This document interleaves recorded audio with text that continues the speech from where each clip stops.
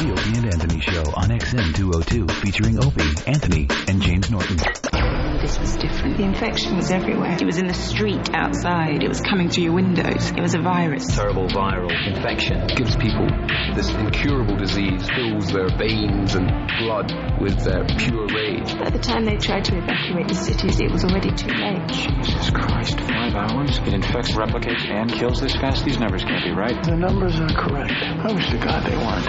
What's that one? There is no God. It's like some kind of horror movie. Such a great virus that you want to infect others, like your friends and coworkers. Sometimes it leaves pustules. There's nothing you can do about it. God almighty. We gotta stop this outbreak before it mutates. They're highly contagious. What's this rash from? We're facing a new strain. It can cause life-threatening bleeding or even asphyxiation. Where is it spreading? All over the place. All right, we're coming out. Here we go. I'm aboard. I'm Anthony. I'm a little dirty. Wipe me. James Norton.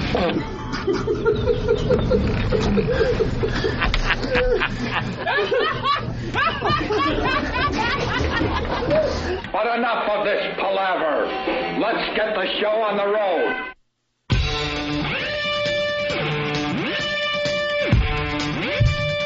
Come on, everybody! Wake up! Rise and shine! Stop. It's Friday! Friday! It's Friday!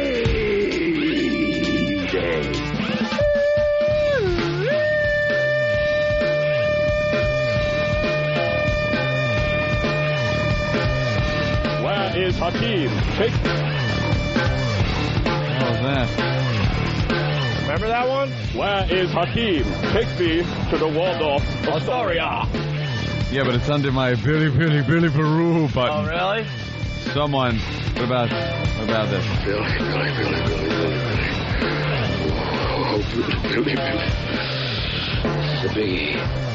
It is a biggie. Hey, Beltran. Where takes for nothing? Yeah. See? Look at this one, Dan. Where is Hakeem? Take me to the Waldorf Astoria. Oops.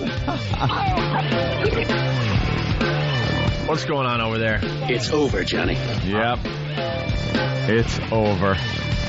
You get nothing. You lose. Good day, sir. Yeah. Good morning.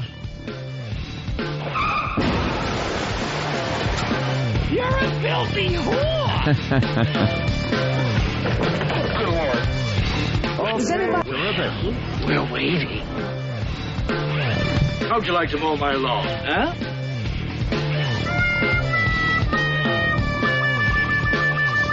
You're just a tool. Aww.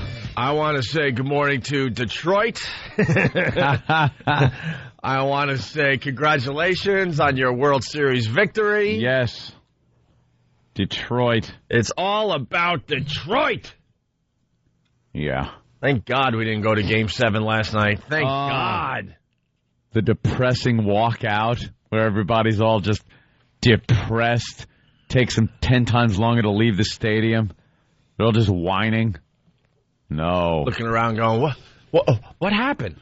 You could just, at home, you could just, and strike three, click. Strike three, click. And I'm asleep. Strike three, click. And the pitch, it struck, click. And do the snore. Pillow hit. Jeep, jeep, jeep, jeep, jeep. Yeah. There you go. Jeep, jeep, jeep, jeep, jeep, jeep. So much easier to watch Dunsky. I'm not sitting on the Van Wyck. I'm not sitting on the expressway trying to get home. Well, congratulations to the Cardinals. The Cards. It's going to be the Cardinals and the Tigers, obviously, in the World Series. Go Detroit! Detroit. All the way. Does look like Detroit's going to be the team. A lot of people trying to make fun of me right off the bat. Opie, there's always next year. Here's the deal, man. The Mets, their team was falling apart. This isn't the same team that did so well at the beginning of the season. Yeah, from the regular season. The freaking wheels were falling off as the playoffs started. Did you see when they pan the dugout and you just see Pedro with the cast on his arm. Yeah. And another guy with a freaking patch over his eye. some guy's got his head wrapped up like he took a shrapnel wound. Right. Like, what the hell were they fighting in Iraq? What happened? The Med bus get hit by a roadside explosive? The friggin' team was falling apart. I think the equipment manager was pitching last night. They had no one else. Yeah, just a wreck. So true Met fans understand that team was hurting. And it could have That gone team either was way hurt. last night. They did a good job. That's going to matter in the record books. I mean, the highlight, the Chavez catch. Come on. Yeah. That was amazing. Yeah. It turns it into a double play. Yeah. That's going to be, that one you'll see on a highlight reel. Every so often, that one will pop up. That should have been a home run, obviously. Yeah, he just ripped off a home run. Brought it back into the stadium, Homer. Anthony. He brought it back into the stadium. His arm bent back. That was a great catch. And then everybody, of course, listening to 1010 Wins here in New York, we talked to John Montone. And he's like, at that point, they thought it was destiny. Mets destiny. But soon that would change. I'm John Montone. Here at the stadium. Lucky John Montone gets tickets to every game just so he could listen to people going, well, we're hoping for a Met win. He's hoping for a Met win. Indeed. I'm John Montone. Indeed, yes. Let's go. That's all he was doing. Let's go to Chad in Wisconsin. Chad, what's up? Hello, Chad. You're homeless and the Mets lost. Oh, you ass. That hurts. That does hurt. What did Opie do to you, Chad? Let's go to Hollywood in Detroit. What's up? Sympathetic. Hey, what's going on, New York? I would like to invite you all onto the Detroit Tigers bandwagon. Yeah, let me tell you, Hollywood. Save me a seat. Where do I sit? Save me a seat. I like to sit in the back. Is there room? You guys are famous, so you can sit anywhere you want to. All right. Nice. We are on the bandwagon. Look, Detroit knows. If they really were listening to me closely, I was pretty much saying Detroit, even though my Mets were still in it. So, yeah. So let me jump on this bandwagon with you. Yes. And I'd like to make a shout-out to all my Tall Talk friends. All right. Thank you, Hollywood. No problem. Well, just in case you couldn't stay up to 1 in the morning for the baseball game. Here's all you needed to hear. This is all you need to know. That's what we do on this show. Why waste 4 hours when you could get the recap in, let's see, a total of 60 seconds? 60 seconds? Even this is long. I know. Jesus. Hitting 7th tonight. He hits it in the air to left field. Back is Chavez. At the wall. This ball is gone. 2-run home run, Yadier Molina. And St. Louis takes a 3-1 ninth inning Game 7 lead. Top of the ninth. That was Top it. Top of the ninth. You won one. You hold them off for that long, and then top of the ninth, crack. There it goes. But, the Mets rally back to load up the bases with Beltran up, and here's your moment to be a hero.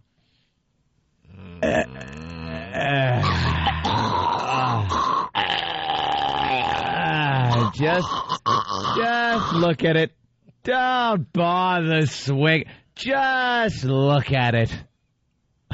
How about you take a swipe at How the about ball? at that? How about you go down swinging? How about when that's happening, do whatever you can to make whatever contact with that ball you can. I don't care if you have to hit it with your cock. And oh, Jesus.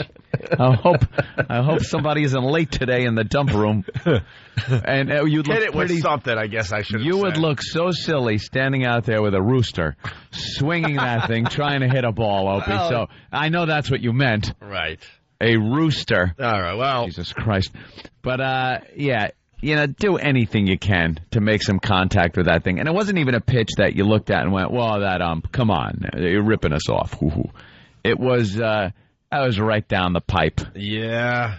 And the final out of the game was 15 minutes ago, so here it was. 2 quick strikes on Carlos Beltran with the bases loaded, 2 out. The Mets down by 2. Breaking ball struck him out, and the Cardinals have won the pennant. Wow, how exciting. What an exciting ending. Molina leaps into the arms of Adam Wainwright. A millionaire standing at the plate, watching a ball passing by. Looking with the bases loaded, and the Cardinals celebrate before their trip to Detroit. I didn't hear any of that. I hear, and they click. Like, I'm not one of those watch the other teams celebrate kind of guy. You know, even though the Mets are my team, but, you know, it's New York. So it's just, and the pitch, a click. Tell me when you turned it off, okay? Okay, all right. This is audio from Anthony's house. Okay. 2 quick strikes on Carlos Beltran with the bases loaded, 2 out. The Mets down by 2. Breaking. Click.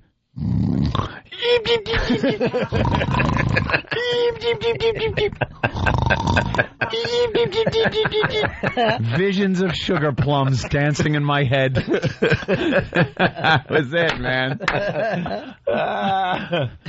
I gotta work. Boston's having fun today. All right, Boston. Oh, come we'll on. acknowledge you today. Boston what? All right, we'll acknowledge Boston you who? today. Jesus Christ, how long have they been off? Well, no, Have your little fun today. Come on. You guys can just do what we do now. Go to football and vote for your the Patriots. Oh, go sorry. Pats! Go Pats, go! The dynasty, shut up. You know what sucked though yesterday? It's the ALC, right? And they didn't show. They're showing all these great moments. Yeah. And of course, Burr calls me up. Bobby, can you believe this kid? And they didn't show 2004 Red Sox beating the Yankees. Why should they?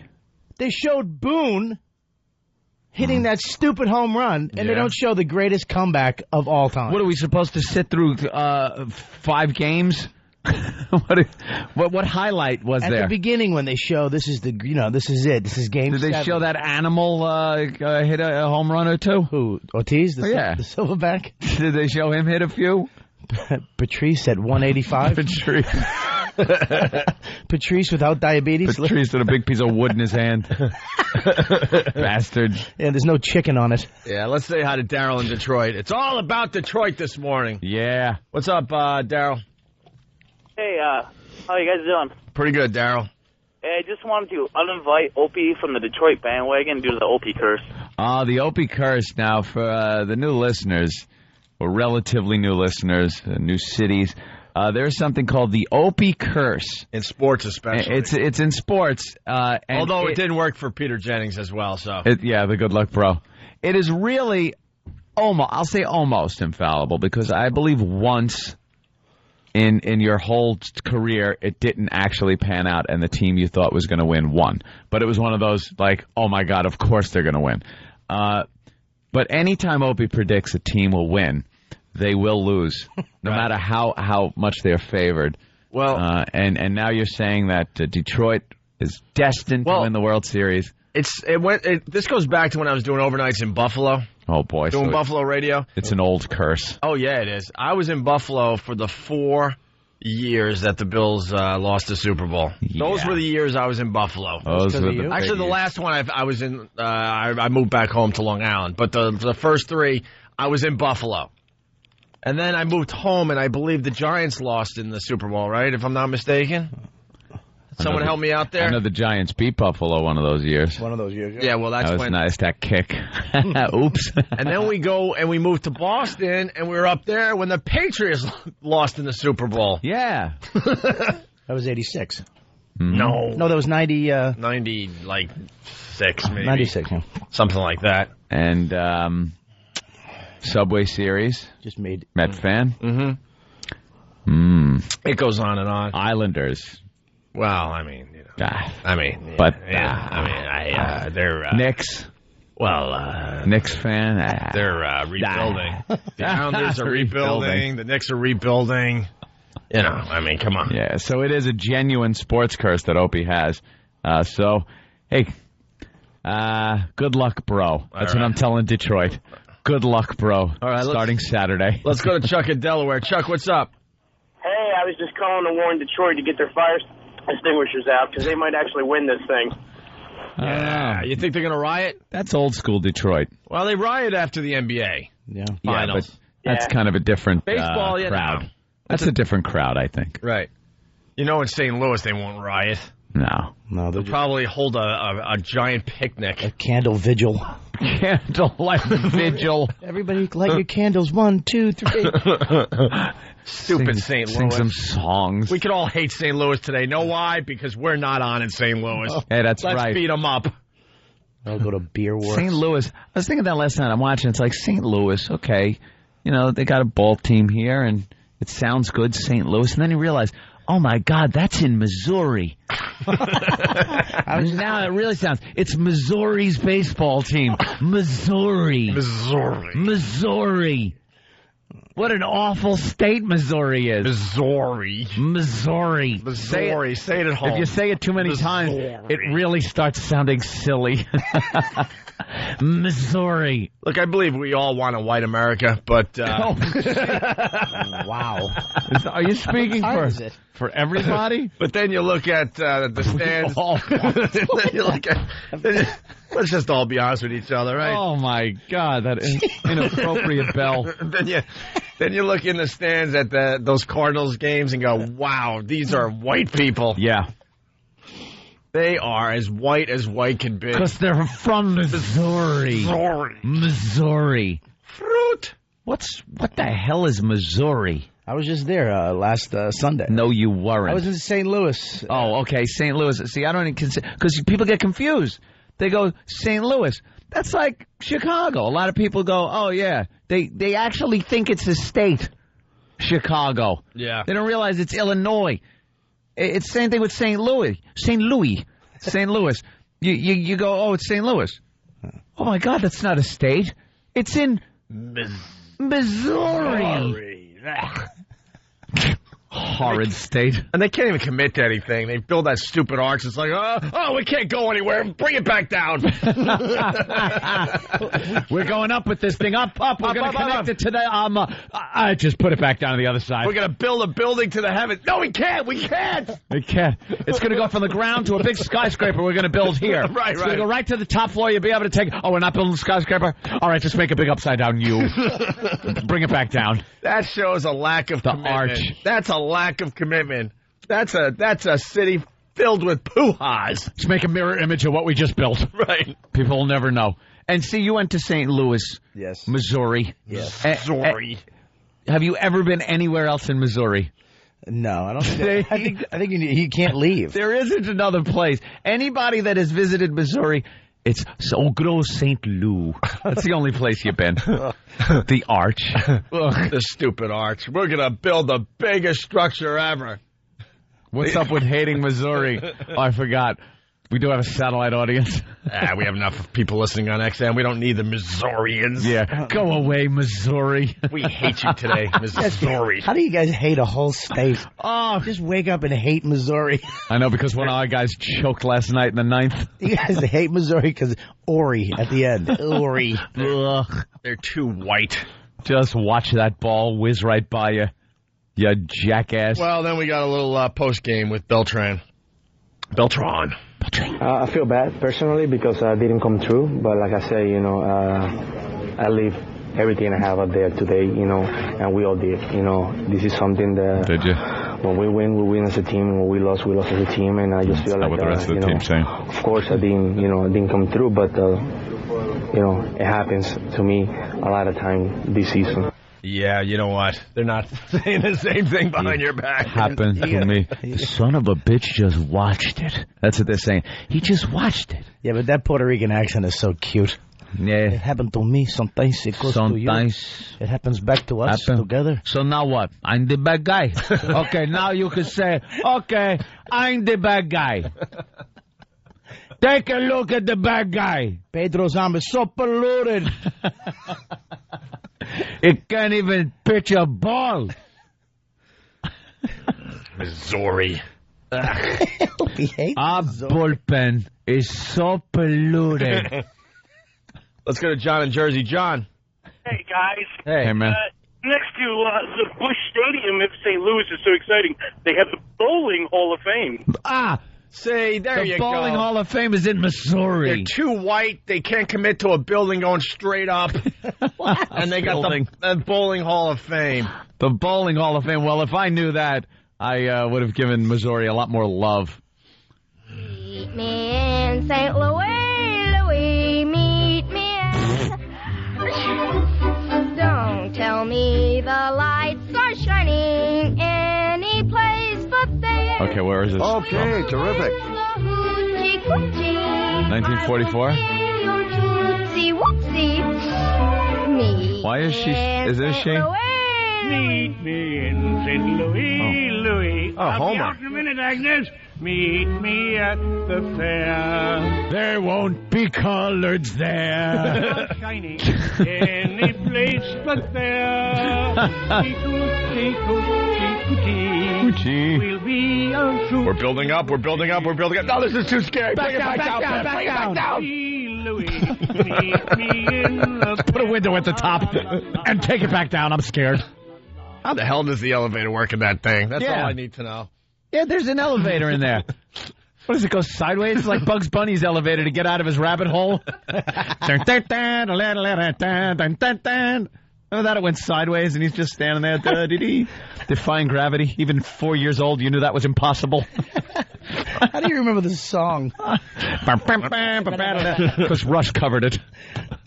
All right, here we go. Listen, so this is what we do today. We acknowledge New York today.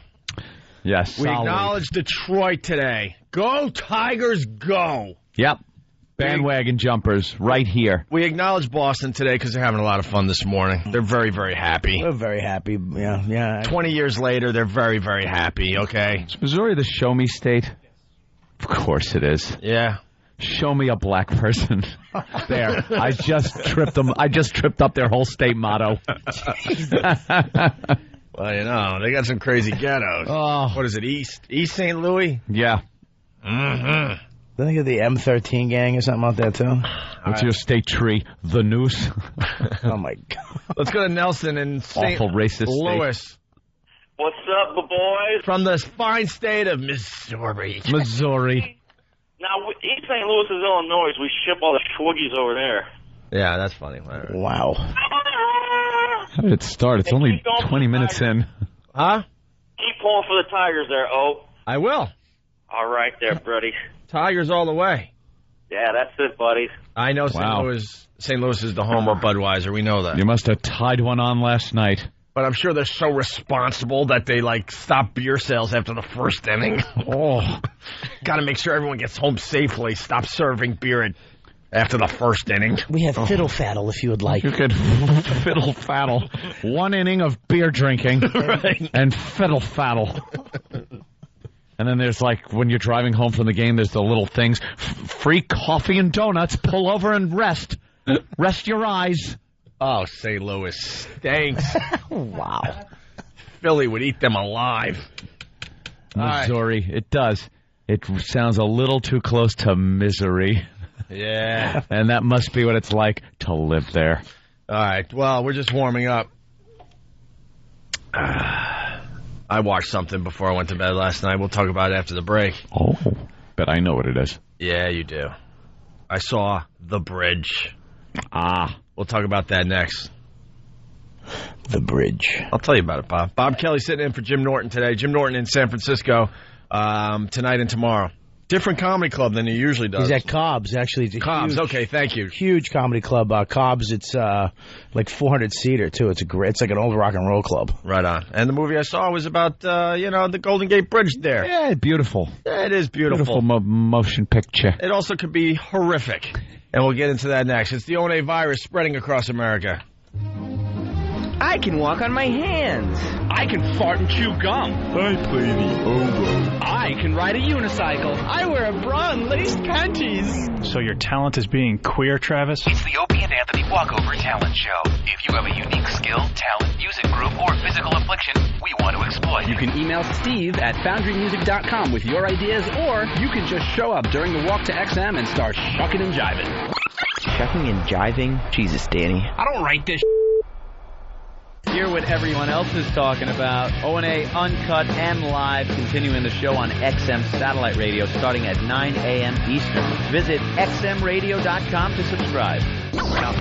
It's the Opie and Anthony Show. Opie and Anthony, XM 202. We're back with the Opie and Anthony Show. The O&A virus spreading across America. Bob Kelly in for Jim Norton today. Our phone number 1-866-313-FREE. Let's go to Philly. Say hi to, actually it's Phil in New York. I'm sorry. We'll go to New York. Phil, what's up? What's up, guys? I was enjoying the show yesterday, and you know how you guys were talking about the live, might have a live show, and what I thought of that to make the crowd doesn't, you know, like the kids, you should have the guy from Philly come out. Okay. Phil. Okay. Oh, wow. All right. What's your malfunction? Huh? What's your malfunction? There's a little problem. No, it's just my accent. What accent? What accent is the that? accent of the retard? No, I'm not retard. No, Where are you? no. He's a pudding brain. I'm German, Polish, French, and Indian. He's retarded. You're German, Polish, French, and Indian? Yes, it's my background. That's the exact DNA of a retard. I hear a little French. But where were you born? I was born in Rochester, New York. Rochester, New York? Yeah. Okay. But then how do you have an accent like that? This is just, I don't know, I just have a small accent, but I'm a regular person, and I work. It might be too early to try to figure out what you're saying, but we'll try again. What do you want to say? Yeah, but one thing I was trying to say is that I think those episodes you did with talking about the birds, and you guys were doing the Three Stooges stuff was kind of cool too. Because I'm new to this show.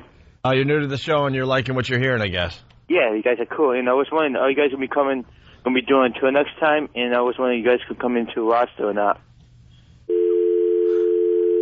Yeah. We had to abort that phone call. We're on in Rochester. You know, he just killed a kitten. He just got so mad at you guys. Petting it real hard and holding the body, and then you just hear that little snap. They hung up on me. Hey, I'm going to give out some advice today. It's simple.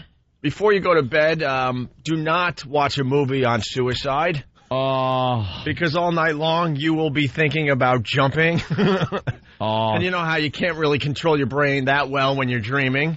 So all night long I'm walking toward a bridge. What the F? You gotta watch happy things. I've tried that same thing with porn and it doesn't work in your favor. Where you watch a porn just before and then you watch a porn just before you go to bed thinking, all right, I'm going to have some great sex dreams.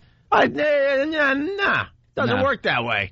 But a movie about suicide and people jumping off the Golden Gate Bridge, well, it works now. All night long, in my dream, I'm just walking toward a bridge and have that panic and that fear and that stress as I'm trying to dream. Do you jump? Of course I don't jump. You know, if you hit the water in your dream, you really die. Why? True. It's true. Nathaniel just said it's true. Yeah, I love that. You heard that growing up all the time. You know, when you fall in a dream, you know, if you hit, you actually die. Dude, my aunt has a dream book. Who told you that? Who told you that? And what your dream means, you walking toward the bridge all night long, means I watched a movie. Right, that's all it means. People jumping off a bridge. You're thinking of going in a different career path and, oh, shut up with your dream book. I love the dream analysis, yeah. Mm-hmm. You know what it means? It means I was watching a movie or a TV show or I did something today. It just reflects back in your dream. It doesn't have to mean something so deep. Anyone ever get this one? Your chick dreams that you're cheating and then she's mad at you the next day? You ever get that one? Wow. You ever get that one? What? No. She dreams that you're cheating. She wakes up and she's mad at you. She's mad at you for dream cheating? For dream cheating. I'm like, but I didn't cheat. Wow. But what did I do? Huh? What did I do? Right. No, you were cheating in my dream. Right. I saw it. I was watching you with another girl. And what? But it was in your head. Right. What happened? Oh, how do I get out of this trouble I'm in? I'm not alone. That's on when that you one. just play stupid and you ask her, how do I get out of this problem I'm in right now with you? Dan, you're going to admit to something? Yeah. Yes. Yes. I've had a girl, actually, she woke up, she recoiled across the room and wouldn't let me touch her for the rest of the night because she dreamed I was cheating on her. Oh. See, I'm not alone. That's a biggie. Would you meet her at NYU? Without that dream part, sounded really creepy. She's just recoiling and staying away from you. I led with the wrong information. Yeah. Should have said she had a dream, and the result was you have a two-headed goo-goo stick. Wow, what was the dream? Yeah, you must have done something awful in that dream. I think I hooked up with her sister in it. Yeah, that's a bad one. Yeah. That's a bad one. Yeah, she was. You get away from me! What? And you can't comfort them because they think you're the a-hole. It's like, baby, go back to sleep and dream that I just got you a car and then or something really nice. I did something nice for you. You try to talk to him logically, like, well, but I was dreaming I was flying. Yeah. I can't fly. Did you ever have a dream, and this has happened to me a couple times, where I dreamed about, being with this really hot chick, not my girl, some other girl, really hot, like, Spanish girl, and I'm making love to her and doing all kinds of kooky stuff, and then I wake up and I'm actually having sex with my girl, and I just go, oh boy. Oh boy. It's like you wake up in a dream. Wait, like, you're actually in the act? I'm in the act. I'm actually in my dream, wind up, like, I guess, touching my girl, on a chest or something, and it triggers off this sex dream, but it's with this other hot girl that I don't know. It's not real. Right, so and you're then dreaming wake that. Up and you're actually having sex. You're actually, but you've actually gotten to the point where you're technically completely doing the act. No, not like I'm making out and I'm touching and I'm doing what I was doing in the dream. Like almost just about to, have sex, but I'm grabbing boobs. Okay. And that's pretty resourceful if like you're dreaming, but you're actually doing it. But my girl now is fully awake and thinks I'm making moves, but really I'm having sex with her, but she's somebody else. No, and she could just look, and your eyes would be closed. You'd be drooling. Yeah, but then mouth half over. Then you gotta roll over and pretend you're asleep. It's happened to me a bunch of times, I swear to God. We hit on something here. Tom in New York City. Tom, what's up? Yo, what's up, guys? Hey. Good morning. Yo, a couple weeks ago, my wife wakes me up in the middle of the night. She's like, I don't know what the hell you're up to, but I just had a dream that you would cheat. She wouldn't talk to me all day, bro, and I had to explain it away. It was like ridiculous. It was funny, but ridiculous. An explanation. But she woke you up in the middle of the night to tell you that you just cheated in her dream? And I'm like, but I was sleeping. I was like, I'm right here. She's like, no, I had a dream and something's up. Well, great. Well, in my dream, I was taking on all of the Nazis by myself, and I won. Yeah, so how could I have been cheating? Right. I was in a tunnel. You mean I was in an underground tunnel. You mean you were preaching to all the Nazis, and then you guys won? Let's go to Pete in New York. Pete, what's up? Hey, what's going on, guys? Hey. Oh, man, my girlfriend had the same stupid dream, and she's pissed. I work nights, so I come home, wake her up, kiss her on the face, and she's instantly pissed off. Get away from me, she says. I'm like, what? What the hell's going on? Well, you were cheating in my dream. The entire... That is hysterical. And then all of a sudden it's your problem. Like, what? I'll tell you, women really think they have some, like sixth instinct that if I dreamed it must be true.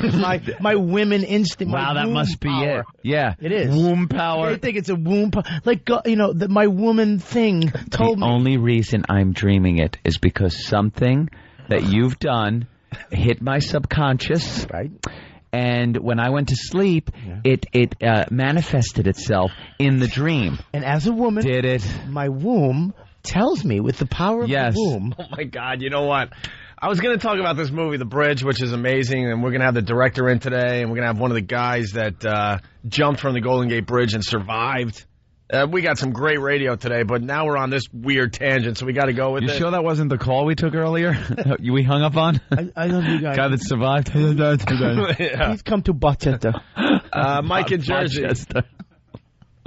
Mike. Hey there, Mike. Let's go. You got to make it fast because the phones have exploded. Hey, guys. Yeah. A little more energy. A little more energy. We're faking the energy. We're just as tired as you guys that are calling this show. But we get up for the program. My ex-girlfriend once had a dream that she got pregnant, and I gave her herbs to give her an abortion. She ended up actually breaking up with me over it. She thought...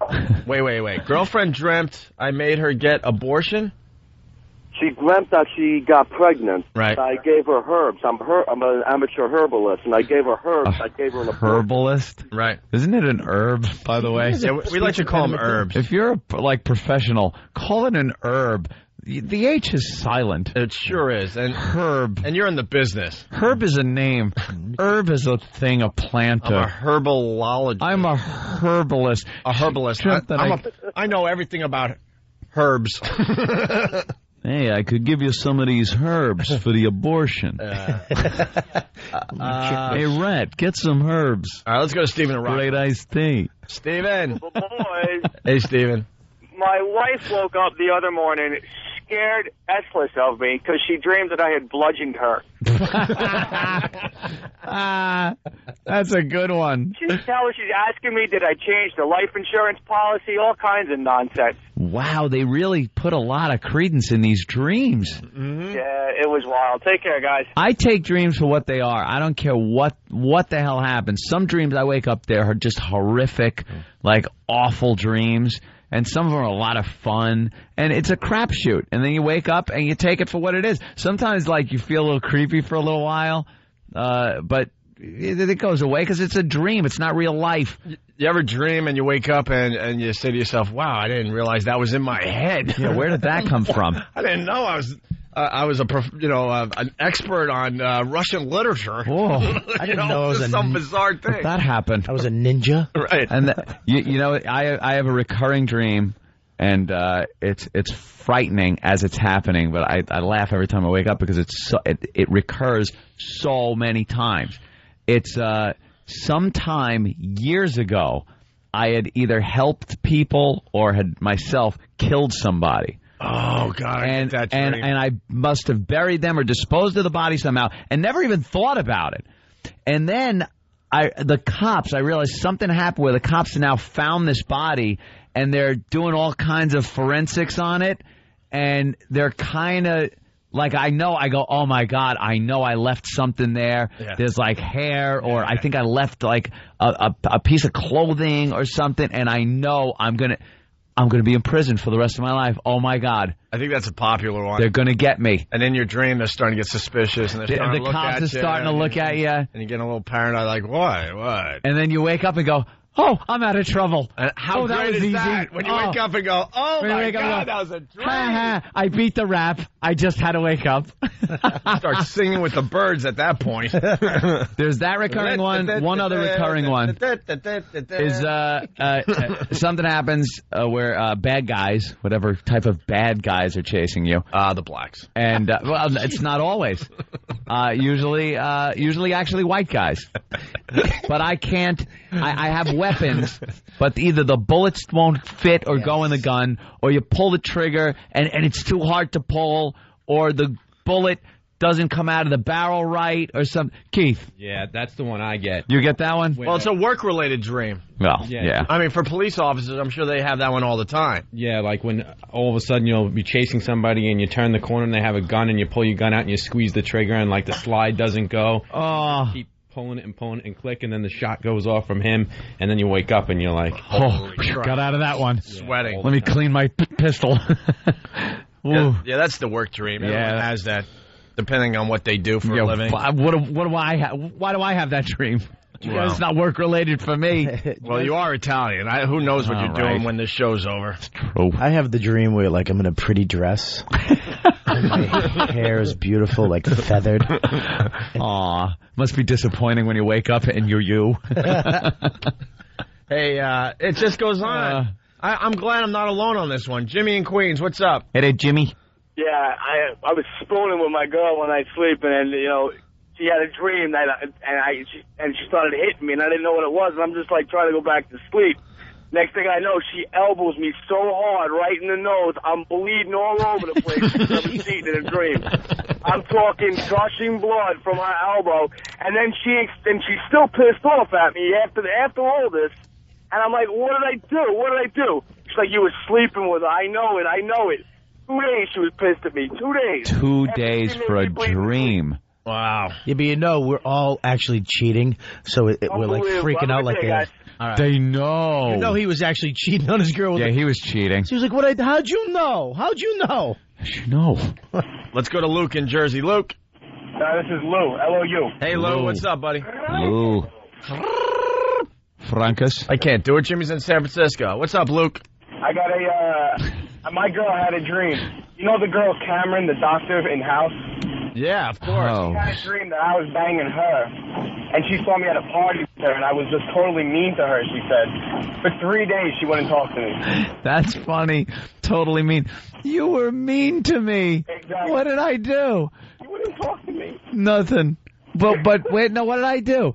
You were with some girl, and I came up, and you ignored me, and said, it was a dream. Exactly. And it says you didn't talk. That's funny. She didn't talk to you for 3 days after that? 3 days. She wouldn't pick up her phone. Yeah. Sick bitch. Psychos. Let's go to this one. A couple more, then we'll move on. Sam in Idaho. Hi. Yeah. Idaho, Idaho. My wife. Yeah, Idaho. So my wife had a dream that I was cheating on her with her twin sister, and woke up just swinging and beating the crap out of me. And I got out of bed, finally got away from her and out of bed, and got her calmed down. And the only thing I can do to explain it away is just make a joke out of it and ask her if her sister was any good in the dream. Well, that's a way to smooth it over. Yeah, right on, man. All right, let's go to Rob in Jersey. Rob. Hey guys, good morning. Good morning, Rob. Hey guys, I live with my girlfriend. She's an identical twin. Woke up hysterical several times in the middle of the night that I'm sleeping with her identical twin sister. Do you notice this little pattern here? I guess girls that have a twin sister have this thing, probably recurring dream, that their boyfriend or husband is sleeping with the sister. Because they probably had such competition with each other their whole life that it just stays with them. But if you're going to cheat, aren't you going to go out and find like a different poo-ha? No. Why would you cheat with the same poo-ha? You're hysterical. I never even put it in that context where it's like, you're going to cheat. You want a completely different girl. Right. You might as well just stay with the girl you're with. Well, why would you... like, oh, God, I love the way you look. Why would you put yourself through hell by sleeping with a twin sister? The chick I'm with is a pig. That's why I'm cheating with you, her twin. He really did every single part is exactly the same. Why? Unless, of course, with the twin, you're able to just look at the back of her head, if you know what I mean. Yeah. Maybe the twin's into other things. That's why you're cheating. I never even thought of it. You always like twins, yeah. Hope you just really put it into perspective. Yeah. Why are you going to want to do the same thing? Just put a mirror in your room. There, you're with twins. Now, if you get them both at the same time, now that's different. That's like time travel. It's like time travel. Yeah. You can swing over here, and then she's over there, and then she's over there, and then she's over here. Zipping around the room. How'd you get down there? You're up here. But I just saw you. Major Nelson, you were just over. Let's go to Rich in Philly. Rich. Yo, guys. Hey there, Rich. You'd sleep with the other twin just so you know you picked the right one. Oh, is that it? Maybe the other one's a little more freaky. Yeah, but my ex-wife had a dream that there was a bug on the ceiling. Woke up and then woke me up to squash this bug that wasn't there. I'm running around 3 o'clock in the morning with no contacts in, looking for a bug that doesn't exist. Lunatic. You should be able to hit them. They're recurring dreams that I have that are like location shots, like it's a set. Yeah. Like it's a certain house. I'll always be in a certain house, certain car on a certain road. It's always the same thing, same type of setting. How do you know you dreamed that before, huh? How do you know? How do you know? Because I remember. How do you know you remember? Why were you saying, like, I'm thinking I just dreamt it once, but my mind but your told mind's me. saying, no, you've been dreaming this dream. I'm thinking. I remember. I remember remember? waking up How and do you remembering it. How do you remember? Because I remember. All right. Don't say remember again. That word is sounding silly. It's like Missouri. Missouri. You remember? Oh, Missouri finally came back to normal than saying it. Now, Jimmy brings us all the way around to make sure the girls stay paranoid. Go ahead, Jimmy. Hey, how you doing, guys? Hey, Jim. My ex-girlfriend had a dream one time. She woke up all pissed off. Listen, I know you're cheating on me. I said, really? Well, what does the girl look like? Because I was kind of curious if I was doing good. And she actually described the girl almost as if she was looking at the picture. to the T that a girl that I had started fooling around with. I'd tell him. Oh, boy. Oh, now you are going to get the girls going, see? We do have this. Oh, boy. Every girl. We do have this. Womb power. Womb power. My estrogen is magical. Our brains are directly connected to our wombs. Oh, boy. It's like a cheating sonar in our bellies. You look inside there, there's a magic 8-ball. Shake it. All right, we got a girl's Signs point to cheater. All right, we got to move on because we're going to get a girl's perspective in 1 second. But first, Brett in West Palm Beach. Brett. Yeah. Hey. Hey. How's it going, guys? Hey. Hey. I just wanted to call in. I had a dream one time. I haven't done that in a while. You still there, bro? I'm here. Are you there? Yeah, sorry. I hung up on you, but I got you back. Wow. I haven't done that in a while. Go ahead. No, I had a dream one time. I was in a fight, and I was wrestling with this guy, and the next thing I know, I'm getting elbowed in the ribs, and I wake up, and it's my wife, and she said, "What the hell are you doing?" I had her in a freaking chokehold. Choking your wife. Wow. Great. I love that. I wonder how many people have actually killed their significant other because they were dreaming. And it was a complete accident, but, you know. Yeah. Sleep terrors. But the law doesn't look at it that Did you way. hear that? Sleep terrors? Night terrors, I've heard of. Night terrors, yeah. Sleep terrors. Flip out. Just like extreme nightmares or something, and they move around a lot. Yeah. Flip out. Just jump out a window. Jay Davis did that. Jay Davis jumped out a window, jumped out of the sliding glass door, went right out, flipped. He's got scars all over his body. Wow. Night terrors. Just wakes up and just runs through a window. Let's go to Liz. Horrid. We get a chick's perspective here. A lady's perspective. Liz, New Jersey, what's up? Good morning, guys. Good morning. I hadn't dated for a while, and when I finally did hook up again, I was having sex with my new boyfriend in the middle of the night. I was dreaming it, but I actually was, and I was dreaming that I was having sex with my ex-boyfriend. Oh, boy. I was really having sex with my new boyfriend, and I was scared to death that he was going to find out. And I opened my eyes, and I'm like, oh, my God, don't say the ex-boyfriend's name. Wow. Wow is right. Fantasizing. Yeah. In her dream. Scary. Wow. Very good, Liz. So she woke up, and the guy was actually having sex with her. Yeah. So he was diddling her while she was sleeping. Well, it almost seems like she was initiating it right somehow through her sleep. And then she was still sleeping while they were having sex, and then would wake up. He was initiating. Let's be honest here. He started groping or something. Yeah. Middle of the night, you wake up like, oh, look what I got. All right, well, I got some with this. She's sleeping. Right. Just reach over. I don't get the night terrors or anything like that, but I'll wake up. And it's not one of those wake up, like right when I wake up, I go, But if I wake up, I'll open my eyes, and let's say my girlfriend is awake, and she's kind of like looking at me, you know? I'll look and go like, oh, okay.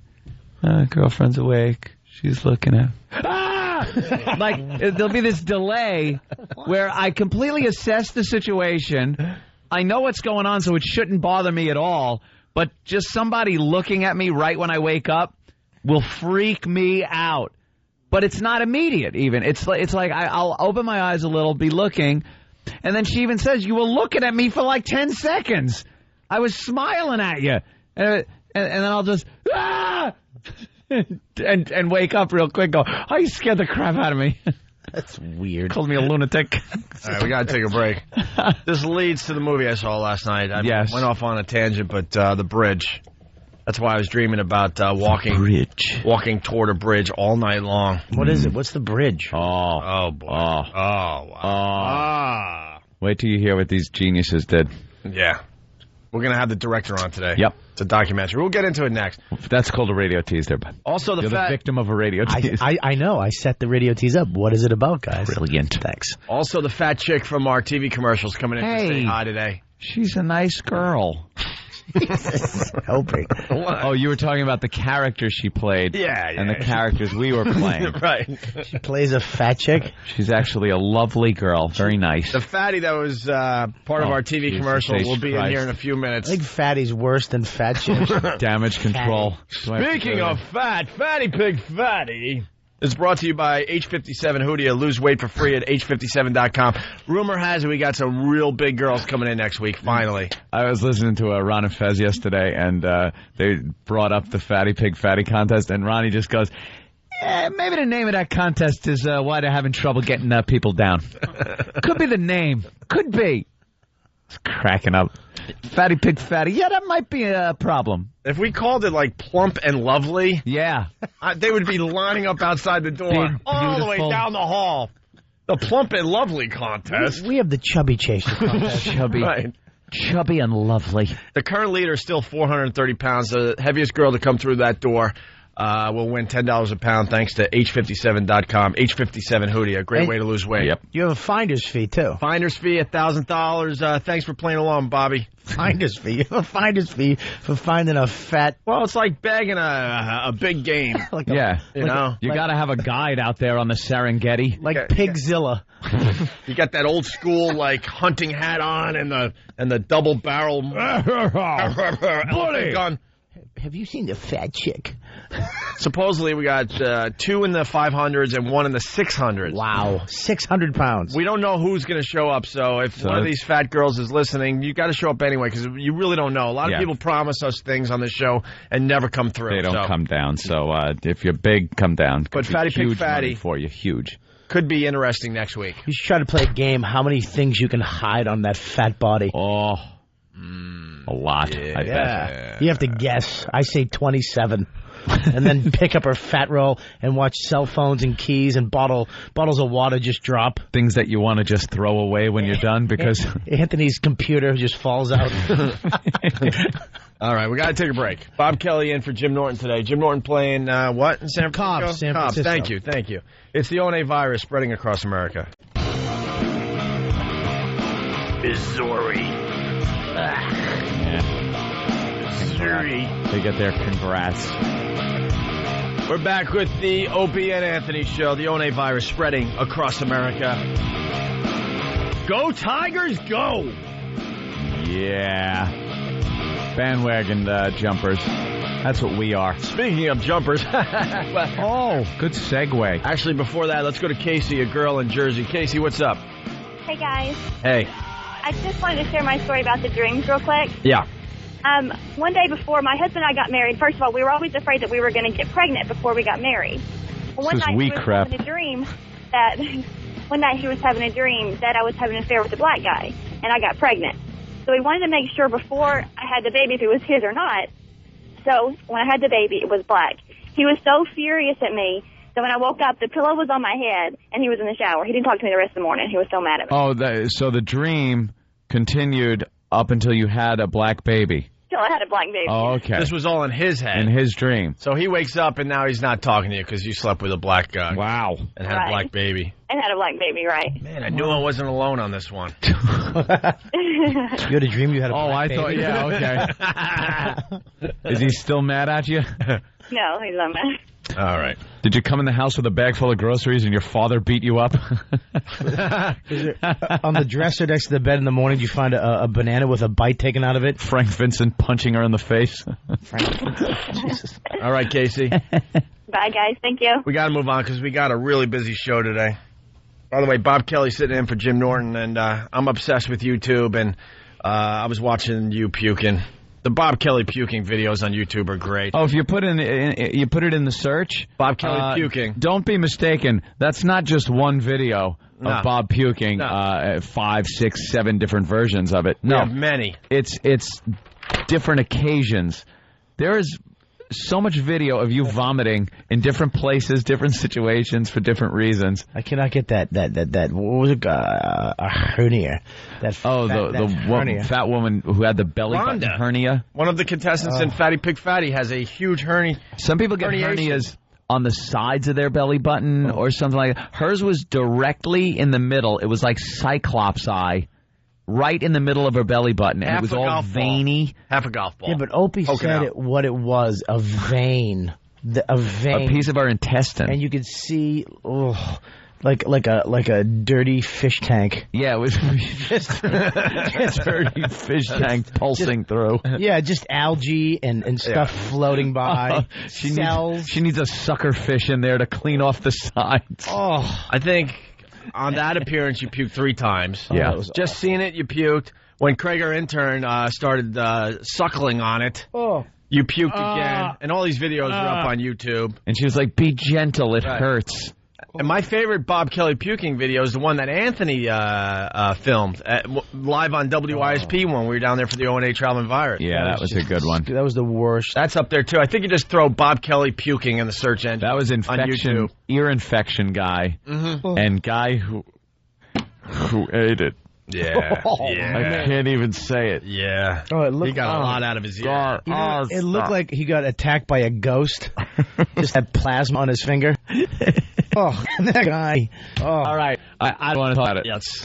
Yeah, really? Some of the other videos that are getting a lot of views is the girl kicking the guy in the nuts outside XM. That one is the edited classic, version is great because it's the money shot like over and over and over again. The guy goes down hard. The video's up on YouTube. It's hilarious. What happened? This guy agreed. I think he wasn't all there. They weren't even fans of our show. They were fans of John Cena from the WWE. He's in that movie, The Marine. Yeah. And they were waiting for him. But we got him involved with our show. We got this black girl to kick this white nerd in the nuts really hard. Over and over again. And we weren't happy with the results, even though he was going down every time. The final one, you hear the thud. And then you hear that's only made by a foot, a shoe going into a groin. And then you hear the gasp because there's no air. And then he goes down hard. And then they just loop it over and over again of him getting kicked. God. That was great. And then you hear a water balloon hit the ground and just splat. We had him act out a little scenario where he called her a racial slur. Yeah. And then she, kicked him. Yeah. It was wonderful. Oh, it was great. At least you guys have artistic quality. Yeah, we weren't if you just kick to the groin like that, just the kick to the crotch is just self-serving. Most radio shows you just, do that. You guys actually add a little scene. Yeah, this was, subtext. We have our writing skills, Here, take this script. She needed motivation. Why is she kicking him in the crotch? Yes, Opie's making his little fingers into a box around the guy's crotch. Let me see what this is going to look like on film. Little storyboard. It's a great video. Storyboarded. Then we got One shot. Then we got our own Steve C. Falling off a tiny, tiny, tiny little bike. He's riding a little clown bicycle. It's hilarious. Little bub. It's a little clown bicycle, and people have taken to photoshopping it and actually video photoshopping with After Effects and other software. And they have one where this giant bullet. Oh, it's the villains from the Super Mario game, I think. Yeah. Is just chasing him around, and he keeps falling, and it keeps making him fall off the bicycle. It's really funny. We have very creative listeners. Yes, you do. And then we got the poker chip thing. That's getting a lot of views lately. Yep. Me throwing the poker chips at that chick that brought it in as a present. The most uncomfortable moments of my life. Yeah. Oh, listening to that. Hey, here you go. Smash. And then a brand new video that I don't know if it's officially up. It takes time for YouTube to finally put it up there. But we got intern Craig again. Is a star of another Opie and Anthony video. The guys, we go home right at 11, and we just assume that our guys are working hard behind the scenes for us, and then in the morning I see all the videos they've created instead of preparing for the show, and they got Craig spinning around in a chair really fast because Craig's like, look, you could spin me for a minute straight or something like that. Yeah, he said you could spin me in a chair for a minute and I won't get sick. Yeah, it's in an office chair. Yeah, so they put him in the chair and start spinning him around really fast. And I was getting sick just watching that part of the video, and then Danny decides to take one of the dodgeballs from Bully. Yeah, from Bully. It's one of those real heavy rubber dodgeballs, textured on the outside, the kind that go boom, boom, make that boom, almost a ringing sound boom when it hits. And just he's spinning, and he comes around, and the second the side of his face faces Danny, Danny just wails the ball into his face. It's a perfect shot. It's hysterical. At this point, Craig is spinning pretty fast, but he nails him right in the face. And again, they just loop it. Yeah, that video's up on YouTube as well. See it 5 times in a row, him just taking it right in the face. It's great. Every morning, it's fun to just throw Opie and Anthony in the search, and you see all sorts of new videos. You don't know what's going to turn up. Videos from us, videos from the listeners. Tremors. It's good. Videos from Our Enemies. Yeah. They're all up there. So there you have it. All right. At 8 o'clock, we got the director of this movie, The Bridge, coming in. And also, I think by 8:30, around 8:30, 8 o'clock hour definitely, we got a guy that jumped off the Golden Gate Bridge and lived. I don't think that happens often as far as living. No. And I did some research on the Golden Gate Bridge after watching this movie. I guess about 1,200 people have jumped since it opened up in 1937. 1,200 people. They have a whole graph online of where they jumped from. The light poles. They have numbers for all the light poles across the span, and then they mark how many suicides from each light. Who the first guy was? Who was the first guy? Just sitting there. I'm just gonna smoke one last lucky and jump. The guy who had to paint it. I don't know. This sucks. Stupid orange paint. This job stinks. This job I'm going to be here forever. Right. All right, I'm done. Okay, now do it again. Be here forever. Yeah. Start over because it's fading. Right. Screw this. Enough with the orange paint. Right. Can we change colors? I mean, I'm getting a little bored here. How about something a little yellowy? I'm a little brighter, for God's sake. It's depressing me. Just painted a rainbow U. It'd be great if they found out that color just makes people want to kill themselves. Crazy. Right. That orange, that exact shade of orange makes people want to jump. Yeah, they can't figure it out. But this movie came to our attention, and I don't know. It just so happened. A year ago. Was it about a year ago? Yeah, because that was when there was a lot of controversy as to whether it was going to be a film or not. Yeah. Because San Francisco, the people in charge over there were really kind of pissed off. They said that they had filmed the bridge under false pretenses. Well, yeah, they don't want people knowing that a lot of people jump off this bridge. So they said they were just doing a documentary on the bridge and set up cameras and just let them roll. They set up a bunch of cameras on both sides of the bridge. It looks like not on the actual bridge, but on the land, and they could look up at the bridge. Yeah, some zoomed in and some long shots. And then they had to have a guy like pretty much every day for I think it was a year was zooming in on people, potential jumpers. Yeah. And then you'd see them with their cell phone, and then you realize they're just tourists checking out the, Just looking over the edge, see how looking over the edge like we all do when you're on a high structure. John Travolta and Double J dancing on it. Right. Double J. Look, Tony, I'm dancing. So, come on back in here. What are you doing? Can you dig it? So this is I knew you could. It's not a jumper. It's John Travolta. He's just dancing. So this is kind of weird. We didn't even think about this movie for about a year, and earlier this week we brought it up again. And it turns out the movie's being released a week from today. It's like a documentary. It's like an IFC type movie, okay? Mm-hmm. And the director's coming in today. And we got screener copies. I watched the whole movie last night, hence going to bed and having a dream that I was walking toward a bridge all night long. And then Anthony got a peek at the film this morning. A little peek of some of it this morning. Yeah. So they show somebody jumping off. Somebody. They showed a bunch of people. Few people. But they also go to the families of these people and get interviews with them about what the people were about and what they were like and what the troubles they had were. So they kind of backtracked after the person killed themselves and found out all the information about it. It's called filler. Right. It's called, it would pretty much be a snuff film unless you put that stuff in. It's not filler because... No, they did a great job. You start feeling for these people. It sucks, obviously, to see anyone, decide to end their life by jumping especially. That's just, so creepy. Yeah. And, if you didn't know the people, it still sucks. But then you get to know the people before they actually jump, and now you're like, oh, please don't jump. I know all about you now. I know that guy. It's going to be okay. It's going to be okay. You're going to be okay. That's why I hate this director. So, they made a great film. But these guys don't take into account, wind, and, they think they're just going to jump and go down to the water and they're dead. But some guys jump, and then the wind hits them, and then they smash into the bridge, right? Are you talking like you know something about this? Well, I actually had a friend of mine who, a kid I knew in high school jumped off a bridge in Beantown. The same time the guy who remember the guy with his wife? Charles Stewart. The same day. Tobin Bridge. He jumped off the bridge. The same week, 2 days apart. The kid I knew. So he got no press. He got nothing. Yeah. Did he die? Yeah. All right. Yeah, but sometimes they don't die. Sorry, Bob looks at you. Yeah, he did. No, I'm sorry. You're right. But they hit the. Sometimes the wind blows him back. They hit the thing. They don't die. They land softly on land. Dude, they hit the thing. Sometimes, dude, they hit the thing, dude. And then sometimes they don't even hurt themselves. Maybe they break their knee, dude. Broke his knee, dude. Hold my hand. So there's one guy that lived, you said. Yeah. Nice way to. All right, he's calling into the show. So really fast. So these guys set up the cameras and they watched the bridge, I believe, for a year. We'll get some more info when the director comes in.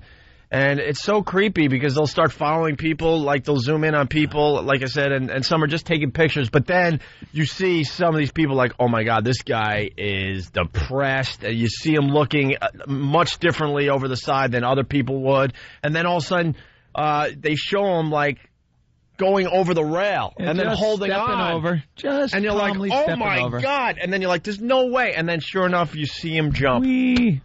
You see him jump. And then they have long shots in this movie because I guess they can't follow every person on the bridge, so they have a long shot that's just set up pretty much 24/7, I would assume. Yeah. And every once in a while during the movie, they show the long shot of the bridge. Yeah. And you'll see a massive splash. You just see a big splash. You won't see anyone jump. You won't see anything. You just see a huge splash. What are the bloopers like at the end of this movie? Cut. They found, I should say, the most depressing music ever to just run through the whole movie. And I was telling Burt Anthony. Reynolds and Dom DeLuise do the outtakes at the end. Yeah. I was telling Anthony in the office, I'm like... Brock Yates and Hal Needham. Sorry, Al. That's okay. It's all right. Where's the elephant? I'm sorry. I was telling Anthony in the office, the movie's depressing enough, and then they find this really, like, just gloomy, dark music to play behind the whole movie. It's beautifully filmed, though, man. It's unbelievable. So there's a guy, when the guy jumps, the guy climbs up, there's a guy watching this. Yeah. So there's a human that might be able to hit a button and hit the police. Well, supposedly they had, I think it's called, they call it Bridge Patrol or something like that. Well, the filmmakers had them on speed dial. Name. They had them on speed dial. Right. And that's what I want to ask the director. There were guys that they were obviously jumping. And they're on film for a while before they jump. It's like, were you calling Bridge Patrol? The director was like, wait, no. Wait for it. Just like Shatner calling for his wife in the pool, I bet. Wait for it. What is it? 9-1 what? Yeah. 111. 9-1. What are those numbers? I did a show that was Rescue 9-1. My phone won't flip open like in the show. God. Scotty, not getting a signal. That's because there's a guy watching, and as the guy's climbing up, this guy's zooming in. Oh, yeah. And when he jumps, does the camera go down with him? Yeah, as best as he can. Yeah, they don't mess around, man. They want to get the money shot. Do they hold up like a 9-8? Judges, the Ukrainian judge not giving him a high enough score. You know what's creepy? They showed one guy jump, and seconds later, a guy was at the spot where the guy jumped and threw a flare into the water. Because they want to see where the currents are going so they can find the body. Flare guys, apparently. I'm like, man, if you were right there, they know what's going on. Like the second it happens, one of these guys knows they probably have these flares either on them or at places on the bridge. I'm not sure. I want to ask the guy this. Right. And then they pull it and throw it in the water right where the guy landed so that if the current starts taking the guy away, once the Coast Guard gets there, which seems pretty quickly, they can kind of get an idea of which way the water's going and where the guy might be. They show one person jump, and then the Coast Guard is fishing the body out of the water. It is an unbelievable, a very powerful movie. You learn a lot about suicide, what goes on in these people's heads, because they talk to the family and friends, and the family and friends, they didn't know what else to do. Like, this person was talking about killing themselves for years, and they knew this person was serious, and they didn't know what else to do. So they pretty much gave up and said, well, if you're going to kill yourself, at least please say goodbye before you do it. Do they have any video of the people talking about it? Like, no. You know what I mean? Like that. Like I had a dream that my wife slept with a black guy. They showed some suicide notes. That was probably maybe more creepy than actually seeing him jump for some reason in my stupid head. I didn't get to see what happened to Rocker Guy. Oh, he's the grand finale, man. Is he the grand finale? That's all I'll say. He's the grand finale. I don't want to give everything away. I mean, the movie is self-explanatory, obviously, But then they show people being rescued.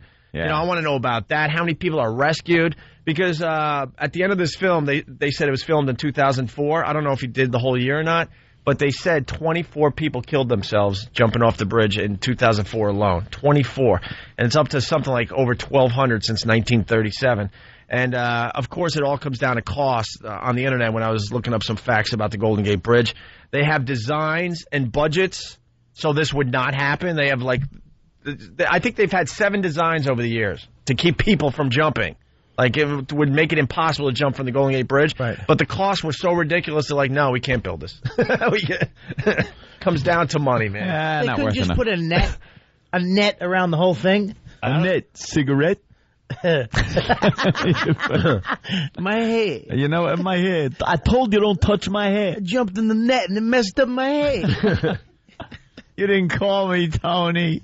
No, come back here. Come here. But the interesting thing about this film, it's obvious that they want to just keep this quiet. Like, this is happening.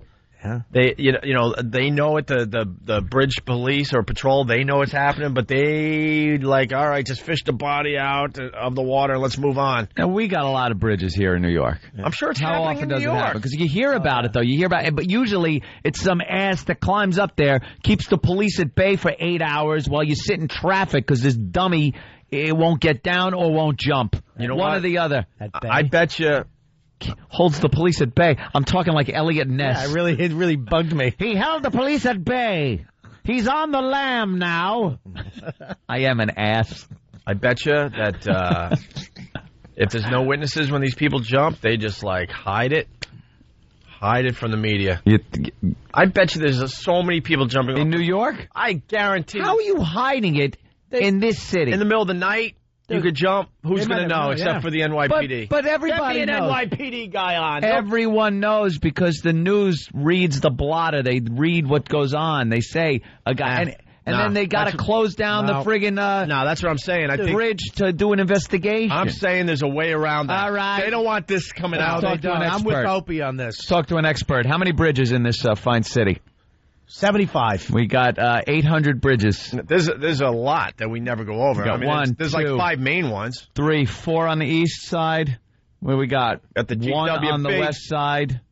So we got 5 bridges. 5 big ones, and then you got 5 big ones, and then we got the little one to Retard Island. No one cares how many bridges we got. We got a lot. Let's go. Retard Island, where Fez We lives. can get the statistics on how many people jumped off the New York ones. How many though? Do you hear about it a lot? Yeah, I'd say in the last year that I've been back in Manhattan, I think maybe 2 or 3 while I've been working. 2 or 3 though in a year with this many bridges. That's way more. Doesn't than that. equal way more than that. How much you want to bet? Yeah, way more. Yeah, I will bet you. I got an easy $100 bet. I'll bet you $100 that I say more than 10. The whole more city, than 10. Wait a minute. I was going to bet that it's not more than San Francisco. Oh, well, that's probably obvious because they had said in this movie that's kind of that is weird to me. But they said in the movie the Golden Gate Bridge for some reason has become the place to kill yourself, and in the whole world because it's a tourist drive, and that's why they want to keep it. World. That's why they want to keep it quiet the Brooklyn because it will Bridge isn't become good a enough. thing to do. The hell, it has become the place to kill yourself. Right. Is it because of the height? Maybe our bridge is a little too low. Yeah, you might. You might actually live, survive, break and be your paralyzed. back. You're just paralyzed in a bed. You wake up and go, "This is heaven." Yeah, great. Oh, it's not. It's because it's easier to get to by foot. By foot. You can't. I don't think it's hard to get to George Washington. You have to go into Harlem, and that's kind of you might as well just get on killed big there. on ramps to get onto the. You might get killed before you get to the bridge. Yeah. Hey, wait a minute! I'm trying to kill myself. Don't shoot me. Yeah, wait. Whoa, hold on, you. All right, here's the deal. The phones. A lot of activity on the phones today. Saw a guy jump when I was a kid. Brother lived with guy who jumped off bridge. Saw a girl jump off bridge and live. They don't talk about this because it causes more people to do it. People jump off bridges here. Copycat, they call it copycat. Any video of people changing their mind. They have a video of a rescue. But then they show the same girl back there again, and they rescued her again. Oh, you ruined it. Huh? Not really. Ruined. The movie is it's a great watch, but the music it's like stop with the sad Well, music. it's that piano, just the generic. Like we said in the back, piano music that could be used during a Special Olympics documentary, or like we said in the back office, Benny Hill music. Love. Yeah, would have been great. Just that Benny Hill music. Wouldn't that be nice? Show them jump, and then in fast motion, backwards, they're back up, down, up. Have a beep. The long shot of the bridge where they have the whole bridge in focus, and then, hold on. I can't take it anymore.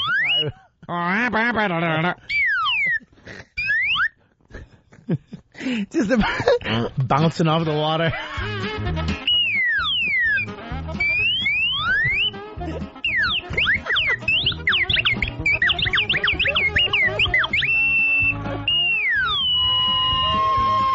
Suspended there.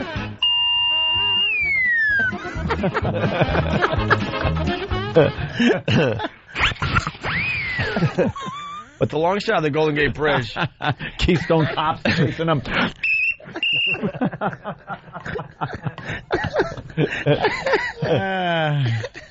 Jesus, how to take a nice serious subject and just turn it to baby crap. It's someone's going to do that, though. Someone's going to do that, put it on YouTube, just a bunch of people. Yeah, backwards and forwards. We should do that.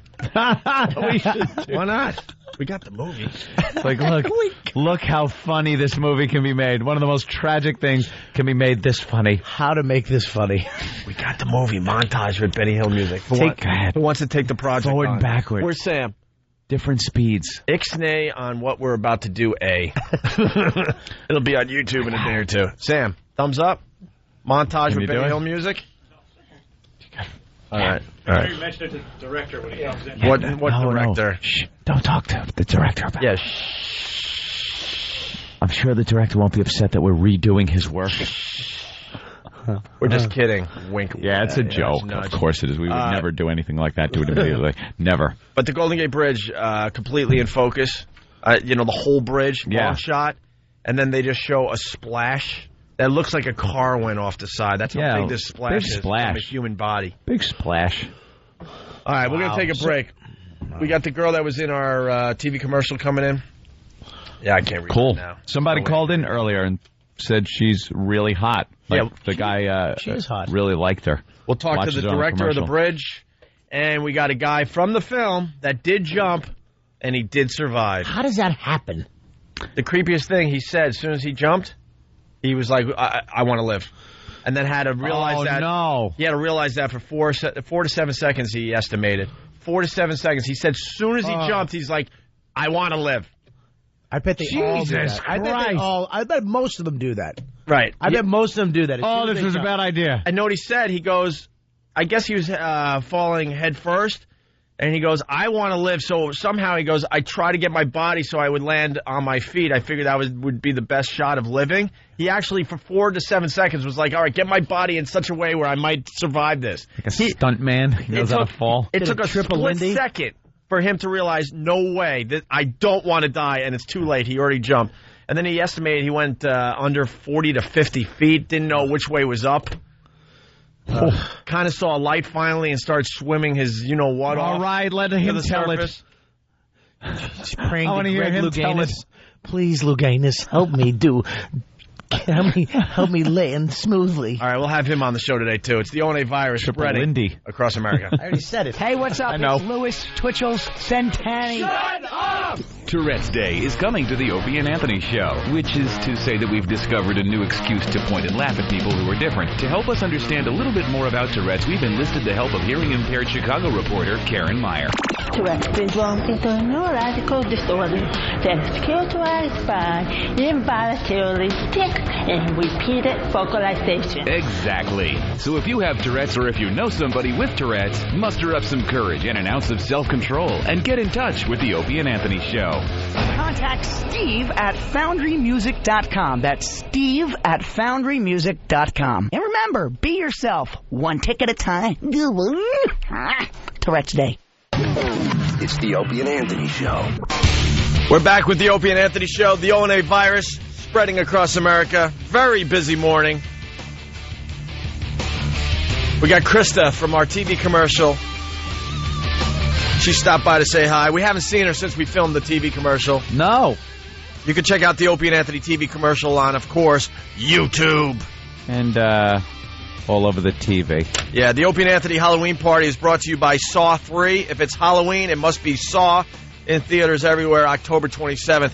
We're going to have more details on our Halloween party, I guess, next week finally, okay? It's going to be very, very, very good. It's going to be a tough ticket, though. I think they're going to give them away a different way this year. What's going on? What are you showing I Anthony? should know never to look at any comedian's phone when they say, look at this picture. Nice! Opie says nice. The big one. We were just talking about that. I got something cooking in my oven. That is... I got something cooking in my oven. Is that your home toilet? No, that's on the road. That's on the road? That's a road Yeah, one? well, I'm sure that must have been difficult to... This actually, I actually had to change rooms because of this. I had to change rooms. I flushed, and it just everywhere. You sure it wasn't at the Shirley bowling alley? You had to get in there with the snake? I get excited when mine looks like a lizard's tail. Oh. An iguana. An iguana. Yeah, there you go. Nice relaxing taper. All right. We got the director from The Bridge. He's here, Eric Steele. We'll get him in a few minutes. Let's see. We talked about the Mets losing last night. We got the Cardinals and Tigers in the World Series. Go Tigers, go. What else? Sting says today's music is boring. Yeah, I saw that yesterday. That stupid lute. I saw that yesterday and just was beside myself. Come again. Stupid Sting. Talking about today. Whether you like today's music or not is one thing.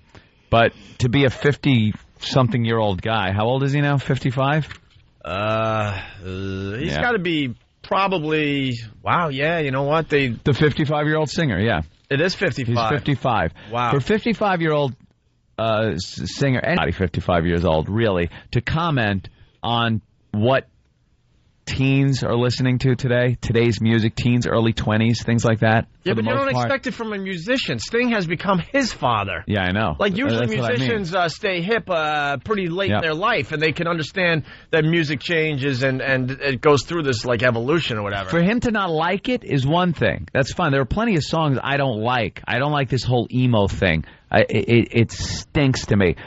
Obviously, people do. I'm not going to sit there and call things boring. I'm not a fan of the genre they call emo. I think it's stupid. Ugh. But some of the bands are pretty cool.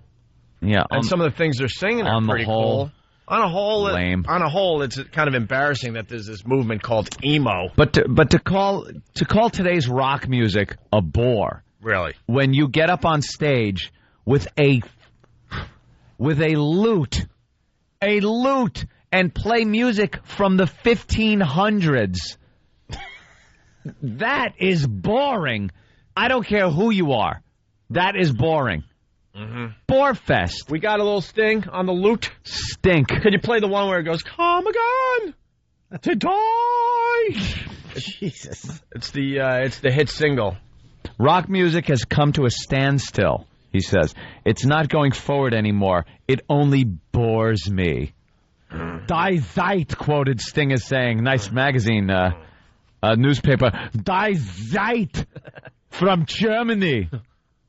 Everything they have, even their newspaper name, sounds like something that Jews should just run from. Right. Die Zeit! Ah! Die Zeit! Damn, I was just asking if you wanted ice cream. It's a little die and wonderful language, German. Sting said contemporary rock music is so stagnant that he prefers to sing 16th century English ballads. You prefer to sing it. No one prefers to hear it. They want to hear Roxanne, you self-centered idiot. Couldn't think of another word. Yeah, self-centered, egotistical. Oh, that was pretty good, though. Self-serving? No. Idiot's good. I like the idiot. Keep going. Yeah.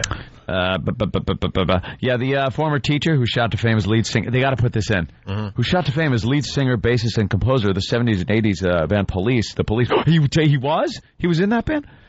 Told German newspaper, Die Zeit! That he prefers singing songs of Elizabethan lutenist and composer John Dowland to the rock music of today. This John Dowland wouldn't have been known by anybody. His bones are gone. That's how long ago this guy died. Dust is rolling over in its grave. That Sting is out there with a lute. Yeah, he's pretty much erased from, like, history at this point. Give you enough time there? E-Rock, you got the song? They're all arguing. What happened? We don't want Message in a Bottle. Message in a Bottle is too good. You guys should have for those. his crap music. We had him on a disc. It's crap, but it's still too good. We're not done with the Sting thing. I want Sting and his stupid lute in front of me every day so we could go to it when we want. Does Sting play the lute, or does he have somebody... Well, Sting has a lutenist that tours with him. So he doesn't play the lute. He also plays bass lute. The bass lute. Bass lute? He was taught by the lutenist to play the bass lute so they can both play together, and then he sings. So he has a bass lute, and the other guy has a lute. Has a lute. The lutenist has a lute. See, I'm kind of bummed at E-Rock. And someone should just beat him over the head with a lute. E-Rock, you gotta be thinking. Of course, we're gonna go back to Sting and the lute. Oh boy! See, when an article comes out that says that Sting hates today's music, you gotta be smart enough to realize Open End are gonna want an example of what Sting's doing today. Did you get that email yesterday, E-Rock? Freaking music. Did E-Rock get the email yesterday? That's true. I sent it out pretty early. Did you get it? Yeah, 2 o'clock. Huh? I got his thing at 2 o'clock this morning. So we're on at 6. What's the problem? Well, that's 4 hours. Being that it was an XM recording, I thought it would be. Oh, he just shuts his mic off and lets him ramble. Wow. Sometimes I understand it's hard to try to figure out what we want on this show, but that's an obvious one. We're obsessed with Sting and his stupid lute, and when there's an article where he's trashing today's music, me as a radio guy goes, well, this would be a place where we should play what he's doing today. Yeah, his crappy and make a quick luteness. comparison. You realize, oh my God, this is awful. What is he talking about? E-Rock's a smug, unfunny douche. All right, well, that Sting story would have been a lot better if we could give you a little of his looting, but it ain't happening today. You smug lute hater. It ain't happening today. That's too bad. And then I was all looking forward to hearing it. I haven't heard it. Oh, God. What the hell's a lute sound? Oh, it's horrible. How does a lute? How's it go? Sounds like you'd expect a 1500s instrument to sound. Hey, boring. Is it a guitar / organ? Is that what it is? It's like a little guitar ukulele with, it's like shaped like a guitar that a guy with curly shoes and like a court jester outfit would wear. And then the neck of the guitar, because it's a guitar, just goes left really hard. Hard left. Turns. Yeah, makes 90-degree left turn at the top of the neck. That's a lute. It's a lute. Because they thought back then if they made it straight, somehow they'd fall off the edge of the earth. It might as well be a harp. Very smart. It's a harp if the harp was almost cool. The harp isn't cool. Hey, we can still say this bit. Instrument that was made when they were burning people for being witches. Really? How good could it be? We're going to dunk you under the water for 15 minutes. If you come up and live, you're innocent. Is someone going to XM to get that song? All right. See, we can still save the bit. Thank you, E-Rock. Priest denies having sex with Foley. Admits relationship, though. The Mark Foley thing? Yeah. Holy crap. I guess he blames it on a priest back in the day. What else are you going to do? That used to massage him and take saunas with him nude. Did you read this stuff in the paper today? Yeah. What else is he going to do? He's got to say that. And what is the priest saying? Come on. Let bygones be bygones. What's wrong? Listen to this. We had a little fun back in the day. Get a steam room. What's that under your towel? Come on. You know why this priest is admitting all this stuff? He's on a small island off of Italy. Oh, is that it? Yeah, he's hiding. So he's fine. And in a communique from this small island off Italy, an elderly priest acknowledged Thursday that he was naked in saunas with Mark Foley decades ago when the former congressman was a boy in Florida. Mark Foley's going to visit him and stab him in the stomach and rip him up to his chest. Antonio Andolini. It's like using the sauna. Please, God, no. The sauna with the priest. Oh, am I in trouble now? Oh, Jesus. But he denies... Hey, why don't you slide over here, young we got Foley. Who's that? The young Foley boy's coming in. Father, is that you? It's so foggy in Come here. over here, my son. What's that? Sit down. Oh, you don't need that pesky towel. I keep these benches well sanded. Ow, what is that? Oh, whoa. I'm going to preach to you about the Lord Jesus. The Lord Jesus. You want to hear about this creep or what? Of course we do. All right, it's the priest from from a small The Lord island off said unto Italy. thee, Oh, Father. Who are them? Okay, now leave. Remember, this is a secret. God grant me this. I would love to play Priest by Stephen Lynch. We used to play it in the old days. Yeah. But the FCC is out there to ruin everything. So just Under imagine the how gun. bad that song Under is. the gun. Father Anthony Murcia admits he had intimate contact with a teenage Mark Foley, but says whether it was abuse depends on how you look at it. Oh. Abuse, it's a bad word, you know, because abuse, you abuse someone against his will. But then This Priest is nuts. He's just saying, hey, the kid was asking for it. The kid was 13. Oh. I mean, Mark Foley's now the creep, but Mark Foley was a 13-year-old boy, and this guy is like Made him saying a creep. that the word abuse is a bad word. Mamma mia, huh? but then it's of course this spontaneousness, you know. But anyway, whatever it was, you know, here everything is molestation, I guess, and that's what happened. This guy's yapping because, like you said, he's just on some island somewhere. Yeah. Is that it? Oh, yeah. Because it just shows, it goes to show you how different this country is. First of all, you wouldn't hear a peep out of this guy. Yeah. You'd hear his lawyer going, well, these allegations, we're looking into them, but obviously they're false, and this is something that he's just an upstanding citizen. And this guy's like, hey, mamma mia, sure. I play with his gnocchi. Who cares? What the? He must be on an island like the island in Kong. He's well protected. Kong Island, Skull Island, Skull with a big Island. There fence. you go. Yeah, Skull Island. Michael Jackson living there too. That's why he's talking. So they all moved to these islands. Yeah. So cocky. Well, it depends on how you look at it. His fusilli was steaming. He was asking for. Call abuse. That means something else. This is not abuse. I call it. It's a relationship, love maybe. I love. You see, if it was abuse, it would have been like overcooked ziti. But both of us very al dente. It means both of us enjoy each other's company. It means both soft hard at the same time, just like al dente to the tooth. Yeah. The tooth. It means literally the tooth, which I never enjoyed, so I sent him on his way because I don't like the teeth. So I got other people, not abuse. In America, God, this is crazy, but take a steam together. Come on, you want to take your clothes off? Put camera down. I show you. Put microphone down. Come, have wine. Take a steam. Take a steam. Mamma mia. We got more. A sick bastard. Unfortunately, we had to bleep a word over here. It's so we stupid. Did. It's so Let me stupid guess. because this is part of it. This is part of CNN. We got this from CNN. CNN did it. But there's different rules for radio than CNN. Yeah. It's a news story. Apparently Father Murcia, now 69 and retired, Uh-huh. lives on the Maltese island of Gozo near Italy. Gozo. He talked by phone with CNN and CNN affiliate WPTV. Sources familiar with the investigation say he's the Catholic priest Mark Foley claims molested him as a teen nearly 40 years ago.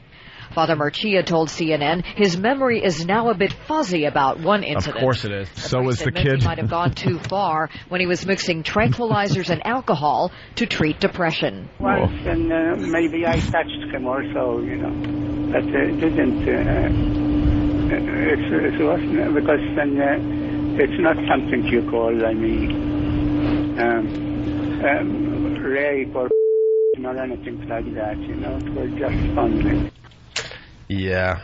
Just touching. Or wait. I got to know what that word was.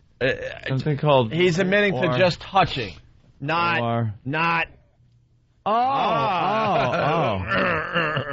I gotcha. Wow, you can't use that? I don't know. CNN can, but radio can't. That's so stupid.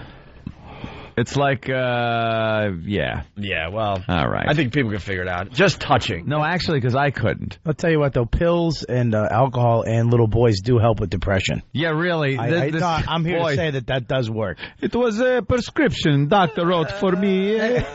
And it worked. You always know how well tranquilizers and the booze work for depression. Little boys. They make a movie about it. It's called The Bridge. It got me out of my rut last month. Nice little Filipino boy. Tranquilizers and alcohol to treat his depression. Nice.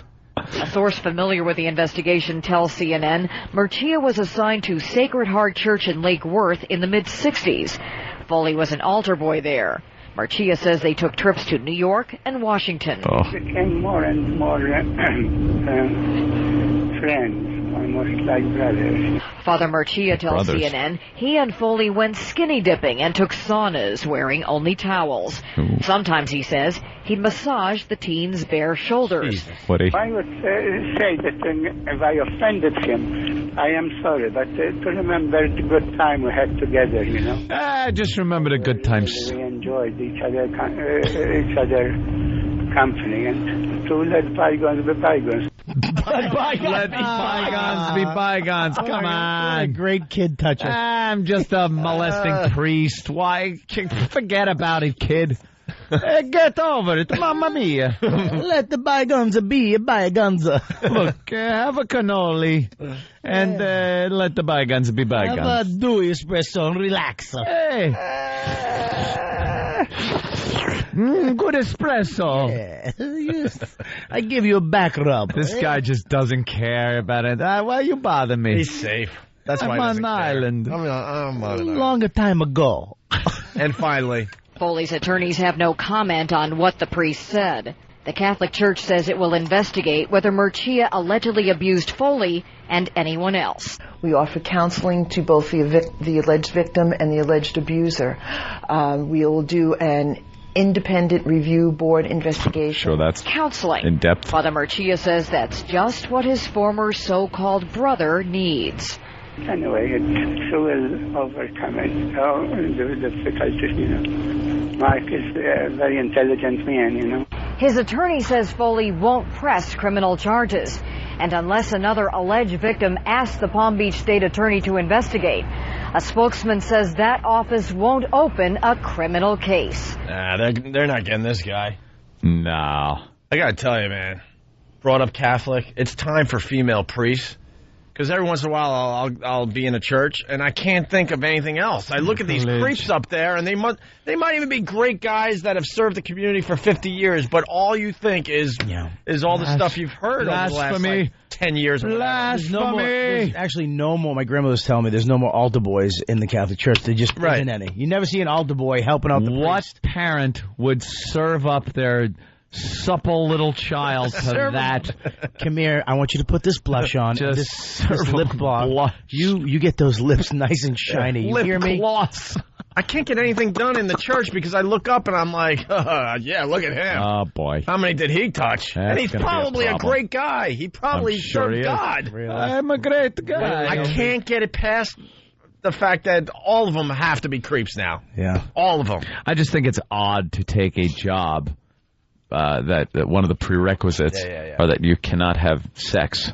Yeah, it's time to lose that. It's a little odd that that's part of your job description, because what it would attract are people that have repressed sexuality, either because they're just odd, because it's human nature to want to have sex, or because they're gay, don't want to accept it, so they go into an occupation that takes sex out of the picture. Yeah. But then they get these urges, and before you know it, you're on an island you're off of Italy going, hey, bygones, bygones. Here's ziti al dente. Al dente. Sometimes a little overcooked. I had in rehab, I had a gay priest. I mean, he wasn't, you can't, he's a priest, so how could he be gay? How could he be a kid toucher? But he's just, this guy who was like, hello, Robert. And it's like, dude, you're gay. You're just gay. Your gaydar detector went off? No, I'm not gay. Yes, you are, dude. Just fess. You just fess up. And you're working at a rehab with all boys. And you're the overnight guy. Oh, so he's boy. the guy that you'd hear him at the bedside of some little kid. What did he do to you? Nothing to me. And by some little kid, you mean? I was never that lucky. You mean? We got to take a break, but really fast. Ben from Pennsylvania. Opie, get real. Foley's group paid this guy to agree with his story. Safe because, they're not going to prosecute. Like, they made a little deal to help him out. It's too late for Foley. Possible, but it's too late, though. And then someone's wondering... It's more probable that this happened than it didn't. Someone is wondering if you would like the Dateline cookies. The Italian version of Dateline with this guy would be really good. What are you here for? I'm Chris Hansen with Dateline NBC. Do it with an Italian accent, though, Chris Hansen. What, the Chris Hansen? Yeah, because he's over in Italy. It's the Italian version of Dateline. What are you doing here? I'm a Chris Hansini. I just brought lunch for Why you come? Do you know this is a home of the 13-year-old boy? No, I thought there was a grown woman here. You said in your emails you want to take the schwitz with the young boy. Why did he turn Jewish?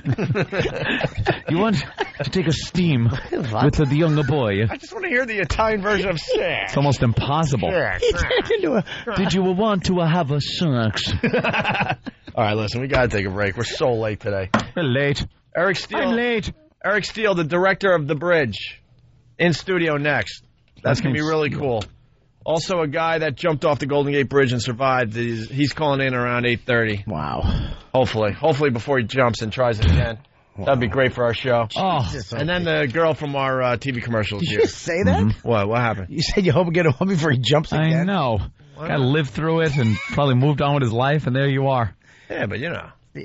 No. I'm going to try to push him over the edge. Of course you are.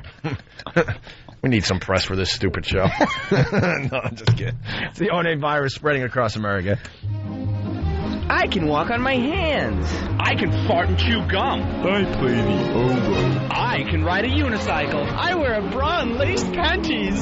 So your talent is being queer, Travis? It's the Opie and Anthony Walkover Talent Show. If you have a unique skill, talent, music group, or physical affliction, we want to exploit. You can email Steve at FoundryMusic.com with your ideas, or you can just show up during the Walk to XM and start shucking and jiving. Shucking and jiving? Jesus, Danny. I don't write this. Hear what everyone else is talking about. O&A Uncut and Live, continuing the show on XM Satellite Radio starting at 9 a.m. Eastern. Visit xmradio.com to subscribe. It's the Opie and Anthony Show. And now, here's a little peek. Let's get right back into the show. It's the Opie and Anthony Show, the O&A virus spreading across America. Bob Kelly in studio for Jim Norton, who's in San Francisco. And now we got Jeffrey Ross in studio. He's going to be at Caroline's this weekend, right? I am, man. Very good. And also, we've been talking about this movie all morning long. We got Eric Steele sitting on the couch, the director of The Bridge. Good morning, Eric. Sounds intense. Huh? The movie sounds very intense. I saw it last night, and it's kind of weird to say, but I loved the movie. I don't know why. Maybe you shouldn't use the word love, but it was fascinating. It was interesting. It was well, it's subject matter that hasn't been really covered that personally. I think people are really scared of suicide, so yeah, show them that and yikes. Yeah, and it was like you got personal with these people. You got to know them because you kind of backtracked. Obviously, you can't predict the future and talk to families before this happens. So basically, the film shows people jumping from the Golden Gate Bridge. Yeah. And I would gather you then went and researched who these people were, talked to their families. Yeah, we went to the coroner's office and got information from the coroner, and then just did a lot of private detective work and found people every which way we could. Found people willing to talk, because I'm sure not all the families wanted to talk on film. Yeah, not all of them. In the beginning, most of them really were very, very cooperative, but then I think over time it probably got harder for them. Yeah. The unique thing, though, is how you took it then and did the interviews first. Showed the interviews first on the film. So you make us feel for these people, Eric. Yeah. Then you know who these people are and what their story is. Yeah, when we were at the bridge and we saw this happen, they were strangers to us. Mm-hmm. But when we, obviously when we put the film together, we wanted them to be real people first. And then, you see them die and you really care for them. Makes it a lot more difficult to watch. By the way, bravo for not pussing out. You show them jumping. Absolutely. And then you don't pull the camera away. You try to follow them all the way to the water. I was convinced, okay, they're going to maybe show them start the jump and then cut to, a seagull or something. I don't know. But they didn't puss out in this movie. I think I auditioned for this. It's not a release form? Jeffrey Ross. Jeffrey Ross, everybody. But you were at the bridge for a year, you were saying, right? Yeah, we got there, just before sunrise every day, and we were there till sundown. Rain or shine, I mean, it just with 4 cameras all the time. 4 cameras rolling for a year straight. And how many people did you catch jumping? We saw evidence that 23 people had jumped, but we knew one more had jumped at night when we weren't filming, so 24 altogether. Wow. Died. You think people were jumping when it was a foggy day and no one? Yeah, I mean the number could be know? higher. The number could be higher, but you pretty much saw. You pretty much know of when it was good weather. You pretty much know of 24 people that jumped in the year 2004 off the Golden Gate Bridge. Right. Now, how did you get this film by people? How were you able to film the bridge and all that? Yeah, because we heard there was some kind of controversy where people said it was under false pretense that you went to. Yeah. Well, I mean, if I had gone and said, "Look, I'm making a movie and waiting to catch people jumping off the bridge," I think they probably would have tried to stop me. But I had to apply for permits from the Park Service, and I gave them every indication of what we would be filming. We were going to be there every day. We had telephoto lenses. We were on the east side of the bridge. Oh, so enough clues were thrown out there, excuse me. And they kept coming and looking through our cameras, and, they knew the kind of footage we were getting. And whenever we saw someone climb up onto the rail, we always called them and said, look, someone's getting ready to jump, go stop them. And so they sort of knew. I mean, I think they're pretending like they didn't know. That's good PR. This was made after 9/11, by the way. Absolutely, yeah. When some dumb tourist has a camera and it's pointed at the GWB, they get the SWAT team. They get the SWAT team out. So yeah, they had National Guard, at the bridge the whole first half of the year, and we kept waiting for them to come and say, "What are you guys doing?" But they didn't really care. Yeah. So they were sort of like our pals, the National Guard. Now, about the getting involved in calling for help, you're there doing a documentary of people jumping off the bridge. Right. So there has to be that fine line between, hey, we do want to catch what we came here to film, but we're humans, kind of got to get involved in maybe helping this guy out. What was your, what did you feel your job was as far as trying to save these people by making the phone calls if you saw them milling around? And I guess after a while you would realize, okay, this guy's going to jump. You'd kind of catch the vibe. It was kind of hard to tell. I mean, even after a year? Yeah, I mean, if you made a profile of what someone was going to look like before they jumped to the death, you'd always be wrong. But, I mean, the first guy I saw was just some guy in a jogging suit, and he was laughing on his cell phone. And, there he is talking, and then he hangs up his phone and... Probably his ex-wife. Yeah, his boss. You. Probably talking to Verizon. Hey, did most people just... Boom, boom, jump right off. They knew what they were doing. Or did most people hesitate? There's a few. Kind of do it's it. Sort of like two groups. I mean, there's some people who just walk right up and they climb over and they go, and then there's other people who climb over and they hang out on that rail for quite a long time. So now those are the people that I'm thinking. Yeah, we called whenever we saw someone climb up onto the rail. Our first thing that we did was call in for help. I mean, if they didn't stay for very long on the rail, our calls didn't make a difference, but if they were there, we helped to save 6 people's lives. So. Oh, you did? Yeah. Whose number did you have, and how quickly did the people that you called get to the scene? Yeah, originally we just dialed 911, which was a big mistake, because then they transfer you. They put you on hold. Forget it. Right. Forget about it. Done. Yeah. But then we got the actual number of the bridge district, their little highway patrol office, and we called them directly. And usually they came out pretty quick, but, quick is relative when... Yeah. I mean, once we called and there was some guy sitting on the rail for 4.5 minutes before they got there. Wow. Are there people on the bridge stationed, like their job is to patrol the bridge? Yeah, they ride back and forth on bicycles. All day long, yeah. Yeah, and it's like a few of them, and it's a 2-mile big bridge, so you're really not, gonna... Yeah, if you're in the wrong place, wrong time. And if you're going to kill yourself, you know about that, so you're just waiting for the guy to ride to the other side, and...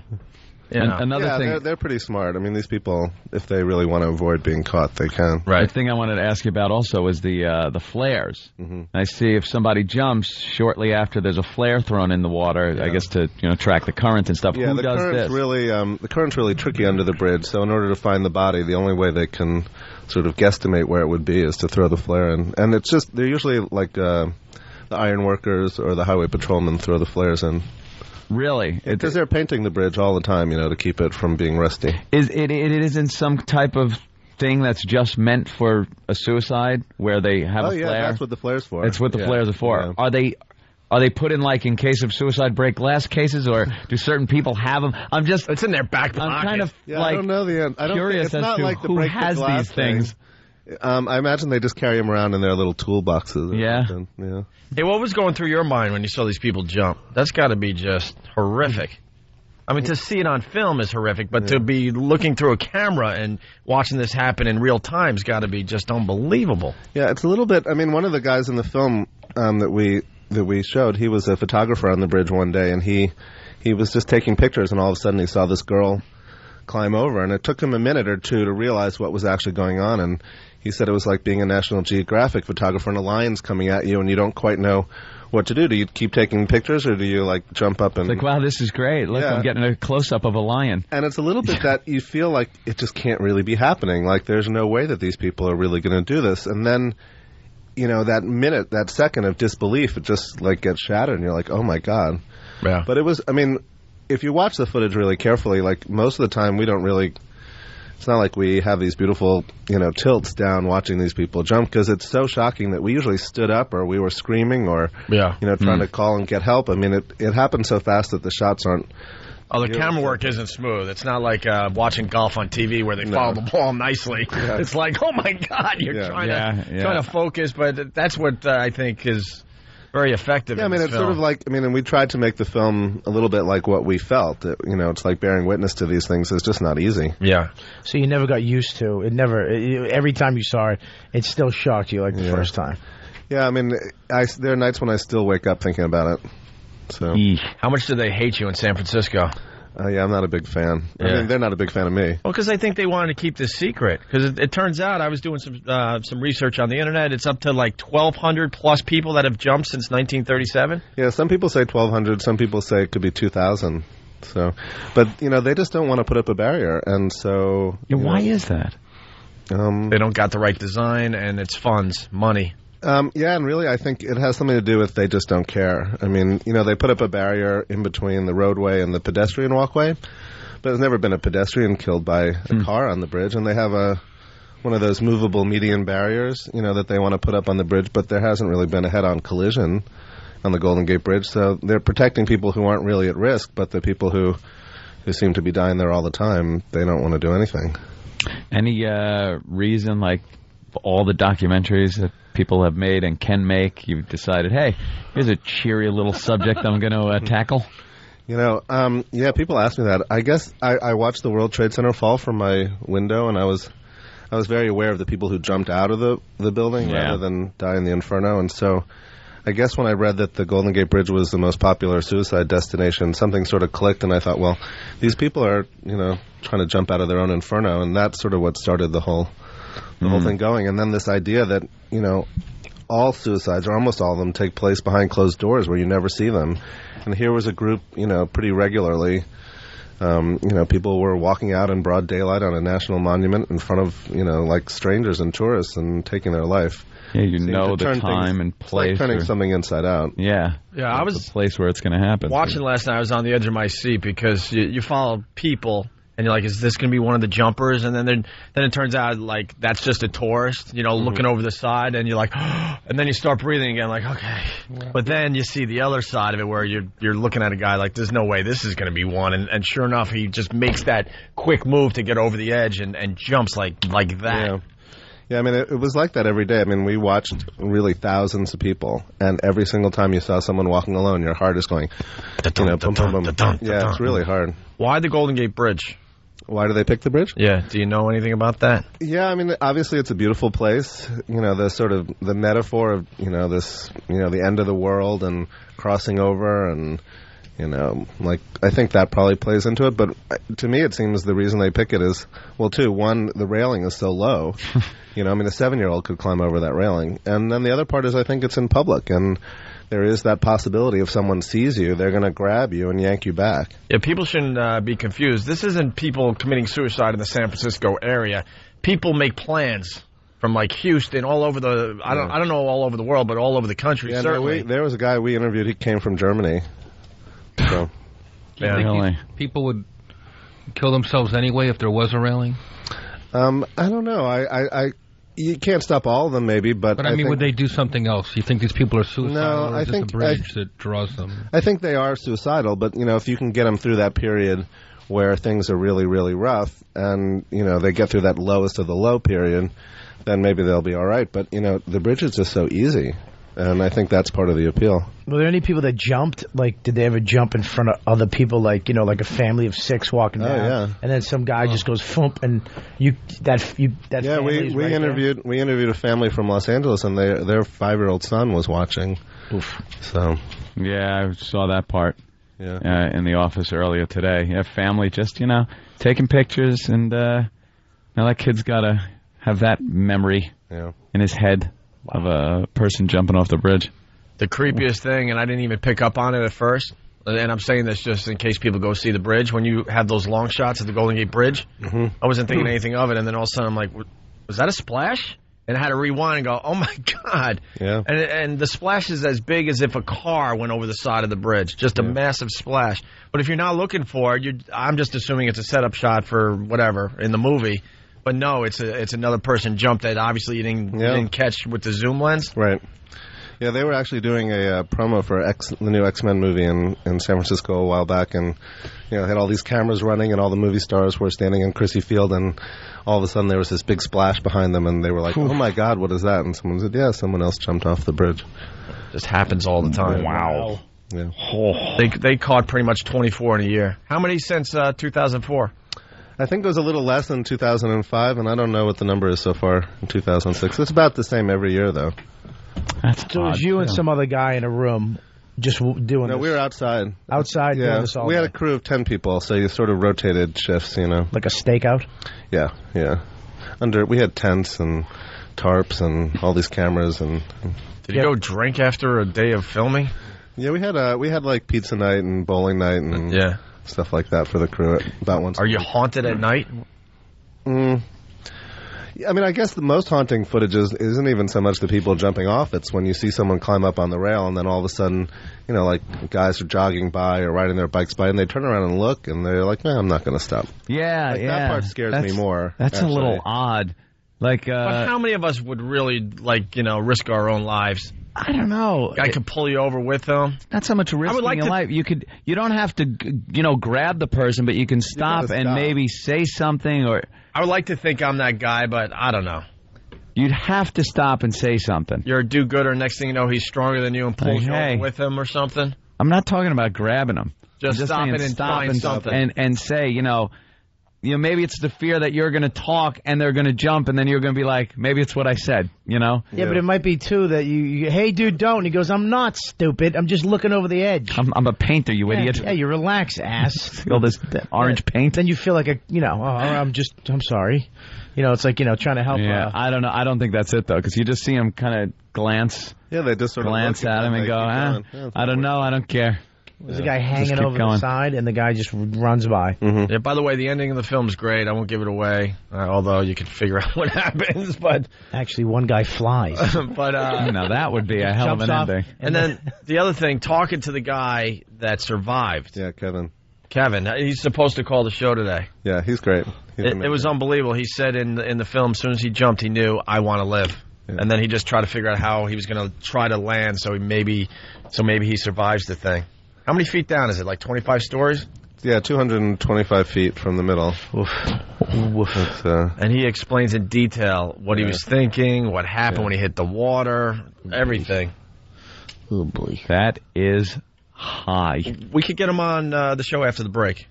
Okay. Why don't we do that? We'll give him a call and see what he's all about. It's Eric Steele, the director of The Bridge. Opens next Friday? Opens on the 27th, yeah. 27th, next Friday. Everywhere or just in little art theaters? New York, San Francisco, L.A., Chicago.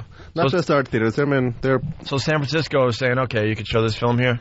Well, the city doesn't have any control over it. But, yeah, good point. Yeah. Do you fight in the UFC on your off time? Yeah, no kidding. Jesus, you're jacked. Protection. The death threats I got in San Francisco. Wow.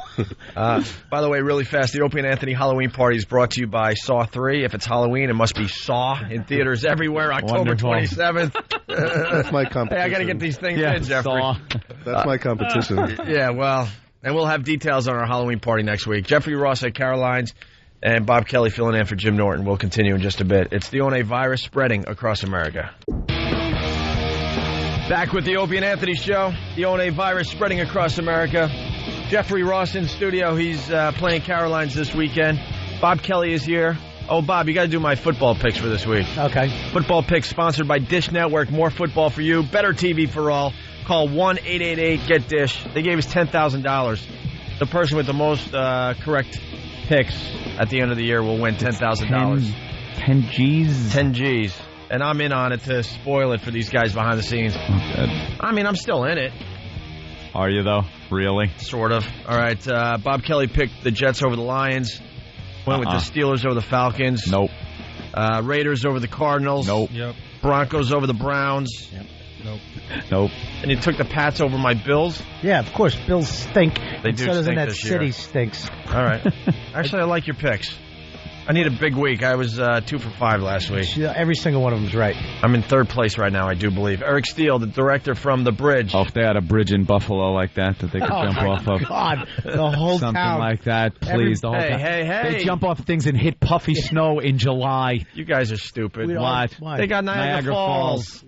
Yeah, but you can't They've get done to that. some impressive things with Niagara Falls. Got to give you that. I was living up there when Jet Ski Guy went over the falls. Nice. Jet Ski Guy? Jet Ski Guy. They have video of that? Yes. No. Jet Ski Guy over the falls. Goodbye. Really? Yes. Did you yeehaw? You pretty much gave it a yeehaw. Wow. Jet Ski Guy. Beat that, San Francisco. Did he give it the gas? Did he really go for it? What? Beat that, San Francisco. Putting out the challenge. Listen, brother, I'm going to put 24 dudes jumping isn't Horrid. nothing to this. Yeehaw! Jet Ski Guy. Wow. How cool is that? That's All right. crazy. Hey, we got Kevin on the phone here. Maybe we shouldn't be joking about this as we talk to Kevin, who actually jumped from the Golden Gate Bridge and survived. Kevin. Yes. Saw the movie last night. Your story was amazing. Well, it's only a little tiny bit of my story, but I'm glad to be alive. I guess. Wow. Where do you start here? What was going on in your life that drove you to that point? Quite simply, I have a brain disease called bipolar disorder. My norepinephrine levels, my epinephrine levels, my serotonin levels were out of whack. I was hearing voices, seeing things telling me I had to die. I was in a great deal of emotional and physical pain because of my bipolar. And I subsequently walked onto the bridge, stood there for 40 minutes crying my eyes out, begging myself not to jump, while the bipolar was begging me to jump, and I jumped. That's terrific. That's terrific. That's just You had to hit that. What happened? My hands Bob, where are you? are on the chair. I've never ceased to... What happened?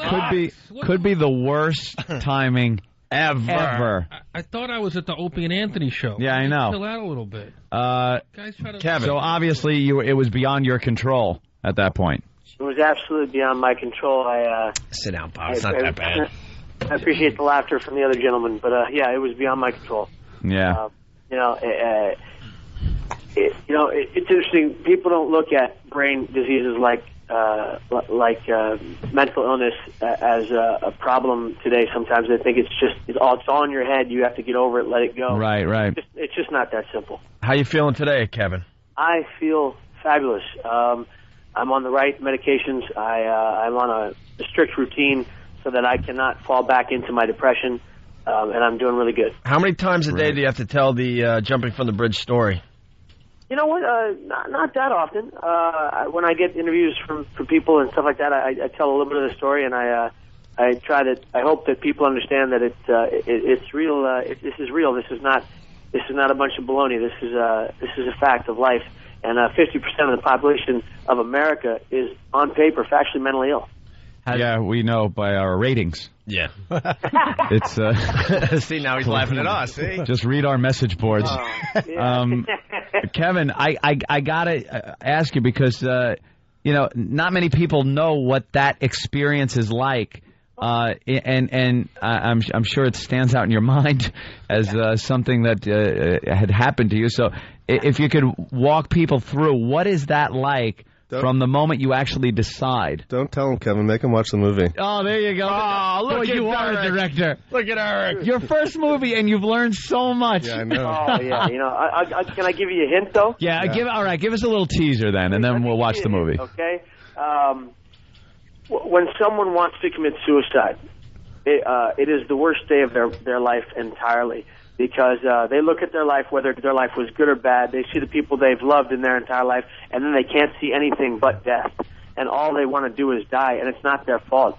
They know not what they do. These are mentally ill people who have to die because of voices in their head, who have to die because their medications are off, who have to die because they are so sick mentally that they can't focus on reality. Some of these people are in such a distorted reality that they believe people are following them out to get them. The paranoia levels are huge.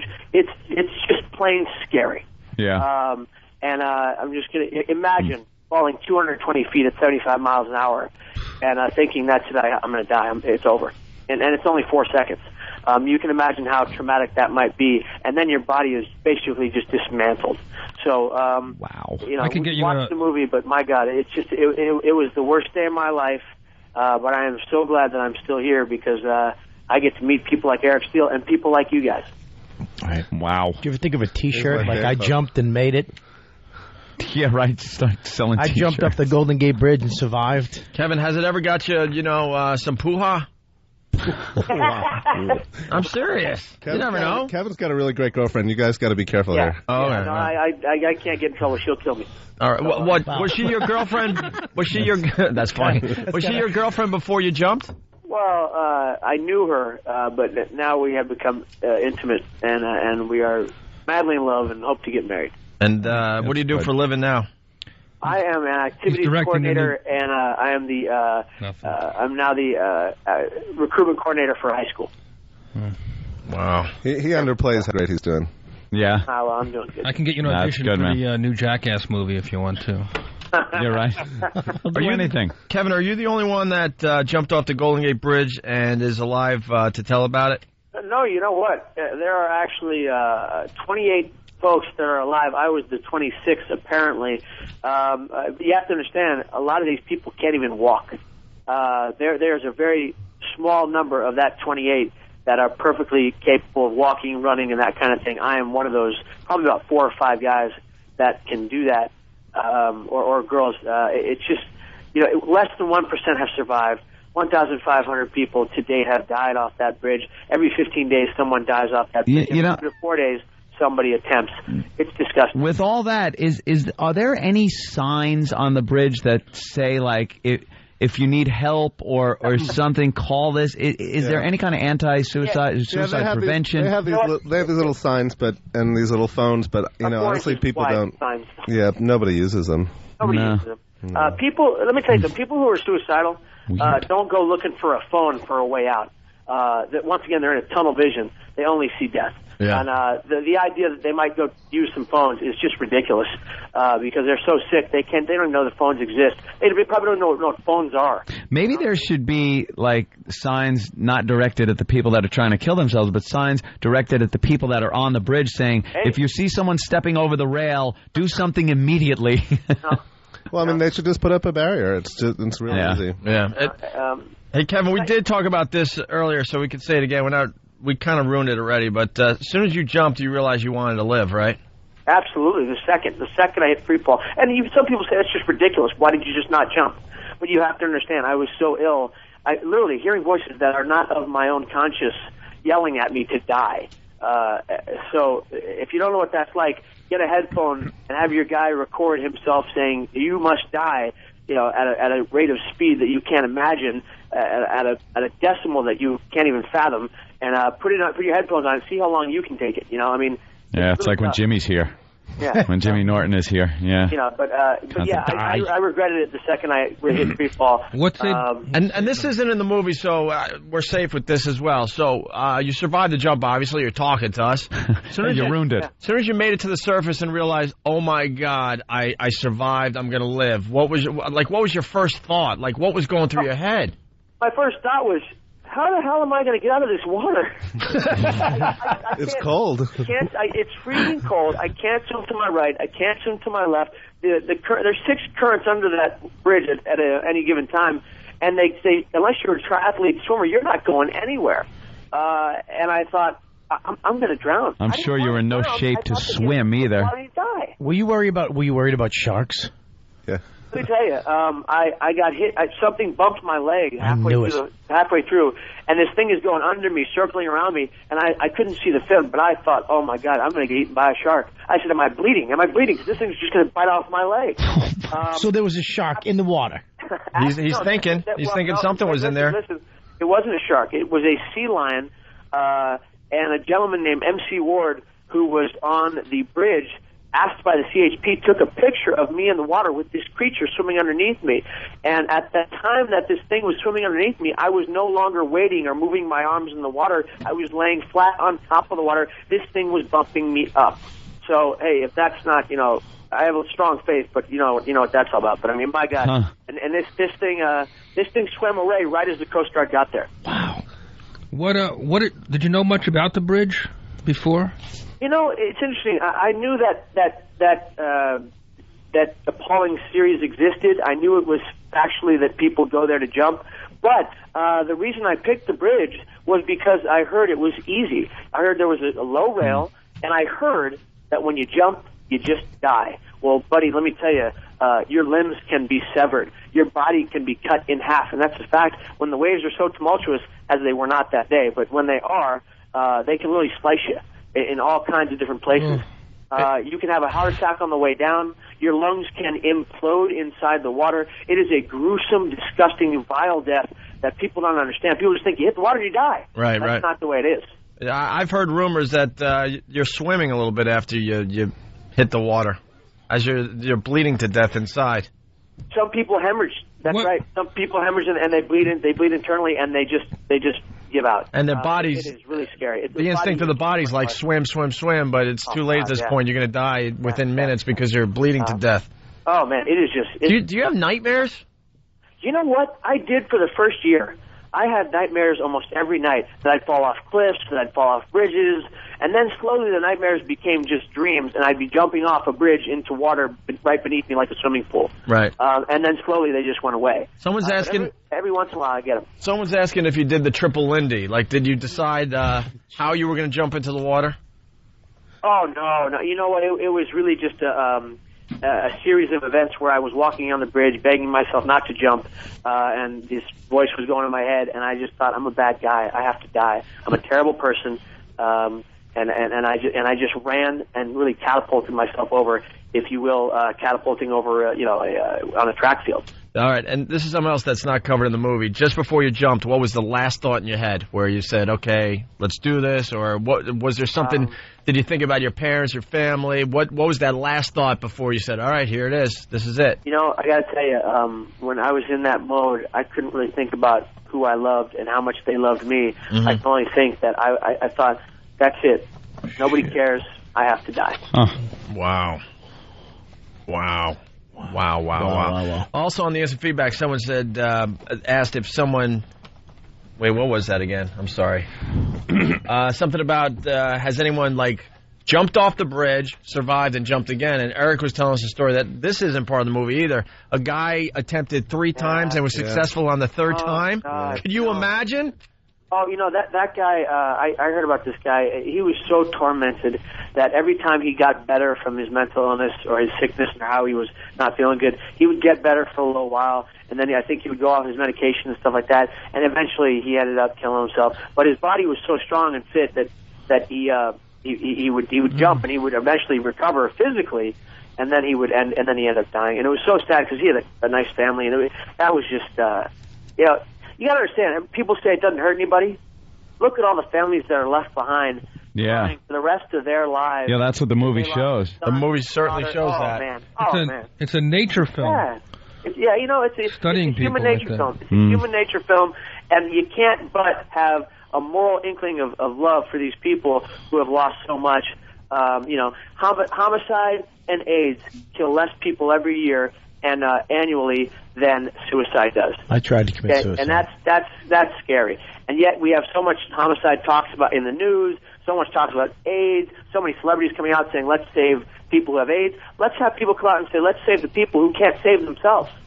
Wow. All right. Well, you were amazing in the movie, Kevin. Sounds like you got your S together here. Well, thank you, sir. You're well spoken. Have you ever been back to the bridge? You know, I go back every year to drop a flower off. Drop a flower off. Where I jump. Just great. You got everyone on Poor flower. Yeah, you got everyone on high alert. Oh my God, he's going to attempt it again. Well, you just want to drop a flower. Also, there's helicopters and SWAT teams. He's doing it again. Do people go with you and just hold on to your jacket? Where are you going? Yeah, where are you going today? Huh? They have him on one of those baby leashes.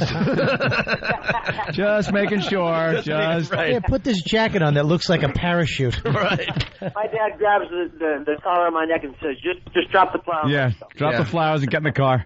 All right, Kevin. Next time you want to try to commit suicide, do what I did. Try to follow Chris Rock at the Apollo. Oh, yeah. That's got to hurt. All right, Kevin. Hey, Kevin, thanks a lot, man, and best to you, man. Hey, Kevin, right, thanks for waking up. All right, guys. Yeah, Eric Steele's saying thanks as well, Kevin. Thank you very much, guys. You were amazing in the movie, and I really encourage everyone to see The Bridge. It was very interesting, something very different. And thanks, Kevin. We ran out of time, unfortunately. I could talk to you for another half hour. Thanks, Kevin. All right. You guys are amazing, too. All right, bye. Thanks. And Eric Steele, thank you, the director of The Bridge. Opens up a week from today. October 27th. Good luck with them. We were talking about it for like a year ago when the story first broke, and it was interesting because the way they described it was like, oh, it's a snuff film. Yeah. It's pretty much. But then the way you have the talking with the families beforehand and everything, it's just a really very interesting film. And in the end, it sounds like he saved like 6 people. Yeah. Because a lot of people hate this guy. But there's going to be copycats. I don't think so. I mean, they have a copycat problem already at the bridge, you know. Yeah, I see. That existed before. The only way to stop people at the bridge is to put up a barrier. All right. Probably save more people with that body superhero. I know. It's like go to the Nakatomi Plaza. You're going to get me a date here. I know. Isn't it What's weird? your next movie? Beating Chuck Liddell? With that, Bob Kelly, thanks for sitting in for Jim Norton today. How ironic that Aquaman would direct a movie about people. Aqua. We also have Jeffrey Ross at Caroline's all weekend long in New York City. We have Krista from our TV commercial. We didn't even get to talk to her. You want to go over to XM with us? You come over to XM. She's a cutie. Thank you. Yeah, there's a couple guys that called and said they would do you, by the way. A couple? There's a few that were calling saying, man, she is really hot. She was the girl in our TV commercial. You can see the commercial on YouTube. Just throw Opie and Anthony in the search. Today's football picks were sponsored by Dish Network. More football for you, better TV for all. Call 1-888-GET-DISH. If you're not joining us over at XM, have a great weekend.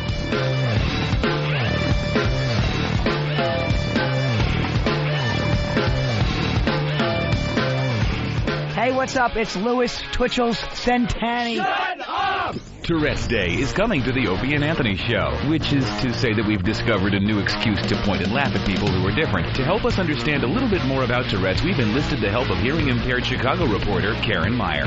Tourette's syndrome is a neurological disorder that's characterized by involuntarily stick and repeated vocalization. Exactly. So if you have Tourette's or if you know somebody with Tourette's, muster up some courage and an ounce of self-control and get in touch with the Opie and Anthony Show. Contact Steve at FoundryMusic.com. That's Steve at FoundryMusic.com. And remember, be yourself, one tick at a time.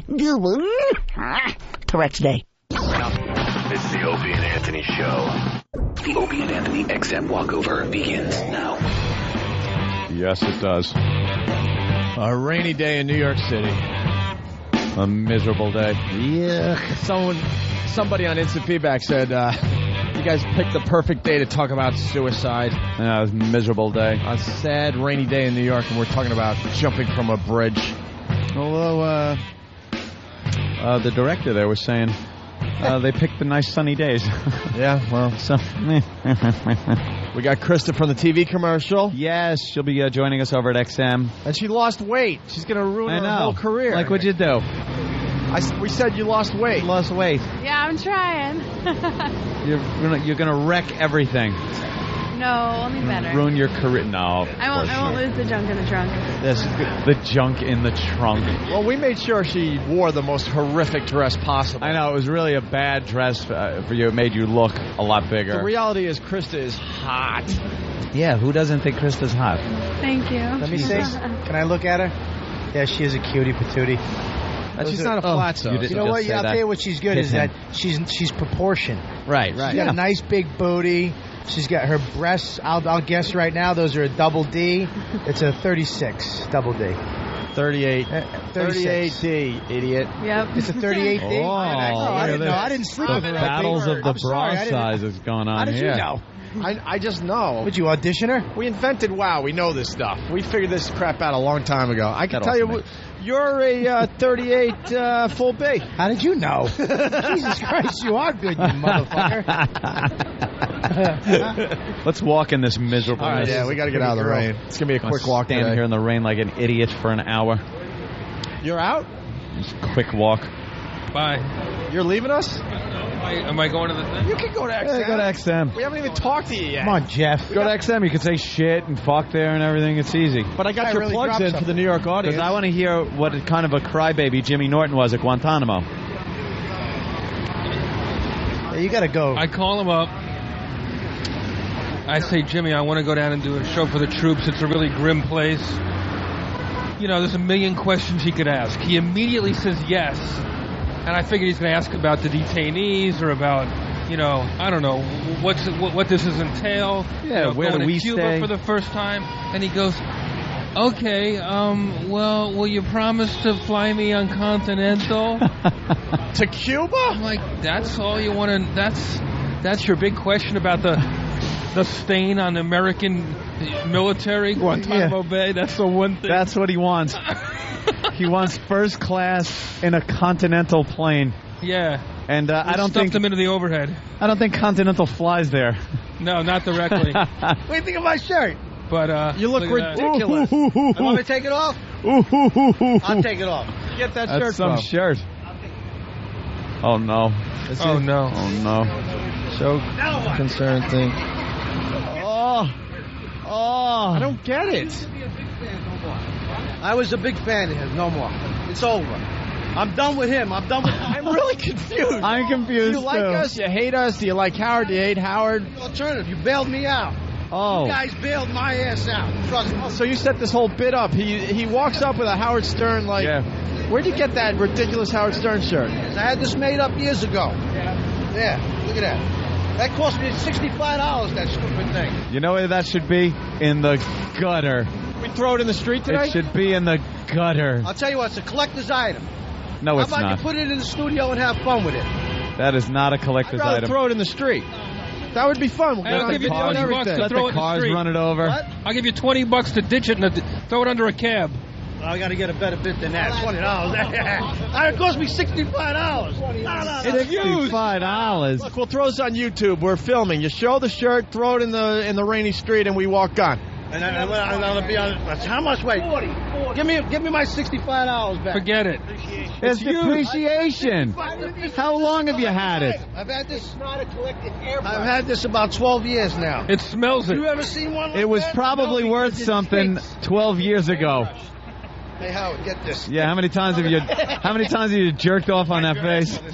Well, I switched over. You didn't have a towel? Dry. Where's the 6'5" big man? Kenny? Kenny. He's incognito. The last time I are you looking for? He's probably looking for an in to stab one of us. See you guys? Oh. Great Santini. It's like he's like Secret Service. He went like this. That's Kenny. What the hell's wrong with you? He's a good guy. Anyway, All right, what do you want to do with the shirt? I'll put it right there.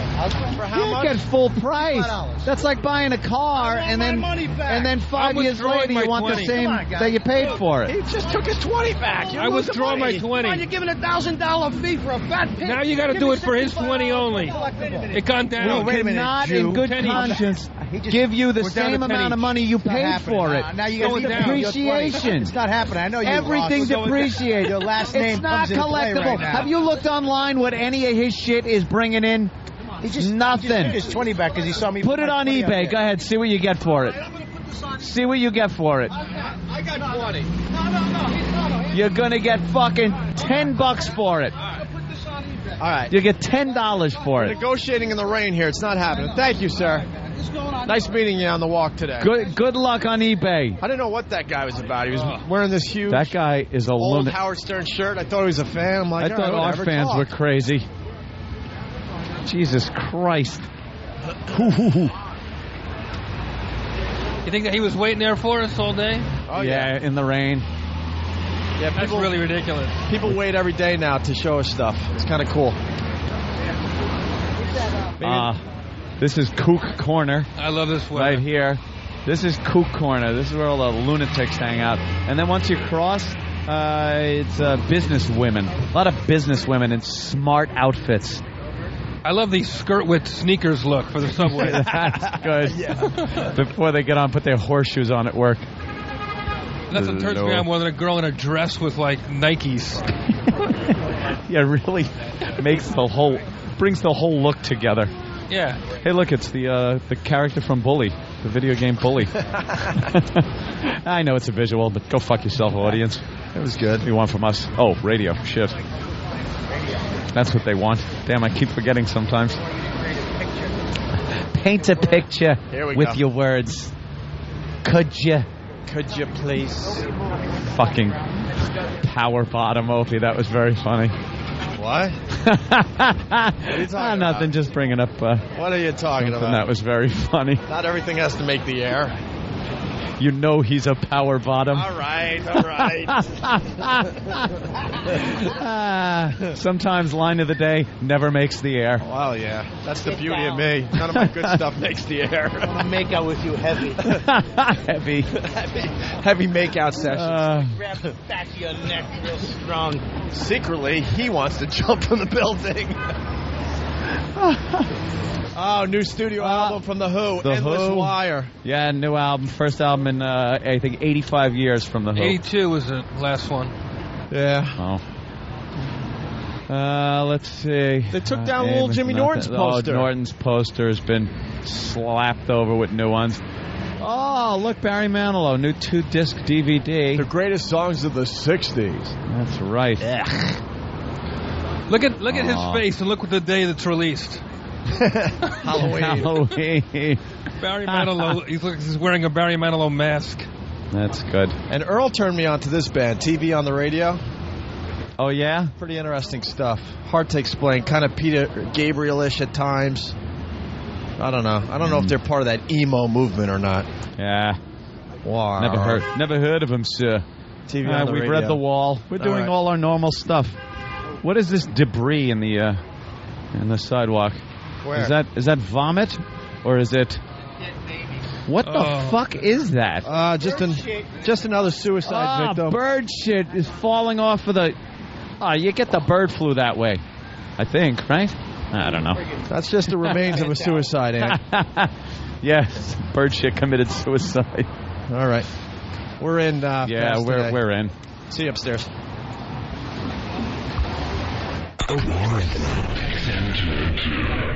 They are the most vile, despicable human beings in the country. Creeps, ankle biters. Obviously, the strength is their ability to turn mistruth into something people would believe. Wow, how long is this guy going to continue to babble and say nothing? All day long. Shut up! All right, here we go.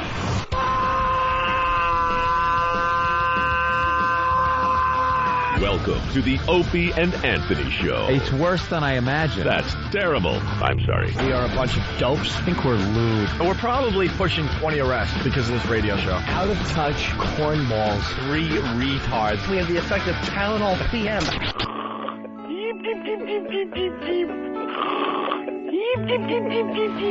Opie. You know I could have been a model. Anthony. I'm gay. James Norton. I like yogurt. Robert Reed.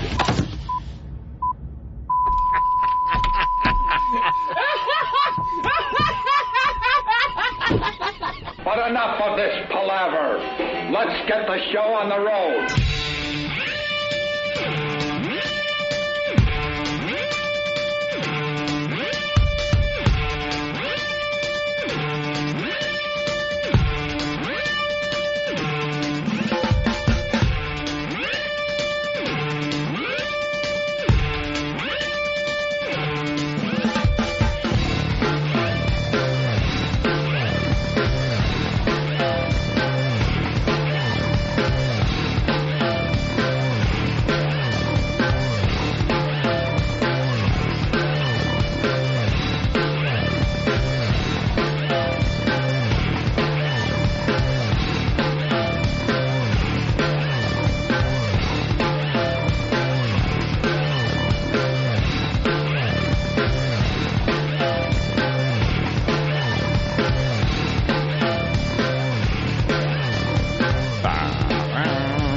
Greetings, Opie and Anthony show on XM Radio. Part 2 of our Friday show today. Opie and Anthony. Hey, I'm just putting new words. Just putting new words. Oh, Bob has discovered the soup. It's soup time. Oh, the XM listeners love soup time because all we do is talk about the soup and eat it on the air, and the message boards are chock full of people that just love when we eat soup on the air. You want a little soup? It's good stuff. It's from the Soup Man. What kind of soup is it? It's that looks like some type of clam chowder, maybe, or something like that. Thanks for breakfast, Bobby, by the way. Oh, it's good stuff. What'd you have? Bowls and bread and all kinds of stuff. Enjoy. That's some type of chowder. Yeah, some chowder. That could be some chicken chili or turkey chili. Good stuff. Spicy. How often does he do this? He sends us plenty of it every day. We're new soup. We're every like day. Some kind of official spokespeople for it. Yeah, this just sounds like gumbo right here. It is good stuff. Oh, I need And then that. the bread. There you go, Bobby. Let's go right to the phone. You got a spoon? Thomas, Colorado. What's up? Hey, morning, boys. Good morning, Thomas. You know, I'm calling because you almost lost me on that the laugh track with that interview, but when you stayed straight, I appreciate it. And I want to say thanks for being kind to that guy. Well, you know something? For a second, old school Opie, 1998 Opie, came to the surface. What happened? He was trying to. Yeah, I know what you guys are like, but I appreciate it for that one time. I love you. Gotta go. That angered a few people on instant feedback. And I say, go screw. No shit. Go screw. It angered people. Of course it did. They try to bring my mom into it. Whatever, dude. Whatever. Why would they bring, like, what? Whatever. What the? Because I have admitted on the show that my mom has problems, so they were hoping my mom would do some things. Whatever, dude. Hey, who turned you on to that movie? How'd you know about it? I don't know. We heard about read it, about it a year ago. A lot of controversy. And like then, a year ago. And then for no reason at all, it got brought up yesterday. Or a couple days ago. A couple of days ago, whenever it was. Just in conversation. And then it turned out the movie's opening Friday. It was the weirdest thing. Just kind of came out of nowhere that we talked about it. By the way, Jeffrey Ross, worst timing ever. For what? Ever. For what? You have no idea what you did. What do you mean? And it's okay. I'm not beating you up. Because I cursed? Remember when I said to the guy, what was your last thought? What was the last thing you said before you jumped? And he went into this whole thing. The listeners on regular radio, the XMers heard what was the last thing, they heard me say, what was the last thing that went through your head or your last thought before you jumped? And then it went right to me going, wow. Oh, shit. Because you kidding? Because Jeffrey Ross was taken by what the guy said about family and not caring about the family or any of that crap. You went, shit. Yeah. Like it was a real moment by you. You just Dude, went, I was not on the radio. I was in that guy's head. I had my eyes closed. Yeah, you were in I was scared for him. Yeah, and you just like, it was that's what I'm was really so, sorry. It's amateur hour for me. No, I should not not at have all. done that. No, but I have to. But I was really moved. I have to bring it up because people are like, dude, that didn't go over regular radio because Jeffrey was so caught up in what the guy said, he just went, shit. Hey, let me tell you something. That's why you fucking need XM. That's right. So you hear it. Oh, man. That was heavy. But I had to say it because a lot of instant feedback came in from like Philly, especially going, dude, all we heard was you asked a question, then wow. Tell him what he said. What did he say? Basically, he didn't think about family or love or any of that stuff. He was out of his mind, he said. Yeah. He said he was walking up and down, talking himself into not jumping, and then he jumped. There was two guys in his head. That's bipolar, you know. That's two guys in his head just saying, jump. We just walked by Jekyll and Hyde, and I thought about him. You know, he's a tortured soul. He's torn. Yeah. Hey, we gotta go to Mike. This could be the dumbest person of the day. Mike, what's up? Mike. Hey, good morning, boys. Good morning. It says on the phone line, drowning isn't that bad. I've done it. Well, so are you calling from heaven or hell? No. I survived. I was one of the lucky ones. I dove into a pool this summer in the deep end, not the shallow. Pushed off the bottom, turned my head so I didn't knock off a girl that was on a raft who couldn't swim in the deep end, slammed my head on the side of the pool. Oh. Now, I broke my neck in 6 places, the same break that Christopher Reeves had, and completely paralyzed me. I was conscious the whole time underwater, And I'm like, all right, what do I do? I couldn't do anything. So wait, you're paralyzed? I was paralyzed underwater. Was or Almost still is? Position. Are you still paralyzed? No, they were able to take the bone out. This happened July 3rd. It took them July 1st. July 3rd was the surgery. It took them 2 days to calm down the area just to go in there and do the surgery. I'm up, about, and walking. I'm not going to get back to work for another 6 months. Oof. But the irony of it is that I was a lifeguard, fireman, and diver for all these years, and I drowned in a pool, and I was conscious the whole time. I was underneath the water for about 4 minutes, they said. But I remember nothing else. It wasn't as bad as everyone thinks it is. You just go to sleep. You run out of air and you go to sleep. Come on. Jesus. Yeah, right. All these people. All these people. Let's not believe Mike, because I can't imagine. I mean, I know you did it, but come on. Yeah, but you were paralyzed, guy. You were paralyzed. You couldn't flail or flip out or lose your mind. You couldn't do anything. Oh, good point, Bob. You're lying there, and it was relaxing because you couldn't feel anything from your neck down. I mean, if I had on my... Yeah, but I was still you go. conscious. Go ahead. I knew what was happening. I was still conscious. I knew exactly what was happening. Yeah, but the thing you could do, the only thing you could do is blink your eyes real fast. Hope that gives you enough lift. Yeah, it's not Hope like you got long eyelashes. If you're drowning and you're not paralyzed, you're going to flip out and struggle, and it's going to be your body's going to just go crazy. Yeah, but once they hit the water at that speed and they break bones and stuff, how much can you actually move half the time? You can't. Right. So you're kind of paralyzed to that extent that you're not going to be able to move anything. So, like I said, it wasn't that bad. This guy felt out of it. This guy felt a seal bumping his feet. Did you go unconscious? Nonsense, by the way. Well, you don't think that happened? No, I was conscious when I drowned. No, but wait. You were conscious when you drowned. You inhaled water. No. See, that's okay. Wrong there, because when you drown, there's a flap on the back of your throat that cuts off your esophagus. So the epiglottis, sir. I know what it's called. I thought it was the dudum. but where's the dudum? But I'm just saying, if you run out of breath, you're going to inhale. If your body feels it has to inhale, your diaphragm is automatically going to suck in whatever the fuck is around you, especially if you're unconscious. But you said you were conscious. Did you pass out? Yes, you finally pass out because you have no air. And then how long after you passed out did someone pull you out of there? I was underneath the water for about 4 minutes. And for 4 minutes you didn't breathe in? You were unconscious for 4 minutes? Correct. And you didn't breathe any water in? I was under the water for 4 minutes. Wow. And when they turned me over, they said my eyes were rolled in the back of my head. It looked like I had rigor mortis because my hands were all curled up and everything else. And after, they said about 30 seconds, once they brought my head above the surface, I started breathing on my own again. Wow. So apparently my heart never stopped, but I didn't get no oxygen. All right. Ah. Well, thanks for the story, Mike. I almost drowned once. I went down on Rosie O'Donnell. That could do it. Hey, by the way, Bob Kelly, everyone's pointing out that you said drowning. Drowning? Look, dude, I drowning once. No.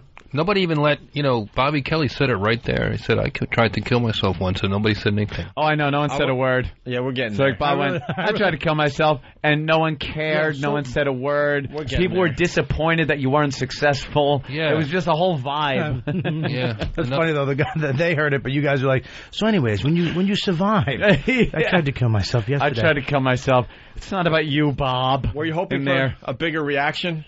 Definitely he was. Were you hoping for some concern in our eyes? Well, I was hoping for you. Wait a minute. Wait, Bob did what? Dude, I tried to kill myself. Dude, there was a time. I honestly was a little hurt. You're trying to share a moment with us in the elevator, and I think my next sentence was, is it raining out, guys? Because I don't want to get wet. No, here's what happened. It was on the air. He actually said, I tried to kill myself over there. He did it in the elevator. And then in the elevator, he told the story. Now, when you compare what he said, Bob's story of trying to kill himself, to a guy throwing himself off the fucking Golden Gate Bridge, his shattered body trying to get out of the water, I wanted to hit you. I wanted to hit you. Why don't you tell your compelling suicide Tell that story? Compelling story kind of sad. of life and death, Bobby. I'm depressed. Oh, yeah. Something happened with your moped or something? Yeah, I don't want to hear even the emotional problems of what brought you to this. Well, I just got, I'd been sober for like a year. Yeah. Working hard at a styrofoam factory. And, I thought you said you were 16. Yeah, I worked at a styrofoam factory when I was 16. Jesus Christ. Wow. And, I bought this moped, and it was like my thing. All you hear all day is... Just that squeaky styrofoam rubbing sound. Yeah. Is it awful? I made styrofoam balls. You did. You make one half, you make the other half, and you glue them together. For what? For Christmas. For Christmas How ornaments? do you think the friggin' ornaments? Yeah, I made the ornaments. Styrofoam in there? Yeah, styrofoam. Yeah. Well, the Catholics. Right. But I bought a moped. So you saved up all your styrofoam factory money? Yeah, I was very excited. I always wanted a moped, and I finally bought one, and a Motobacane, one of the first ones with the pedals. You could actually pedal it, too. Pedal it. That's how you started it, right? Right. And then first day out, drove it. I was excited. Was taking it to, I think, an AA meeting. Jesus. And it broke. It broke. I left it at a gas station, and then they left it out, and it fell on the ground, and it snapped the block right in half. And they told me there's nothing I could do about it. Where'd you buy this piece of shit from? From dude somewhere in Framingham. Someone who actually... And nobody would help me. You go home, you figure your parents would be like, don't worry, we'll get you a new one. They told me that's life. And I just went upstairs. That's life. Good I pushed advice. the bureau in front of the door. Wow. And then I opened the window, and I put one leg out. And he jumped off the bureau. And I sat there. So you sat at the edge of your window contemplating. No, not the edge, Jumping. Anthony. I was out the window. I had one leg out. So one leg's out. My parents are on the other side trying to push the bureau. Like, what are you doing? And what are you doing? You're hanging out the window, and then you finally decide to jump. Well, I was crying for a little bit. All right, you're crying. You know, because I was like, I just wanted a moped. And that's all you wanted. Trying to be sober. I'm trying to do the right thing finally, and I get the moped, and then God, there is, God Stupid sucks. God, screwed me. God, you're not there. God didn't give you a fucking brain tumor. I kept saying as he much fucking as broke your moped, you selfish little cock. And then I was saying as much as I could. So my parents were taking a long time to push that bureau through the door. Yeah. I was like, hurry up. I can only bitch and cry a little longer. I'm going to have to jump, you losers. I'm going to have to make a point here. I'm going to have to do this. You were testing Come on, Henry. They really don't love me. No, they weren't even trying to push the door. They were just knocking on it. They were in a phone book trying to find a moving company to move the bureau for them. Bureau for them. I thought there was a donkey in front of them. They were like, at least the moped's okay. Yeah, hoping it's going to be like a Brady Bunch episode where they wheel in a brand new moped with a bow on it for you. When did you realize, like, holy shit, they're taking their time here? Well, because I stopped crying at that point. Like, I couldn't keep the emotion going. So, you get finish cry. the story. You jumped and you landed on Dane Cook, and that's how you met. Pretty good. Hey, who's this guy? So you jumped? You finally now jumped. No, I didn't jump. You didn't jump. You don't even have a story. Well, they came in and saved me. They came in and at the last second, they pushed the bureau open, and they ran in. They saved it from a sprained ankle. That's great. Yeah, because why don't you tell everybody how high up the window was? It was pretty. It was a two family. Wait, he was a little kid. Two-story house. Two stories in the You know what? elevator. I'm sure these guys on the bridge exaggerate too a little bit. Kids jump out their windows to go out at night from the second story. How do you exaggerate the Golden Gate Bridge? I was exagerating that, dummy. Yeah, that really Fucking ass. sounds just like jumping off the Golden Gate Bridge. 2 stories with fluffy hedges below. Wow, Finish Bob. the story. You jumped and you bounced. Actually, there was. You're suffering from some deep depression. Well, they came in. My mother grabbed me at the last second. I was just about to do it. Yeah. Yeah, and They're suffering from deep depression. You're suffering from deep dish pizza. Actually, I was in shape back then. You look good now, I think. Shut your face. You do. Second story. That's got to be at least 10 feet. That's pretty good. Yeah, it was like, That's it was, pretty impressive. honest to God, second story on one of those houses. It was a colonial. What houses? It was a colonial. Out in the suburbs. Well, now we're with you, Bob. A colonial. Wow. Oh, you guys thought it was one of those That is. ranches. Yeah, now I feel bad for this you. was like Get a that colonial. director on the phone. He's going to make a new movie called Moped. Yeah, he's going It's about What do you have to despondent say? idiots. What do you have to say to It's a called 15 Power Bottom. he fucks people in the ass so they don't commit suicide. You want to jump? Come here. You want to jump now? No. John in Utah. Yeah, I just wanted to dedicate the day to the evilness that is the board up Opie. Oh, thank you, sir. Oh, You are amazing. Thank you, sir. What the hell? Bob Kelly actually stood up when I hit the laugh track there. You actually De Niro laugh. You stood up. I stood up for you. You punched out. Yeah, that was much. Bobby, so what Because it came out of nowhere, dude. I was really like, you were really drawing me in with your questions. I so didn't expect that. Yeah, it just came out of fucking nowhere with you. No human which he being. usually does. Because I was the one that wanted to pull him in closer. Oh, you really did. You got all of us in there like, wow, this is very interesting. And then, wow. Yeah, just awfulness. It was kind of out of character. All right, let's say hi to Tom in Jersey. Tom. Hey, Tom. Hey, how's it going, guys? Hey. I just want to congratulate you on a very compelling interview. Yeah. The last track, beautiful touch. Yeah. Also, Opie. Yeah. Opie. Yeah. Yeah. See. Kind of saw that. Bobby, what words of wisdom can you impart on a 15 or 16-year-old who might be sad and depressed and might be contemplating killing himself? Dude, what you want to do? Get a moped.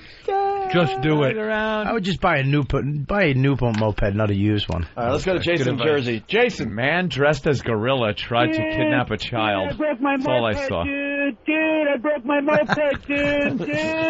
Hold my hand, dude. Hold my handlebar. Hold my handlebar. You killed at the virus, man. Yeah. Not you.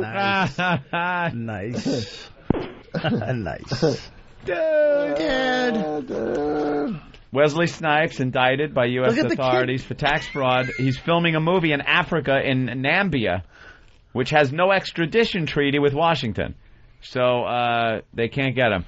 Expect that movie to film for about 20 years. Right. What's the statute of limitations? He's pulling on up Pirates of the Caribbean on that. Shooting 301. 3 at 1. Holy shit. It's the 100-Year War filmed in real time. That's when he's filming his new movie. How about the gorilla that kidnapped the kid? Yeah, they just showed that. Turns out Mike Tyson had visitation rights for the weekend.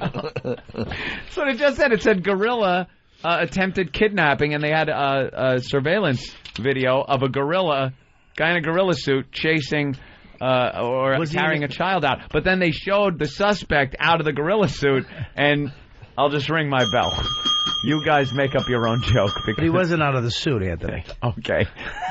See? What we'll do after the break, we'll seg into Mike Tyson on Donnie Deutsch. Ah, it's a good segue. Hey, Al from Boston, I got all excited when I saw my pad data showing Bob's suicide. It just said Bob's suicide. Oh. Then I realized that my display didn't fit the word attempt. Or success. That's just mean. He tried. You failed jumping out of a 2-story window. You would have. And how old were you? 16. 16. Well, your fucking bones are so. They're like erasers at that age. So pliable. Yeah. You'd have just bounced off the ground. Looked like an idiot as your parents were looking out. Oh, my God, Bobby. What were you really? Bobby, are you okay, Bobby? Bobby. Mom, my moped, Mom. Bobby, we'll get you another moped, you little cocksucker. You got us worried to death jumping out the window like that, you crazy bastard. Larry, pull the car around. We got to get him to the fucking emergency room. Larry, he needs another moped. Larry, you get him a motorbicane. Larry, he's despondent. Bobby, what were you really trying Bobby doesn't know what day it is. What were you really trying to accomplish? I don't like mopeds. I don't like mopeds. Feel me. Touch me. You weren't trying to kill yourself. What were you really trying to accomplish? I wanted a little attention, Opie. A little love, A little love, Ope. Yeah. A little hug. I want a little hug, a little love, and maybe, a Come family on that and cares. step inside that colonial window, my friend. I'm glad you lived. I'm glad you lived. I'm glad I lived, too. I'm glad. Thank you, Jeff. Yeah. New York would be deprived of the 83rd funniest comic in town. That's right. That's right. All right. I like how he's specific, too. Yeah. Fucking 83rd. I had to do some quick math in my head. He didn't say 100. He actually meant what he said. There is a fucking list. Round numbers ain't funny. There really is a list. This fucking bearded Jew really got me. It's for a movie role. You cocksucker. All right, we're going to break. Jeffrey Ross at Caroline's this weekend. Bob, Tourgasm going well? Yeah, we're going to be in Pittsburgh next 2 weeks. We're going to be in Pittsburgh, Tourgasm.com. Yes, we should have promoted over there. I know. By the way, can I give my, in honor of the month of October, my customer satisfaction guarantee? Anybody who sits in the front row, I'll tear them a new ass or they get their money back. Wow. Wow, look at that. Really? That sounds... First time I'm laying that out there. Like, I wouldn't want to do that. I get a lot of bozos in the front because of that. It makes it a lot more fun for People me. that like sitting in the front, they go to their chick. It's like, yeah, you watch. He's going to fucking goof on us. I'm going to get this motherfucker. Watch, I got my new leopard skin shoes on. I'm going to wear them on purpose. I'm going to fucking set him up. Didn't somebody come at you with a knife once? Yes. That's a fucked up story. Jesus. Came at him with a knife. Some college on Long Island. Yeah. Right, yeah. Some lady just came after me. You're so funny, too. And a lady? Yeah, a lady. Was it a lady? Yeah, I think so. Yeah. With oh, wait, knife? maybe it wasn't. It was a guy. It had to be a guy. It was a guy. It was a guy. It was a guy. Carry a knife. What am I thinking? It was a guy. Nail file. It was a long time ago. She tried to emery board my throat. I also, yeah, there was also a guy with a gun once. I opened for Red Johnny and Around guy back in the day. I had a guy with a sword at the cellar. I swear to God. What are you guys doing? He walked in with like, I think his spine was messed up and he was limping. And it was like, hey, limpy, messed up spine guy. I said, look at this guy.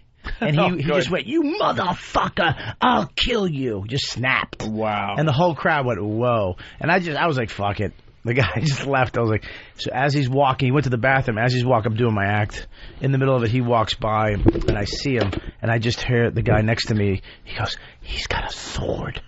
And he pulled out like Where a did fucking 3-foot sword. D'Artagnan get a sword? In his cane. Oh, one of those. Yeah, he had a sword. And he pulled it up, and he pulled it. He held it close to his chest, and he looked at me. He goes, you motherfucker.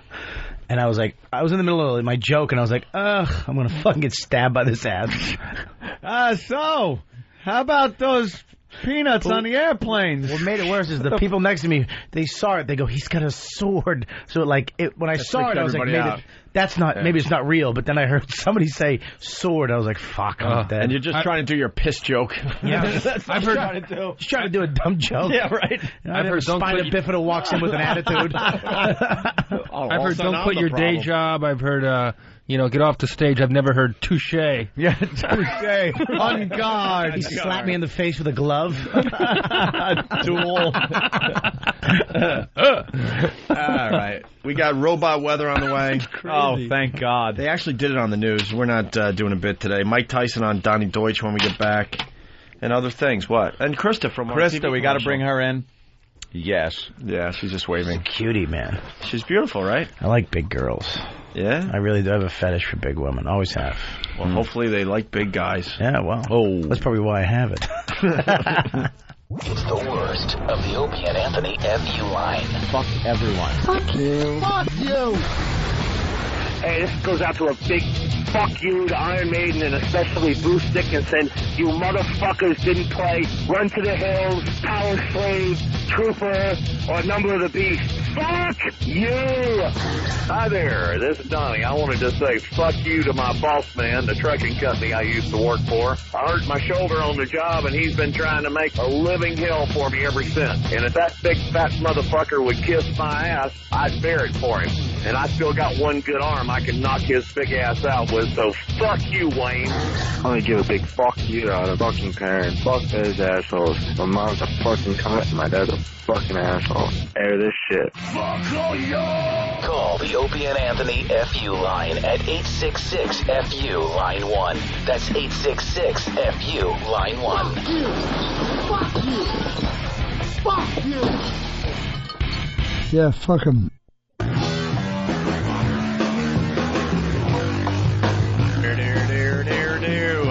Jeffrey Ross in studio. Yo. His movie's out on DVD, right, Jeff? Patriot Act. Patriot Act. I saw that. Very nice film. Thank you, buddy. It's on the USO website. You can check it out. And I'm very proud of it. It's the funniest movie ever to come out of Iraq.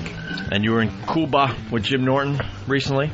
I had a great time, man. It was a great experience. Jim, I don't know, man. He didn't have such a good time. He got raped by Marines, 4 Marines. I think he would enjoy that secretly. He wouldn't admit it on the show, but... I performed for the troops, and he performed for the enemy combatants. I don't know if Jimmy knows how to have a good time.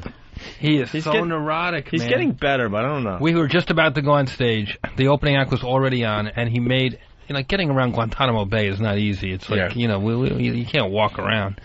And he's like, I need my vitamin C mix. And some poor, soldier had to, jump in the van and take him across, this whole... Okay. Well, he gets obsessed. Yeah. Club Soda Kenny soldier. Right. He makes Woody Allen look like Rambo. Yeah. Well, he needs his vitamin C. He needs his Mucinex. He needs camouflage breathe right strips. Did he get some of those? Yeah. He killed though. He really killed. He needs some Starbucks. Oh yeah. He's got to do the Starbucks too before his show. He's got a whole routine he goes through. I was thinking me and him are the first comedians to play Cuba, New York, and we're playing Vegas together since probably Martin and Lewis or something. 1959. Back in the old days before the commies took over. That's our circuit. Speaking of Jimmy, I got an email from him here. Yeah. Found out San Francisco is editing the show way beyond FCC shit. Taking out racially offensive remarks. Not talking about the obvious, nigger, chink, etc. Just politically incorrect stuff. How are we supposed to succeed with them doing this shit, Jim? So I guess Jim listened when he was... People are telling him. And apparently they're cutting out a bunch of anything politically incorrect. Like what? I don't know. Does he have an example? I'm gonna have to... He didn't give an example, but... and he says not talking even the obvious stuff, but just stuff maybe when we talk about punching, a woman with a black eye, she wasn't listening, kind of shit like that.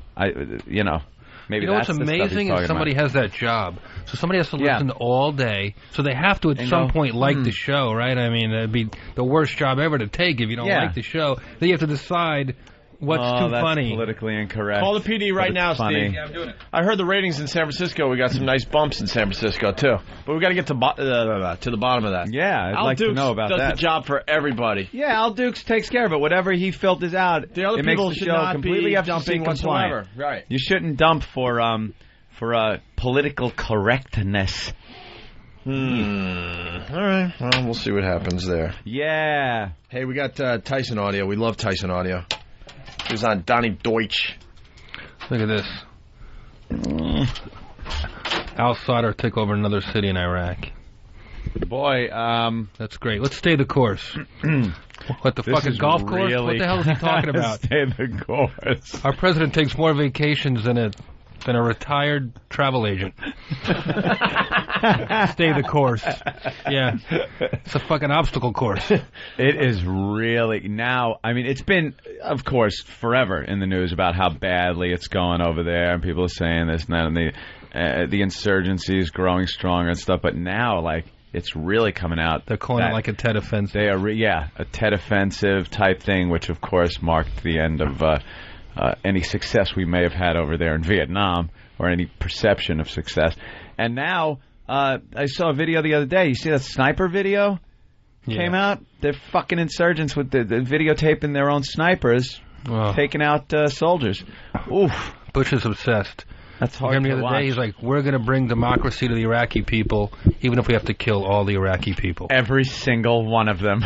If we got to kill them all, they will be. I look at him the way, Yankee fans, he's like the commander-in-chief. I'm a big military supporter, so you respect him as the commander-in-chief. Yeah. I think of him as the way Yankee fans think about George Steinbrenner, Right. The owner might be a schmuck, but you still have to root for the team. You root for the players and the coach.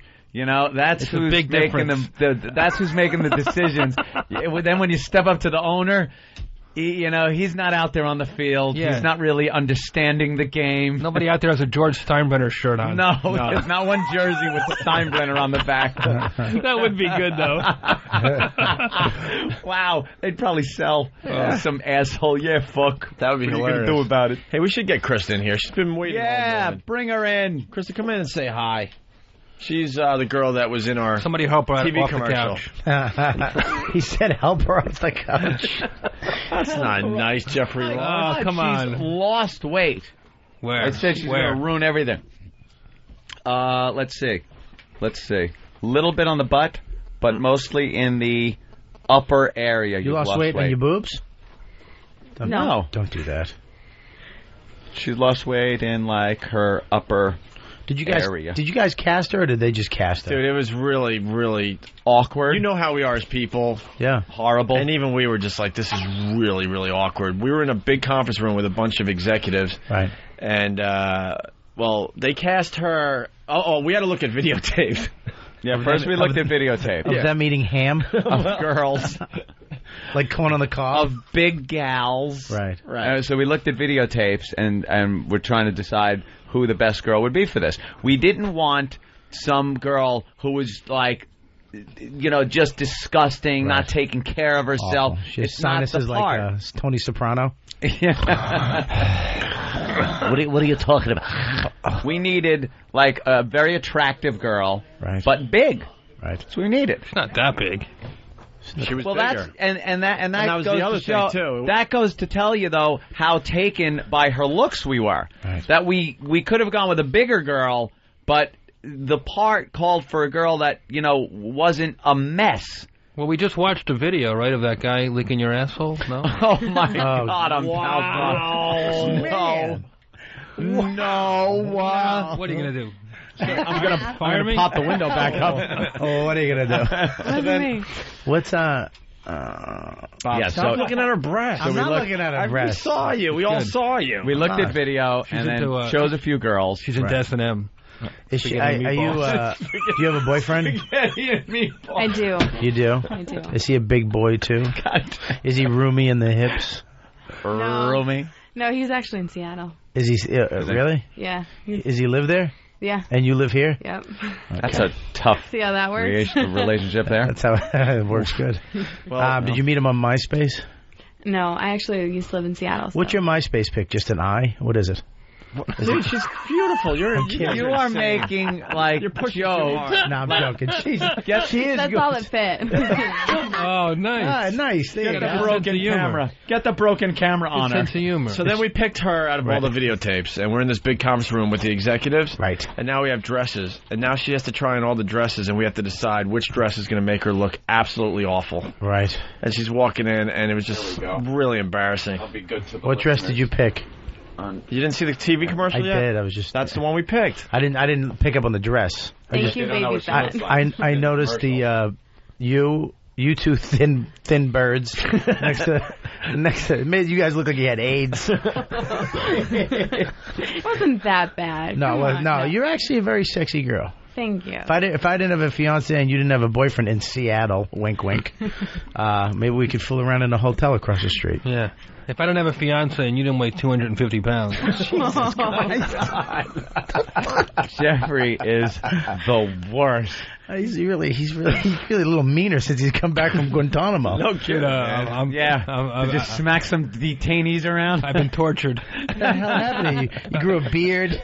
Yeah, really. You're working out. You got some pec muscles It's now. all vicious. Jews aren't supposed to have pec muscles. I'm growing a beard for a movie role. Now, what's the movie role? I'm playing your mom's pussy, Robert. I don't like the fact that he's been trying to set me up for that for 20 minutes. I'm playing a movie role and no one asked him. You had to finally do the setup I had to do the setup and take the hit from his fucking hack joke. It still works. Fucking dirty pussy face. Anthony's laughing his ass off. He is. We're all laughing. Funny Tommy. joke. Very inappropriate. Krista Mays. Where are you from, Krista? Seattle. Shut up, dude. I'm sorry. I was staring at Seattle. and I got caught. And it says Krista May on that fucking D cup. No, originally from Seattle. It's funny. Born She and raised. auditioned, and then we got a bunch of girls. You threw and meat in the closet. picked her, Whoever got the most meat in their mouths. and we picked her because she was perfect for the part. Right. And she's you're a model too. Yes. Yeah, she The models. Michelin For model. You know, he's a dick. Sweetie, you. My mom tells me I'm not allowed to date Jews anyway. Why? Oh, well, Yeah. Why? you really got me on that one. Why? No. They're cheap. Why? Why? You blonde-haired, perfect specimen. Why do your mother not tell you? Why do you got to bring religion into it? Why you gonna call me fat? Yeah. Yeah. That was the theme of the day. Yeah, Jews are tomorrow. Yeah. No, it's Fat Day. So let me ask you. You know what? By the way, Jews don't eat pork, so it doesn't matter. What movie are you in? Wow. What movie are you? I'm playing B. Arthur's Pussy in a 3-part miniseries. Hey, by the way, jet ski guy, check this out. No way. No, you don't. Come on, stop. Turn that around. Let me think see. there is a video out there, but I got the picture so far. This has got to be fake. No, this is not fake. I was Let me living see up it there from the at beginning. time. Oh, it's a It's still just a picture? still. Yeah, I don't know if there's a video. Photoshopped. By the way, thanks to Art from Boston on the instant feedback. That's the Thanks, guy. Art. I'm going to say that's Photoshopped until I see a video. No, I'm telling you. Until I I was living talk up to there the at guy. time. They had eyewitnesses. He just did that. I believe they have video and Yeah. everything of this thing. I don't know where the video is, but Maybe he made it. I don't think No? he made it. No, I don't think so. It was 1995. I was living up there in 95. Chris, do you want some clam chowder? I'm trying to make amends. Offering her food. Do you want some white bread? No, I'm okay. Hey, well, let me ask you a question. So you're a model now, like a big girl model. Mm-hmm. But What do they call that? Plus size or full Plus figured? size. Full figured. Full figured. I dated a full figured girl for a night.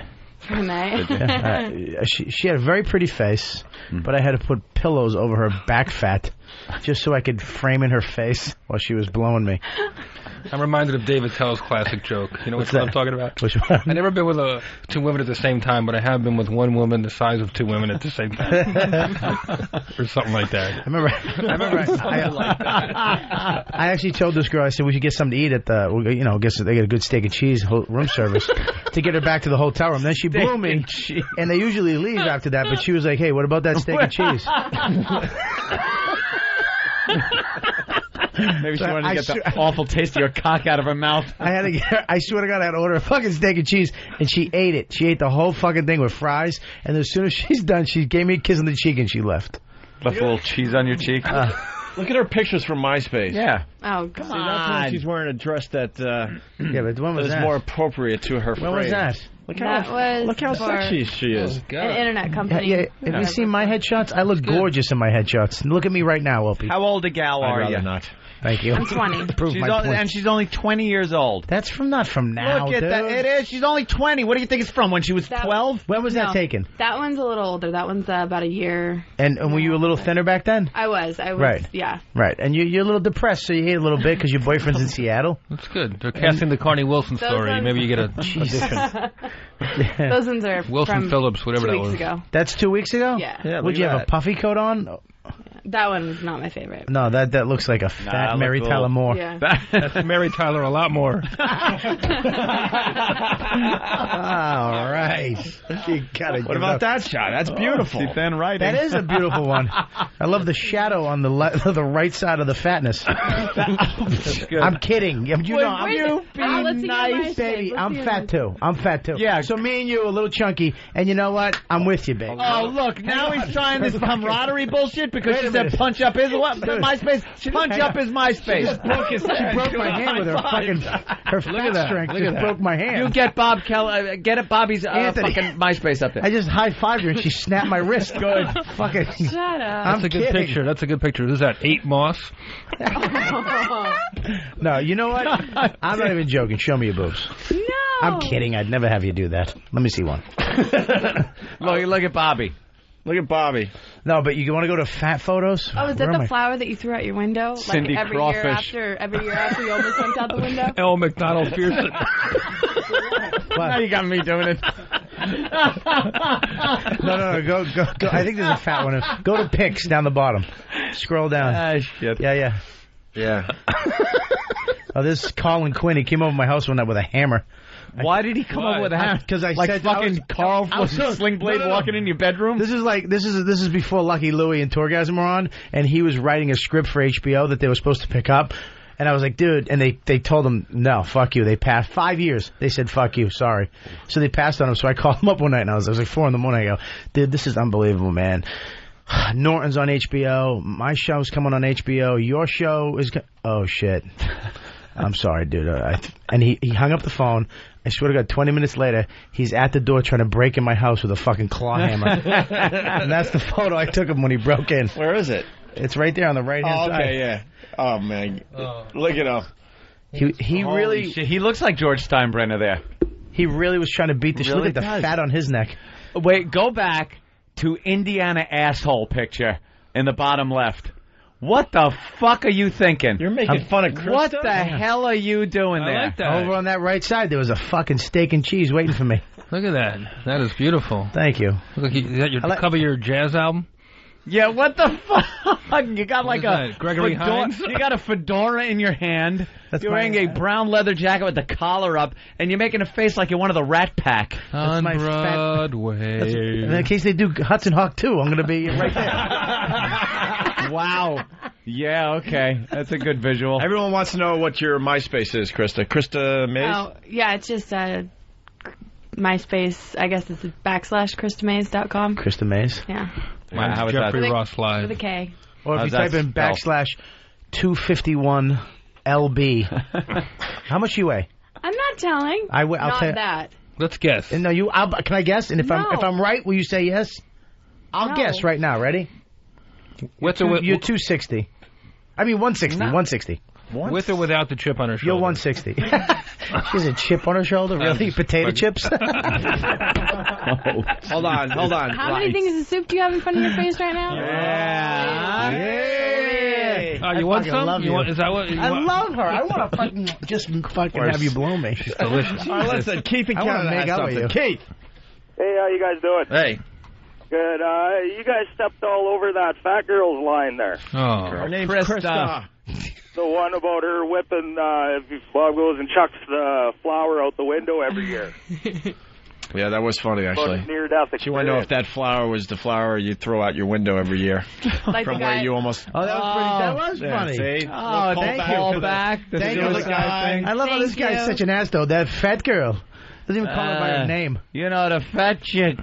We're in Canada, and they're fat up here, too. It's a Krista Mays. All I know is I have on MySpace I have 7,128 friends. Krista is 2,140 of them. Just doesn't even make sense. No, it doesn't. I haven't slept. I've been up all night. I could say anything at this point. Dave in New York. Dave. Hey, I'm sorry. I saw this girl on the commercial. She's pretty good looking. She loses weight. And I also saw Jeffrey Ross. This guy's got no mirrors in his house? Ooh. I am ugly, I'll admit that. I'll give Ed Cat credit for this one. He said he spent time on the wrong site and didn't realize that he went to Ralphie May's site. That's funny. Come on. Let's go to Earl. It's Mays, right? Like Willie. Because people might spell it. You heard of Ralphie May? This is May Indians Ralphie. Spell Mays. All right, let's say hi to Earl in Connecticut. Earl.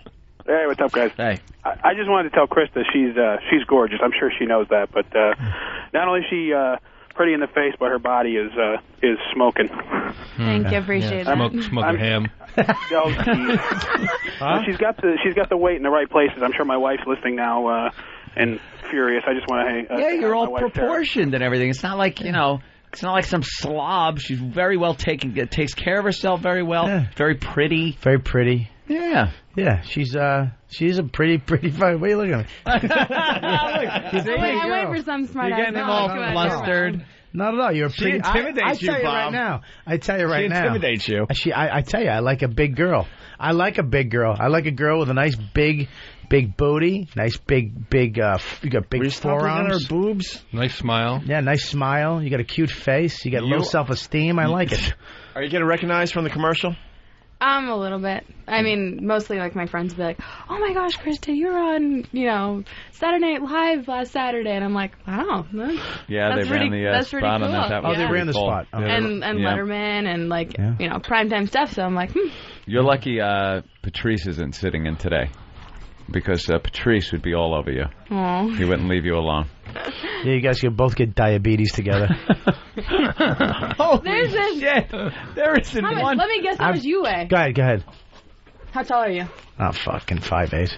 No, you're 5'8". 5'8" and a quarter. 5'8". I'm 5'8" and a quarter. No, you're not. Come on. Stand up. Stand Take up. your shoes off. Hang on. I'm 5'8" and a half. Jesus. She's 5'8" and a half, man. Yeah. She's way taller than you. Aw, look how cute. Now. Smells good, too.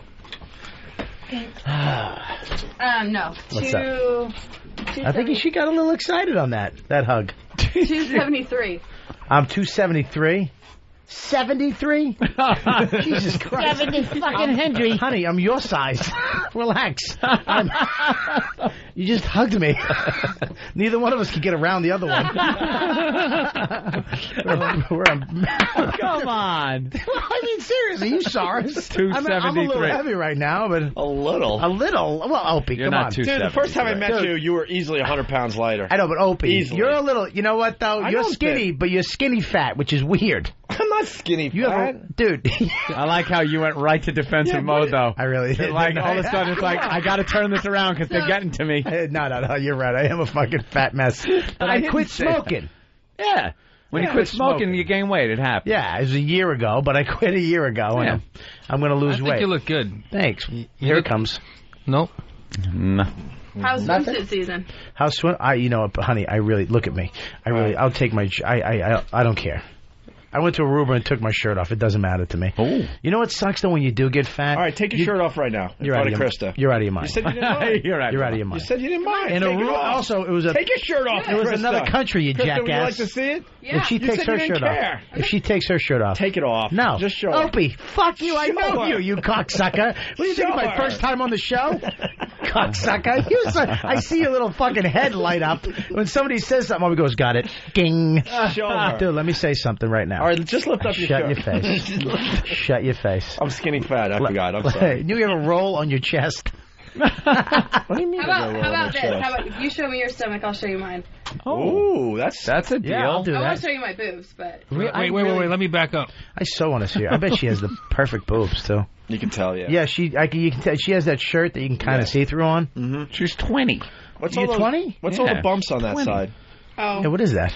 Oh, it's part of the shirt. Oh. Okay. Part of the shirt. What is I don't that? know. Hot pie. birds? Yeah, man, she's got a hot little body. Now, when did you gain weight? Can I ask? Do you know why you gained weight? Was it like because you're in New York trying to make it, No. your hopes and dreams are getting smashed, and your boyfriend's in Seattle? No, this Please, is how, no. get on mic and let these guys make jokes at that now. Just make believe it's what? What type of food product? Devil dog? What do you want to throw out there? Let her start. Yeah. Let her Talking start. to the mic. Does this help you? All right. Putting a roll on the mic. Just put a roll on top of the microphone. You are a cock. Wait, let her answer. Go ahead, sweetie. Well, I had lost probably 40 pounds, and I was like a size 10. I mean, I was hot. Right. And then I started dating this guy, and things just. I broke up with another guy, and I just got all depressed, and I gained it all back, and then now I'm trying to take a little bit off. But this industry, I'm too small to be, in one end of the plus division, and I'm too big to be in the other. So it's kind of I have to kind of decide, and I don't want to be any bigger. That's not. So you're telling me to make money in this business, you either have to say fuck it and just be fat. I'd have to be a size a solid 18. Wow. So you just got to go and just eat some food. Or you can work and be anorexic and. No, I work out. I work out probably 4 days a week. No, I mean throw No, up. he's saying that you either got to be skinny or you got to be just a moose. Have Well, no, fucking because- ice for dinner. Shit like that. It is good. No. You work out 4 days a week? About 4 days a week, yeah. You just Really? jog to the buffet? Pretty much. No. I make a time myself to get down to the buffet. I know what your problem is that you eat late at night. You'll come home late at night. I do work very late. You work late, come home, chow some food. Well, no, the worst thing is my roommate's is friends with a guy who works at an Italian restaurant. Italian? The Italians. It's the Seattle accent. Let her be. It's the Italians. I hope he's sticking up for you. That's right, I'm sticking up for her. I surprise people from So he time brings to time. food over all the time. Please leave her alone. Yeah, so you eat, Leave her alone. you eat poorly. No, I really don't. I mean, No? Show your belly fat, fatso. I have visceral I know fat. how to eat well. That's what I have And now. It just, I mean, I'm content. I mean, I don't want to be this size forever, but, Right. If I was 10 pounds, 15 pounds lighter, I'd be content, and I'd be making, it'll bring a lot of money, because the industry is really growing, so. What about being a face model? What about being My a dick's really growing right now. What about being a chunky hand model? I don't Chunky hands. She's not chunky hands. I got know no she hands. doesn't. Sweetie, what about being just a tooth model? I'm actually going to a casting today for teeth whitening. Right, yeah, she got great teeth. She's got a beautiful face. She's got a good mouth. Yeah, you get some work because of your You face really can't alone. tell that to girls, can you? Yeah, I mean, I've done a lot of jobs with a lot of girls, and it's nice to know that you're really good looking in the industry, because a lot of times, especially I've looked on MySpace and Model Mayhem and all those things, where these girls are not keeping up on themselves and thinking they can just get work because they're size 18, and that's not the reality of the industry. Plus-size model. You got to be No, you're careful not. so you don't get too fat, because what happens is your thighs start to rub together. Yep. And then you get that beef jerky, that brown skin. Now listen to me, honey. Pay attention to me here, okay? I've seen it on a couple broads. Look at me. She went What are you doing? I'm telling you, fat girls. What happens He is used to be a sex addict. He Right. knows all. He You- used to have sex with sinks. yeah, Seriously. yeah. Listen to me, honey. Pay attention. He's a bad boy. Don't get too fat because you'll get that beef jerky between your legs and you can't. Is that a picture? You get dirty brown skin. Okay. I won't ever be bigger than this. Like they said, like, wow, you've lost weight. Yeah. Yeah, she looks great. Yeah. We made her look really fat for the TV commercial. And I live with that guilt every day. They put some real tight. So go to her MySpace account to see what she really looks But like. see, Look at that. That one in the dress is actually what I looked like when we filmed, because that was about. Yeah, look at that. No, not that one. The one in the blue dress. Yeah, there. That's what I looked like when we filmed. Why don't you have the Opie and anything on your page so people can see it? Well, you should get pictures. Somebody What do we send get her to see pictures. your belly? Look at that. Yeah, what about the belly thing? And she shows her belly. All right. All right. Pull it up. She goes At first. the same time? Go a little higher, though, Bob. Holy crap. She Look, see, move the mic. Hold on. There we go. Look. Pull yours up a little more. Look at this. Look at my areola. Let me see your There's areola. nothing wrong with that. There's nothing wrong with her belly. Dude, I think she's unbelievable. Yours. Don't get mad at me, you power bottom. Power bottom. Opie's a power bottom. Don't use my thing against me. I came up with that thing today. It's the best thing I've ever heard. I want to use it all the time. Crystal looks good just now. You know what? I'm not even kidding you. And I told you that right when you walk in. She's a pretty gal. Yeah. A big girl. Just, that's perfect right now. You're going out on a limb there. Baby got front. And it's snapping. Baby got front. Hey, where's... Look at that. Look at that picture. MySpace just ran out of space. Jesus Christ. Go home and sleep. Let's see yours. Leave our girl alone. Let's see yours. yours. Let's see yours. Looks like an old Jewish You got guy. a six-pack and 2 twins in there? Oh, you got me, babe. Now You it's got on. Now it's on. You don't know who you're fucking with. You don't. Yeah, he made out with George Takei. You got to watch out. Did you really, dude? He stuck his tongue down my throat. He's just hoping that'll make him lose weight real fast. Jeffrey Ross is a very fine man. I stuck my tongue down his throat. I want to see. You have nice breasts, too. I got pop breasts. What's pot breast? No one's going to comment on what an awful George Takei impression that was. Well, dude, I'm sorry. Maybe if you picked up the pace, you would have jumped on it. I know. I wasn't gonna touch it. I wanted to see how long you were gonna go with your fucking Captain Kirk impression, whatever that was. Fucking Spock. Who the hell were you doing there? Get on it, Anthony. What the fuck? You're over there checking Pal Talk. You're supposed to be doing the fucking impressions. Hey, I got to jump in here. One of our staff members is in love with Krista. Oh, wait a minute. Yes. I know. Let me think. Yeah. Is Wait. Try to figure it out. All right, hold on. Let's hold try on. to figure it out. Bring them all in. Let's bring them all the fuck in here. Hold on, E-Rock. Bring in 5. And one of them will be the guy. Okay. 5 or 6. Bring in like 6. Bring him 5 or 6 in no particular order. And I had a fan club. Oh, you do? Believe me. I'm the president. We've gotten a lot of emails and stuff that say the chick in your commercial's so hot and stuff. So, you know, there are guys, they like bigger girls. And especially, you know, like I said, you're not a mess. See, Nosferatu. Nosferatu is one of the guys. I've never met him. You never met Nosferatu? He just scared the shit out of me. Yeah, it's like...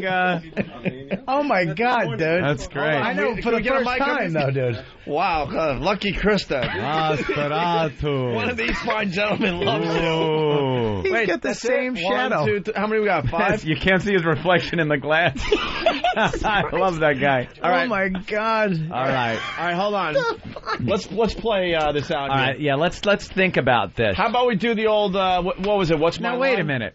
What's Is my line? Travis one of the guys? It might be. Get the fuck out of Travis here. It ain't is- going to be Travis. Get Travis out. Come on, that's Get a freaking... Travis out. Who the fuck put Travis in? Who's that? But now we're down to 4. You got to get somebody Get else. someone else that we know it's not going to be because he's not in here. I know. Yeah. This is the dumbest fucking thing. Of course, it's not It's not Danny. Danny. Get the fuck out of here. Fuck out of here, It's not too. Danny. Oh, it's not Marzi. First of all, whoever it is in here already. Yeah, Our it's staff So we can't know it's figure not out going to be. shit. They blew it by putting fucking Travis in there. Travis. Travis is a girl. All right, here we go. Travis is the bearded woman. Travis. Let's play this out. Say your name and say, hi, my name is blank, and I have a crush on Krista.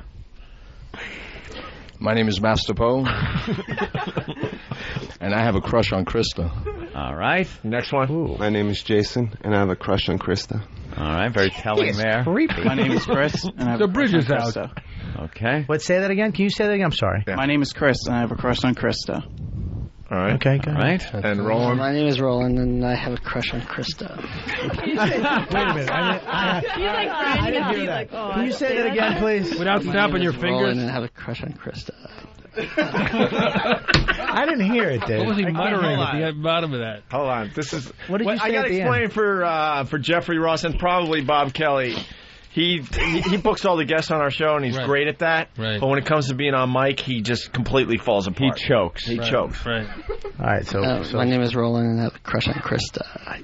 What's that thing at the end he does every time? Yeah, it's just. What the fuck is that? He doesn't know what he. He gets freaked out. Ask him any question. And he doesn't understand why you're asking him to do it again, so he's just like, what do you want from me? Honest to God, Hold on, we're a little distracted. Did you see The Bridge?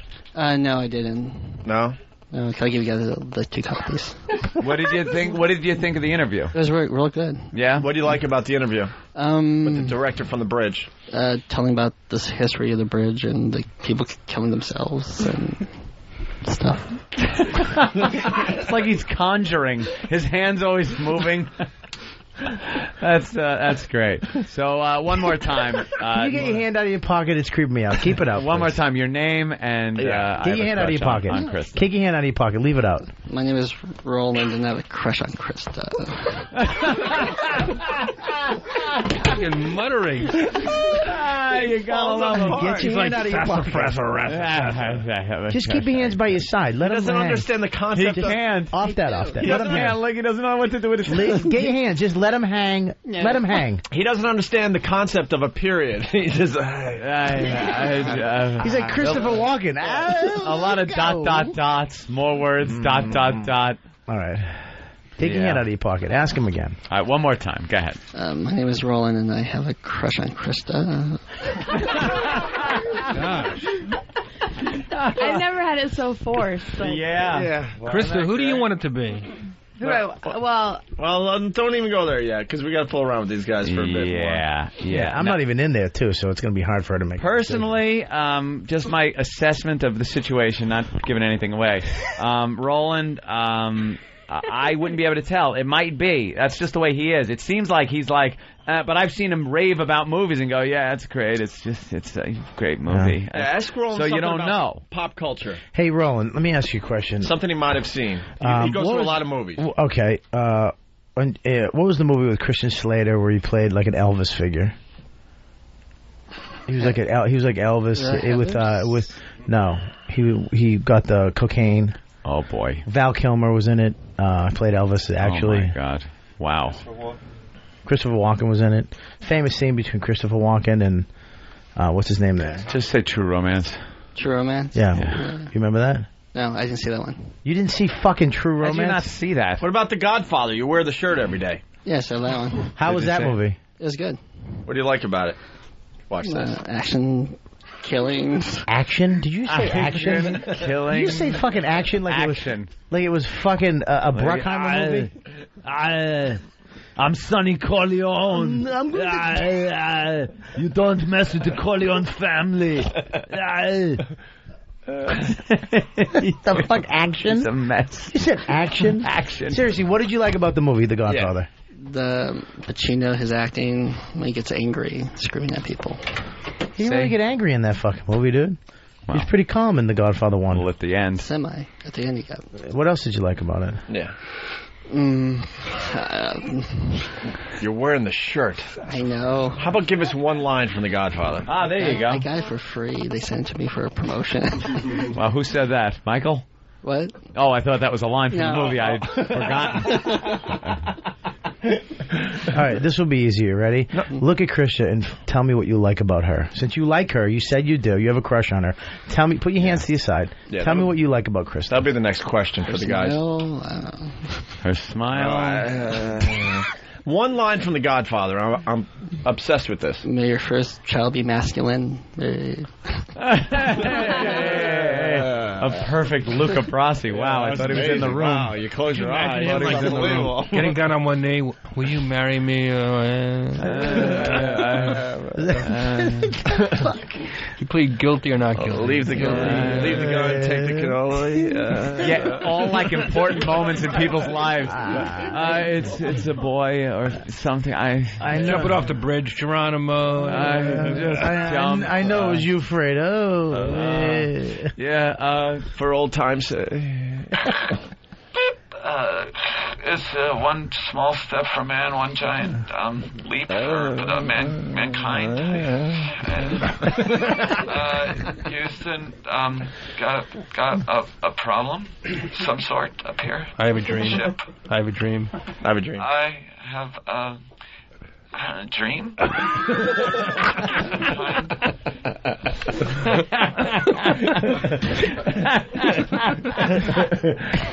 God damn, Roland. You rolled.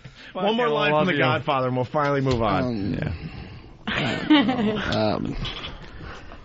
I'm blanking out. Every time I'm out, they drag me back in. Every time I'm out, That's 3. Oh, yeah? Yeah. Don't even count Give that him one. something. Don't help him because it's better when he just sits there and dies. You can even go to 2. Yeah. Think of some scenes. Think of the scenes. Why, Federal, or wherever you betrayed me. Something like that. Yeah, something like that. You are the most uncomfortable human being I've ever met. I know, we love him. Wow. I've never met you just make me fucking want to jump out a window. Again. People want to know if you're a pothead. No. You're worse than a broken moped. No.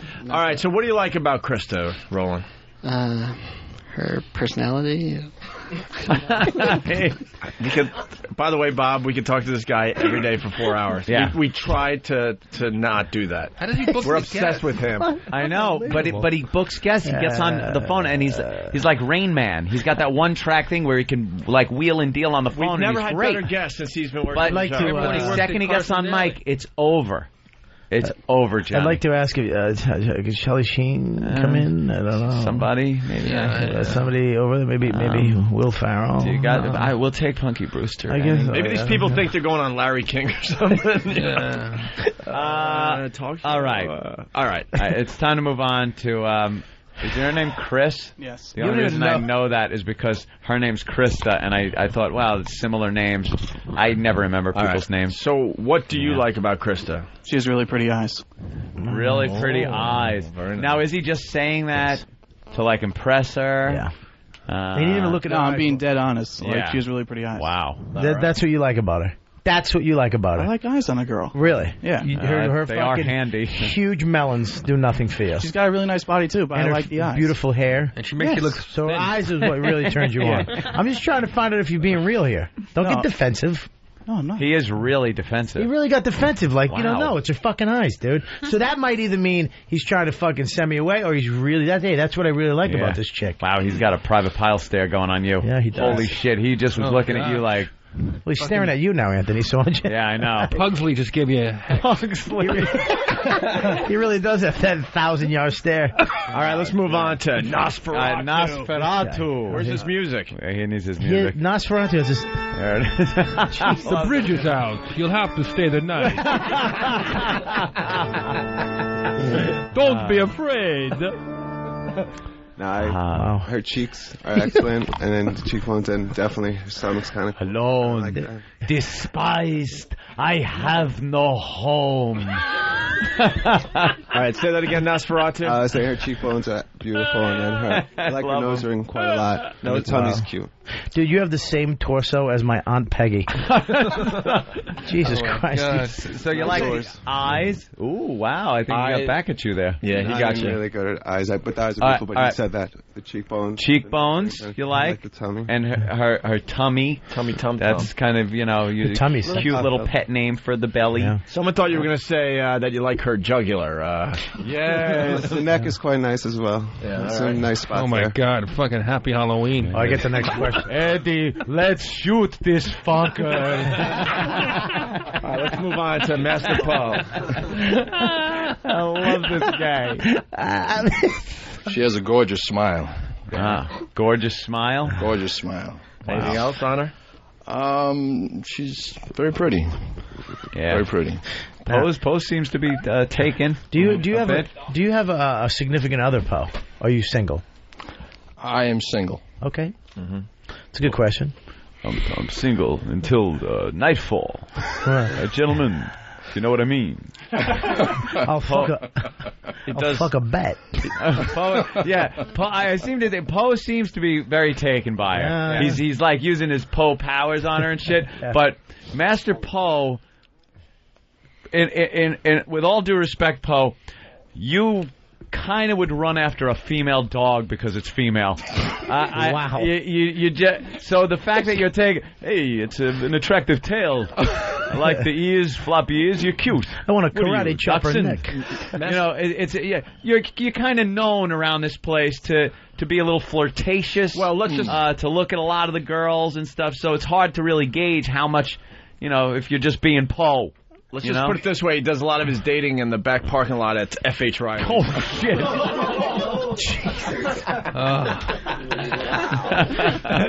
Why is everyone looking away? Okay. Wow. Okay, so Chris, I think you're gonna have that your back being watched too closely on the walks out of here. Hey, why is Pope 500 yards behind me? Why is Opie bloodied on the sidewalk? Anthony, did you see something? Here. I didn't see anything. All right, let's go back to Roland. Anybody else have any questions for the guys? Are you single, Roland, or you have a significant other? I'm single. Yeah, are you single, Chris? You got nothing? No, I got a girl. You got a girl. You got a girlfriend. Are you happy with her though? Yeah. Okay, cool. And Satan? Nosferatu. Separated right now. You're separated. You got a We're wife. Separated by thousands of miles. She is in a box in Transylvania. She's on the ship right now, on the way. And she's eating rats to survive. We're separated, but soon she will enter the eternal life of the damned. Oh, yeah, no, we're separated. Wow. You know he can't be a vampire, though, because he's got a receding hairline. Well, there's no bald vampire. No, he kind of had the widow's peak thing going. Yeah, and Master Poe, single, obviously. And you got a question? One more question for these guys? We need one more dating question. I would like you to look. Can you look at her when you say it too? Honestly, say? Hang on there, Poe Poe. just makes eye contact. He's trying to fuck me now. Did you hear what he said? What do you want me to say, Robert? Don't look at me with those fucking eyes. Look at her. Look at her. Okay, and I would like to know what was the if you're gonna take her on a date, what would your date be? Where would you take her? Bob. Very nice. How would you make her pose hoe? Yeah, where would you take? But look at her when you say it. Yeah, right in her eyes.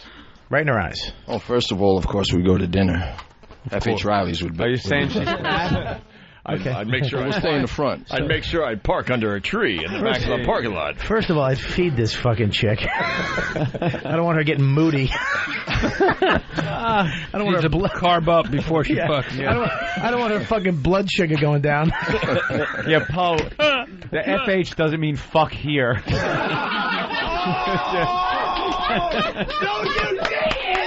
No, you didn't! No, you didn't!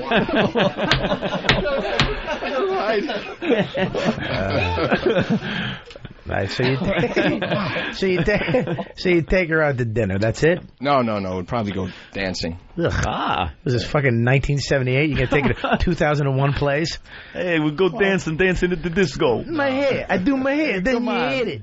Chris is the kind of chick who likes dinner and a movie and dinner. And then and then snacks. He took care of the joke. I had to help him. I really did fucking word up his joke. I'm sorry. Right. We're a team. But what do I know? We're a team. Maybe Nosferatu. Skinny fat. Idea of a nice night out with Krista for you would be?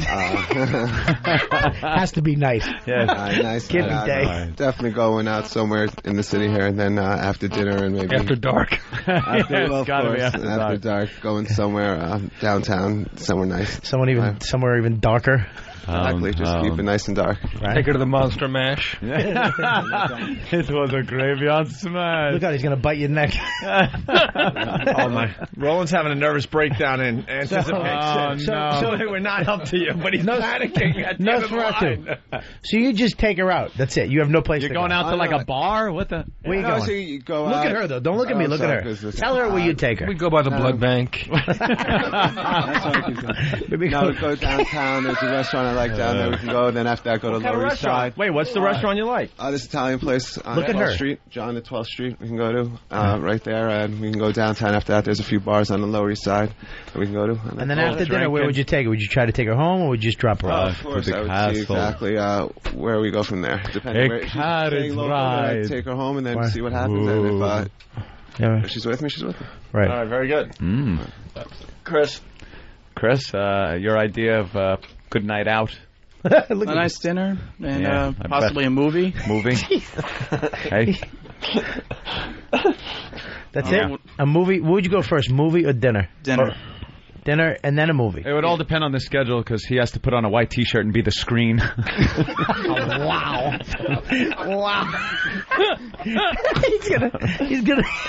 He's called the fucking kid a drive-in. I'll ride him. Oh, my God. Wow. I'm trying to be nice here. Yeah. What am I doing? Put him in a blue shirt. We could do the news. The weather. So you got dinner, movie. So it's basic, like fucking 14-year-old date night. I don't like too many fancy things. I don't like fancy. You call that? Yeah. If you don't like. I don't like like what? Like a nice restaurant. Or I don't like nightclubs. Maybe a Broadway show, something like possibly. that. Do you like shows, Krista? Broadway? You don't like going to nightclubs because they make you check IDs. Oh no, he goes to a fancy nightclub and they use a velvet rope to hold up his pants. You don't want to. That wasn't that bad. Because she said she likes Broadway. You ever been to a show? Yeah. Beauty and You. No, she said she takes up Broadway. No, only a couple. Beauty and You. I'm sorry, I stepped on that. It's okay. We got it. All right. But, that's the kind of thing maybe she would like. Just, it's okay. You got a girlfriend. So, obviously, you guys like dinner and movies. So, we got dinner over here from Master Poe. Dinner and F.H. Riley. And then we got fucking coffin. we got a night in a coffin.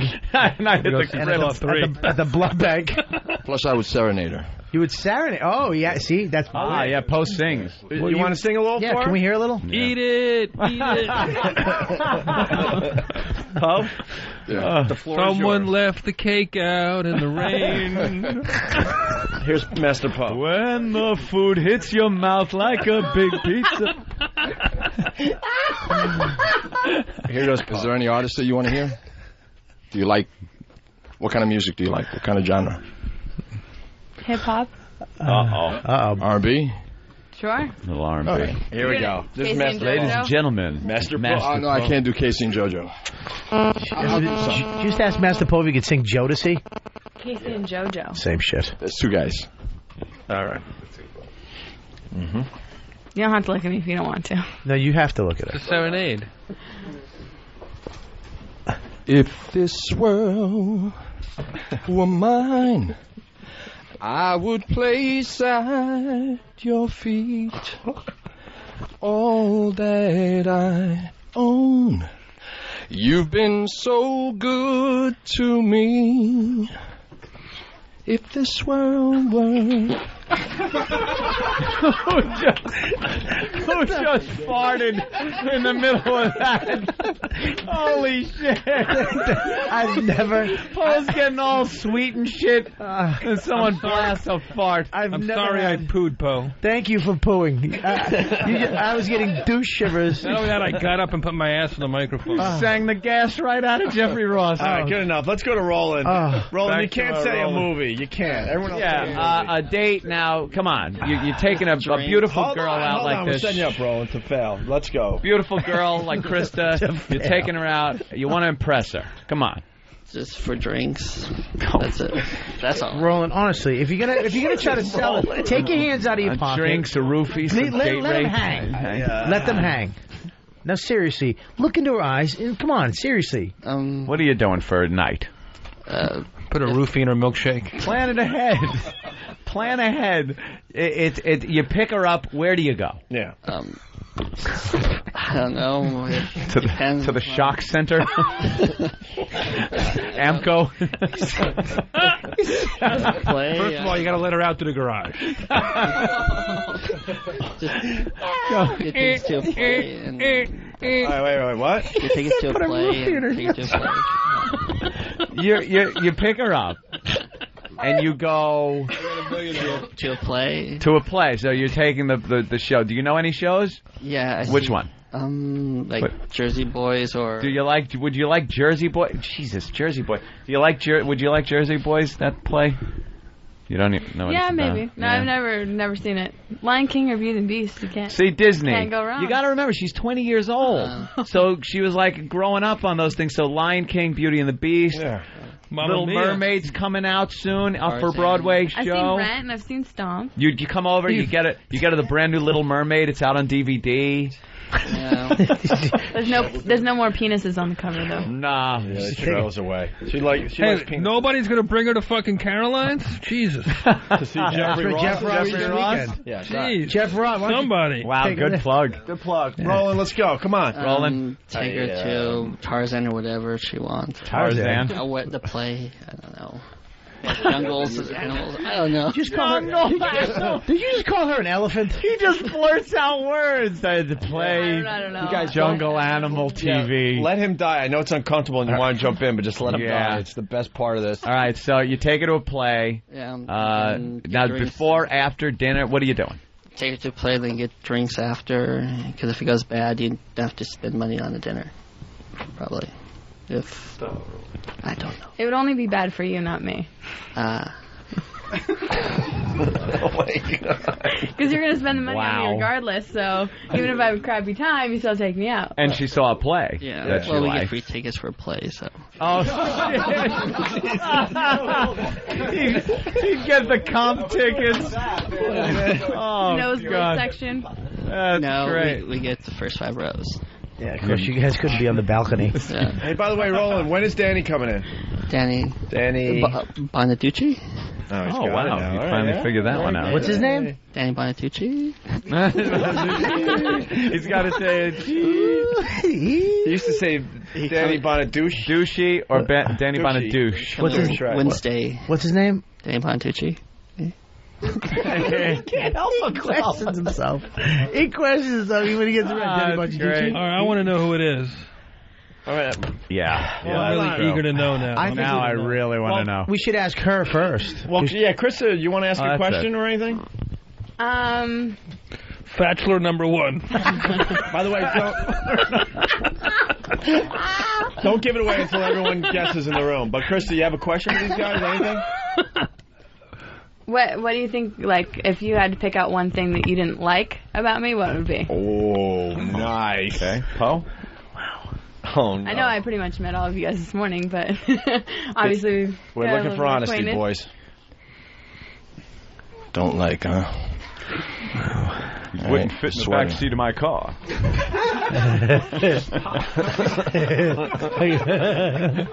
Oh, shit. This is just your hairstyle. You don't like you don't like her hair? Why? Because it's what do you think about it that you don't like? Oh, right now she has the earphones on, so if she takes the earphones off, maybe I could see, you know. What's wrong with her hair? Already trying to get something off of her. You don't like conditioned and shampooed hair, you friggin' dirtball? It's beautiful. I take that back. It's gorgeous. The hair's fine. You didn't like the sweater, though, right? Yeah, the sweater, no. All right. It's not mine. I don't take offense. Why don't you take it off? Quite all right. Who's this, Ralphie Mays? You have a sexy top. You have a sexy top on. Nosferatu. That's kind of a hard question to say. Hey, everything looks good on her, but I have to go with the outfit as well. Kind of, that's the only thing that looks bad on her right now. You're not mad that she's a day walker? I can deal with that. I can only hang out there at night. She's of the living.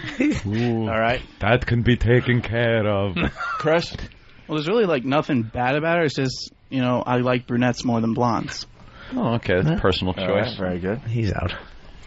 Roland, anything? I don't know her that well. I don't know. God. We can do this all morning. I love it. Go ahead, Roland. There's got to be one thing that, not even that you hate, just something. I don't know, like the annoying question. Like, I don't know. Her annoying question she just asked that you can't fucking answer? Because I answered it in, like, punctuation? Her attitude. Wow.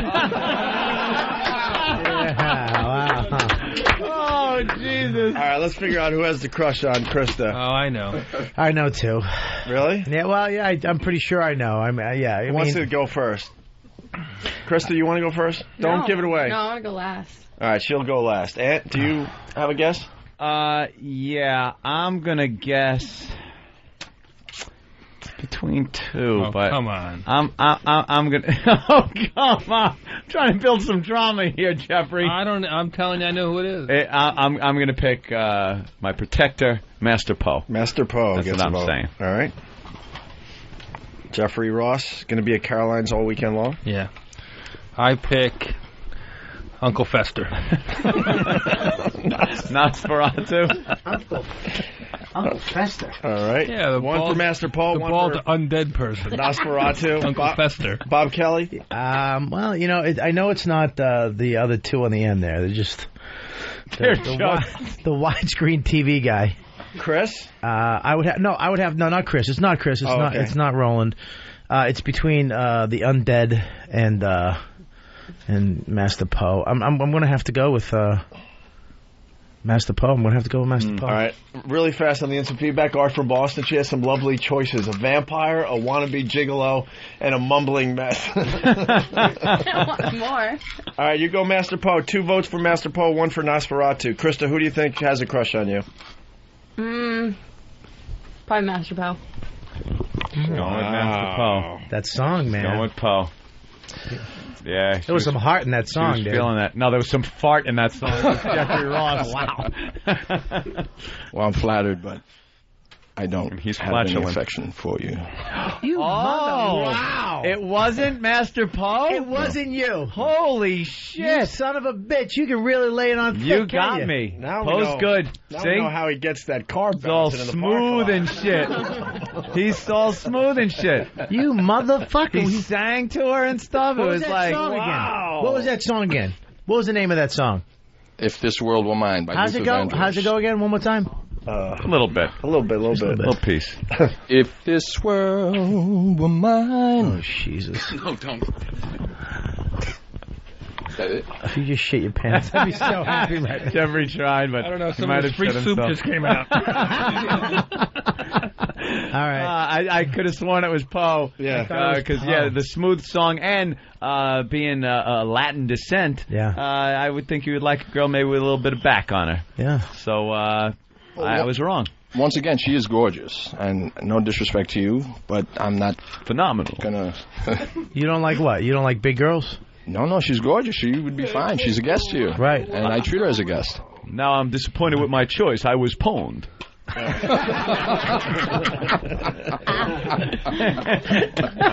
All right. Roland, is it you? Hell no. Jesus. Oh, my God. Jesus Christ, Roland. Oh, hell no. Wow. What the fuck is that supposed to mean? You're just a heartless asshole. Wow. No. Why would you say that? I don't know. You get 1 free shot in your nuts now for saying that. Why would you say that so mean? It's not me. That was real. Right, no, you know why? That was an honest fucking answer. That Mike came to you. You just went, oh, me? Oh, hell no. Why do you say hell no? I don't know. You don't like fat girls? You don't like pretty girls? You don't like girls? No, What's brunette. the answer? Brunette. Don't steal his. Yeah. Well, Don't steal his. Well, just not my type. Why? Why did you say that, dude? That's just mean. Wow. Why would that just come out like that? Seriously. I don't know. Tired. Work late. Tired, work late. His face contorts. Oh, I know. It's like silly putty. Jimmy gets a fucking kick out where he can't stop laughing just at Roland's, like, the faces he makes where he's, God. Just exasperated all the time. It squeezes into like a little asshole muscle. It doesn't matter what he's doing. It could just be like, go into Starbucks. What would you like? Like it's the toughest question. Should we invade Iraq? What, sugar in your coffee? Same exasperation on your face. All right, it's not rolling. That statement. It's not rolling. No, it's not rolling. Chris has a girlfriend. Jeffrey Ross was right. It's Nosferatu. Is it Nosferatu? Yeah. Jeffrey Ross at Caroline's all weekend long. Play his wedding song. There it is. Right. Yes. I knew the Jew. Right. The Jews love a girl with an appetite. If you need anything all day. And the others, I was like, can I help you with anything? Can I do anything? And you kind of know when you're saying things to certain people out there, you kind of know it's going to get back, so you kind of do things on purpose. So I had no other option to do it. I knew if I said it in front of someone, I kind of get in here or it'd be said. So, good move. He did ask me about 17 times this morning if I needed coffee. Hey, really? Tea, anything to eat, anything. Any chemistry whatsoever, Krista? Now it's your turn to be honest. No, I actually have a boyfriend. But if you didn't have the boyfriend. If you didn't have, would you date the undead? You had one. He's going to turn into a bat. You're really nice, and I really appreciate it, but... What, you don't like Halloween? Oh, boy. That's sad. Oh, wow. You wouldn't it's just life. That's what happens. If you didn't have a boyfriend, you wouldn't go with him? Nah. What could I do? No? It's just not your type. No, you're really nice. Cool. Don't worry. It's nice guy. He was like waiting on you, hand and foot, neck. I'm ready to hear. And he said hand. I'm ready to hear. Go get your own fucking coffee. All right. Well, there you go. Yeah. Thanks, Very boys. good. Hey, Krista, you are a good sport. Thank you. Thank you. I appreciate you being on today. Yeah. You know, I was noticing when your head was turned, you scarred yourself a few times. Yeah, I got in a couple fights. Oh, really? He jumped out of a 12-foot window. With a razor. I got kicked in the head a couple times. In a couple fights. I think me and you have a connection. I think you have a fiance. Wow. I do have, and you have a boyfriend. That's why it's never going to happen. Oh, man, the mic was on outside when Nosferatu walked out. Yeah? Goddamn rich cunt! Oh, Jesus, is he pissed? What the hell? I kill rich cunt! All right. Wow. That's a stupid game, man. Come on. He's fucking pissed. He didn't really say that. Of course not. That is actually Jeff Goldblum from... what movie was Death Wish? Yeah, Death Wish. One of his first roles. What does that guy do here? What does that guy do here? Hangs upside down. I'm not sure. He's an intern. Yeah, he's in the closet like Mork from Ork. Just hanging by his feet. Where did you find him? He's scary. I kind of wish it was Roland because he was so weird. Yeah. I mean, he's a nice guy, but... Well, you like Roland? No, I'm just saying that I'd have to check make sure he's still breathing if we're like sitting at dinner or something. Not the undead. I don't want to wreck this joke with someone. All you'd have to do is take like a wooden stake with you on a date with him. Yeah. If he got out of hand, he dissolves. You go about your business. Throw some holy water on his freaking cock. Watch him just burn. Speaking of Roland, Brian. No, where is it? Fuck. Brian. He had a good line about Krista's legs. Friday, open wide. With the open wide. I can't find it, though. Someone had it. All right. Hey, robot weather. We got to do this, and then we'll get out of here. Yeah, let's do robot weather. This actually was on the news this morning. We saw this at the other joint. Enough with me, Foobie. The weather. What do you, Foobie? Come and see. Hi, nice to meet you. Hi, Linda. Enchante. Enchante. Very nice of you. How you doing? Doing great. You want to do a little weather? And then, first of all, you're clearly a science guy. Yes, I am. Okay, why don't you tell the people about that? Well, I'm here for Siemens and Polytechnic University, and we're having a thing tomorrow. What is a thing? What is a thing? Well, it's a science. It's a whole science thing where, Polytechnic University Center for Youth and Engineering and Science, a.k.a. YES, we have developed several programs to attract students to engineering and science. And I'm here with you because, weather is another fun and exciting area of science that impacts all our lives. It is a fun and exciting Yes, it is. How about you do some weather? Let's do it. Oh, today, look at the rain in New York. Holy cow, you know what? It's not very conducive for robots, though, so I won't be going out in today's weather. I think I want to stay clear of that Does rain. anybody remember last night? Now, tonight, it's getting kind of cool tonight. You might want to snuggle with your other half, because it looks pretty good in New York. Mostly clear and breezy, and a little cool. The 5-day forecast today, I'm staying inside, of course, because I don't want to get short-circuited. But the rest of the week looks pretty good through Tuesday. Pretty good high, 60, 61, 58, and 57 on Tuesday. Oh, your mattress is free. Yeah, that's a joke, son. Don't you get it? I made a funny, son, and you're not laughing. Yeah. Wow, I'm sorry. Does anybody remember last night? Sorry about that. Wow. That's awful. That was, by the way, the news. Yeah. Local news? Yeah. Which should just stop it already. Just stop it. I read NBC is major cutbacks over at NBC, and one of them is going to be in their local news divisions because they understand it's a waste of time and money. Mm-hmm. These news things are just now a parody of fucking news shows. When they bring out, you used to have people you actually thought were giving you the news and the weather and sports and stuff, and now they got these bimbos with a weather robot.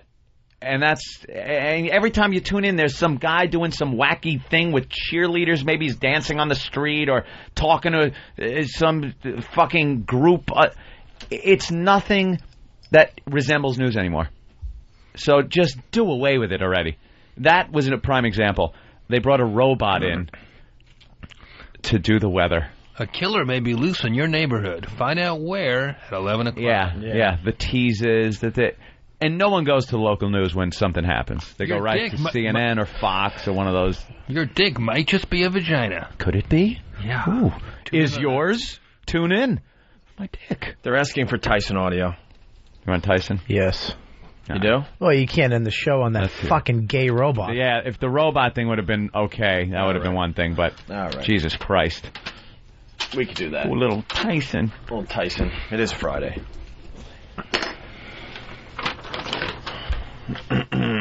And early, what did we learn? Flying standby, what's up?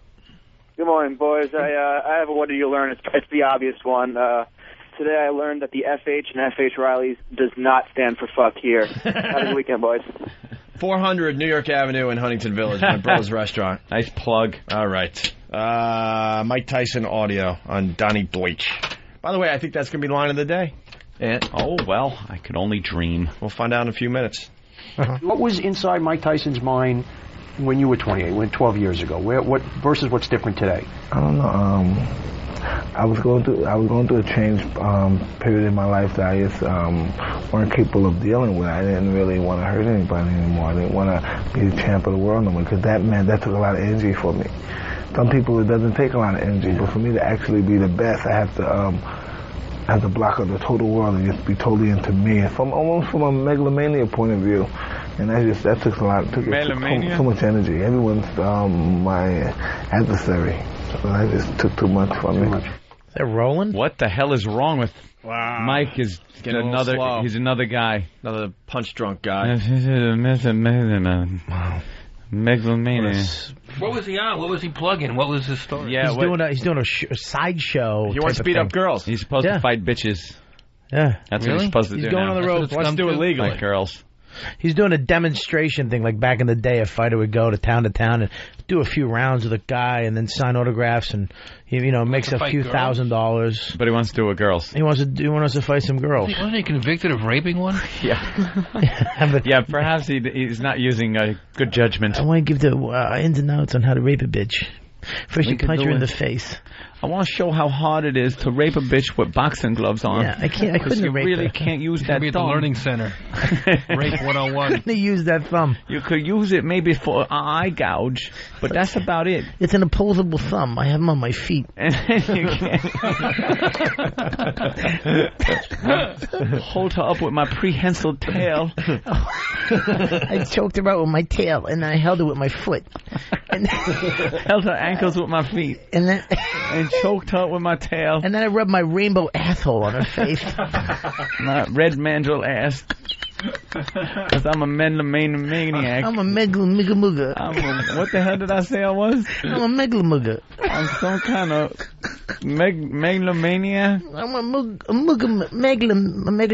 a mugger. I mug people. I mug people with my feet.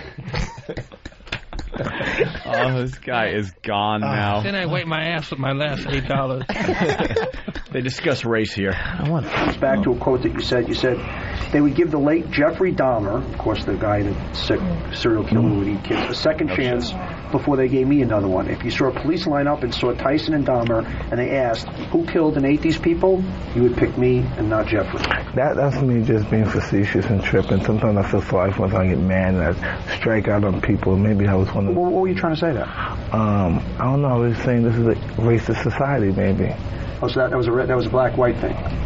I thought that was more of just, people look at Tyson one way, and I do, but I always put racism because that's how you get the true emphasis of something. That's how you get coming. That's how be like you. That's how come you brought it up, because the two of us just distinguish the two of us. No, what's interesting, though, you see, I think this got crazy. What you did was racist. I saw that genuinely the way I read that, and that's why I came off your last comment about people that you're a guy that people are always never going to give the benefit of the doubt. That you're a guy. There's no benefit in doubt anyway. But let me finish. That you're the guy that it's easy to make you the bad guy.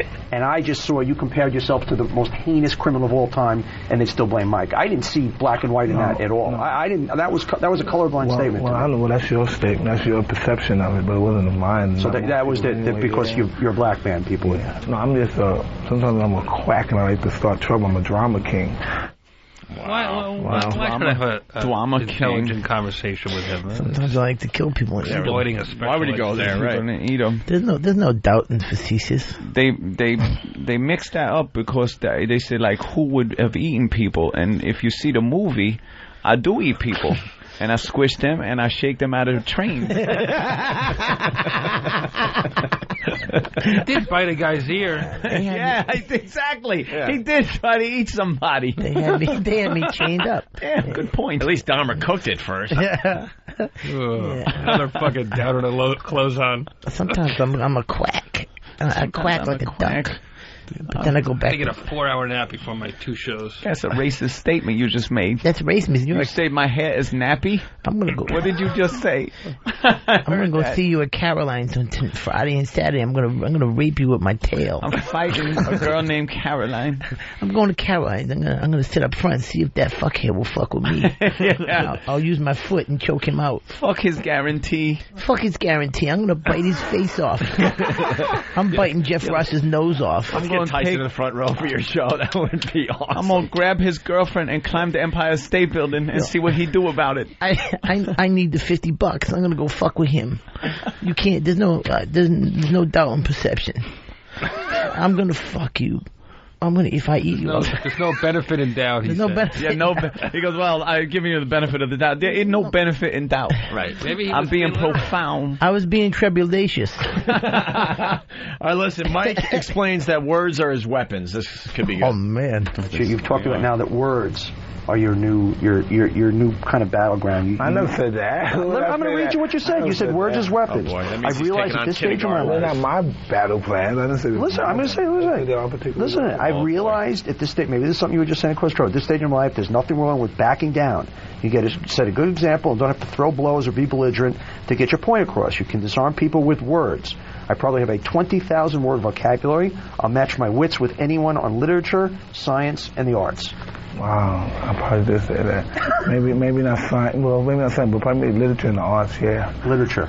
Yeah. What's your favorite? Who's your favorite author? Oh, now he's. I have a few of them. I like Alice Walker. I like Alice Cooper. But what I really like to read, I like old satire books like Voltaire and those guys. Yeah. So He's not reading Voltaire. No, he said Voltron.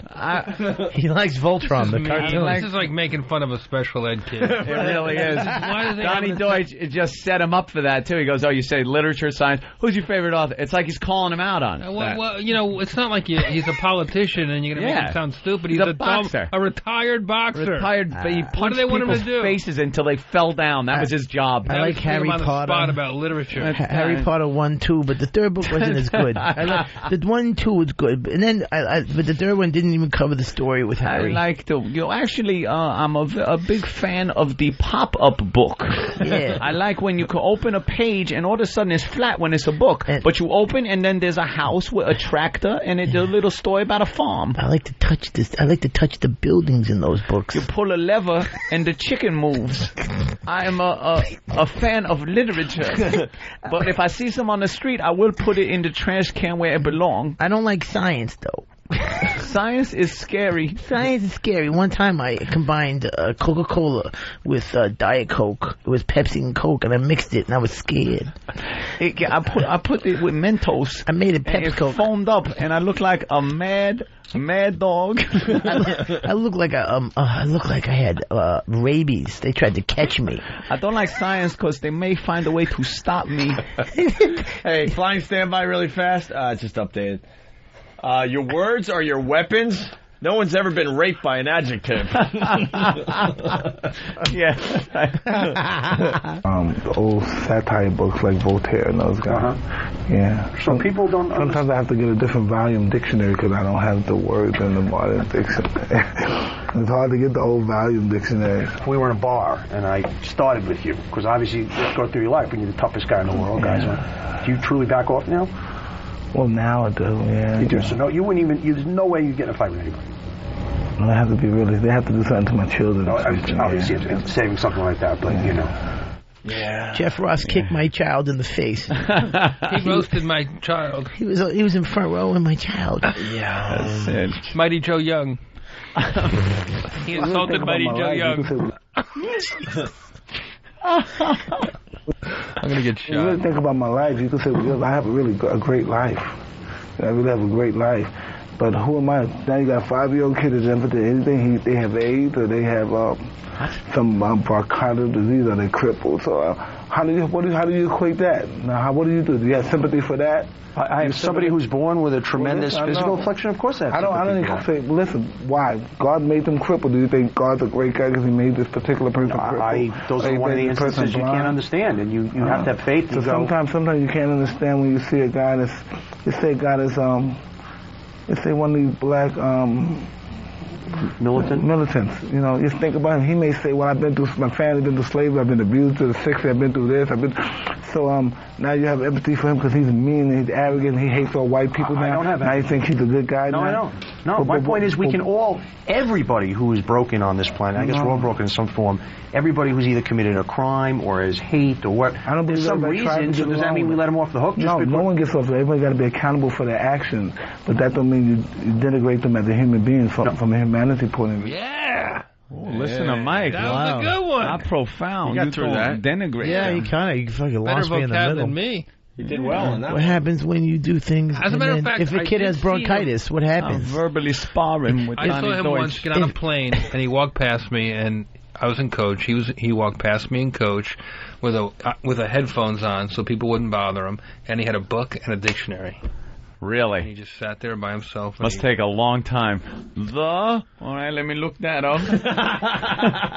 Every word. 8. Yeah. He had to look up Mike Tyson. Finally. And there's all the relationships with my older, like my older children are like, my oldest daughter is like always conservative around me. And they would always tell me that she's funny and she's gregarious. And then when I see her, every time I come to her, everybody laughs. I come to her, everybody stops. She stops. So she's very apprehensive around me and stuff. I don't think she thinks I'm real fond of her, but she's very apprehensive and she's very bright and witty and she's very cautious about what she say or do around me. Why do you think that is? I don't know, because in the past I probably was too disciplinary. You know what I mean? I was too hard. I was like cuss words with me. And these are girls, and I'm like, well, that's how I grew up at a young age. I was, boom, everything just came at me from a human grown perspective. Boom, you have to do this. Boom, you have to do this. Boom, boom, boom. And I try to do it with my kids, and they go to special schools, and they hang out with these, little white kids, and they all having fun, and they're like, huh? All right. right. What? That was terrific. Yeah. Why was she afraid of you? I don't know, because maybe I'd punch her in the face. I like the I'm gonna eat your children, Mike Tyson, better. Yeah. I like the I'm on the Zoloft. I'm on the Zoloft to keep from killing y'all. Yeah. Yeah. You don't like the gregarious Mike? I don't like the educated Mike Tyson. You don't like Professor Mike. Forget Aristotle and fuck Socrates. Here come Professor Tyson. Oh, wow. Time to get out of here. Oh, my God. This guy wants to come in and do a joke? What? Oh, we got to go home. Kidding me? What is it? What is it? What is it? Fucking like 3 in the afternoon. What? It's 11. What the fuck is going on? What the fuck? What kind of I gotta fucking read people are they? stupid copy. What's your name, sir? Yeah, I know. I remember. Mr. Will. What? Mr. Will. Mr. Will? Mr. Yes, sir. Will. All right. I'm opening for Otto tonight in Freehold Gardens. How are you? Okay. Yeah. Where'd you get the vest? Who canceled? Where'd you get the vest? I've been practicing impersonations. Can I just do one quick one for you? Could you stare at someone else? You're creeping me out. Yeah, don't. I get a lot of that. Stare at me. Yeah, you stare got at me. really. Why are your eyes so bloodshot? I only got like an hour's sleep last night. Why is your head so small? Smoking pot.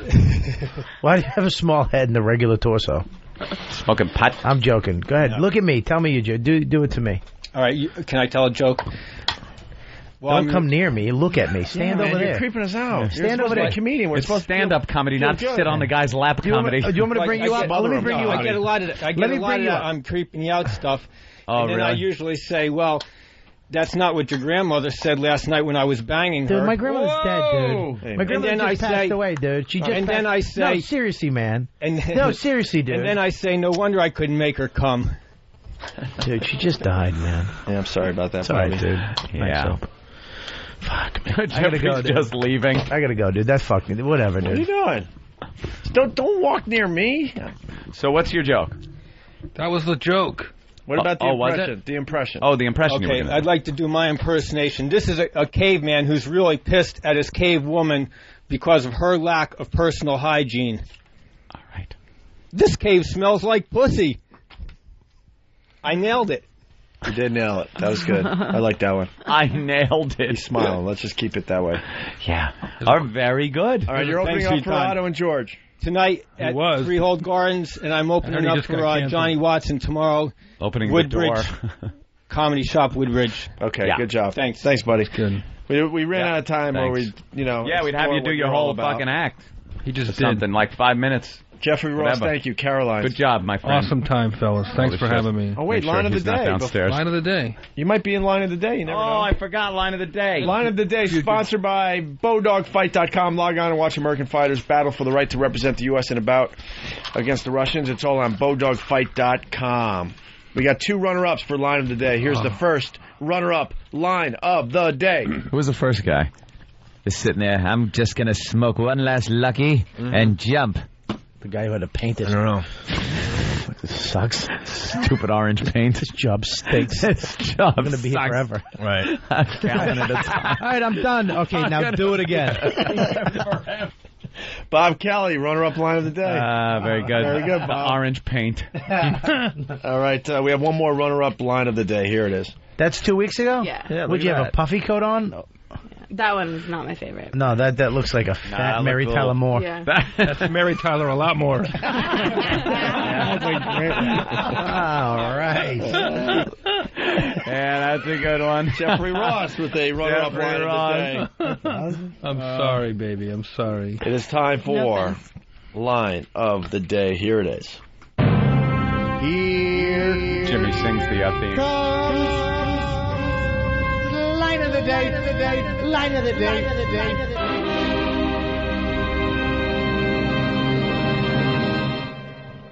Yeah, Poe, the FH doesn't mean fuck here. You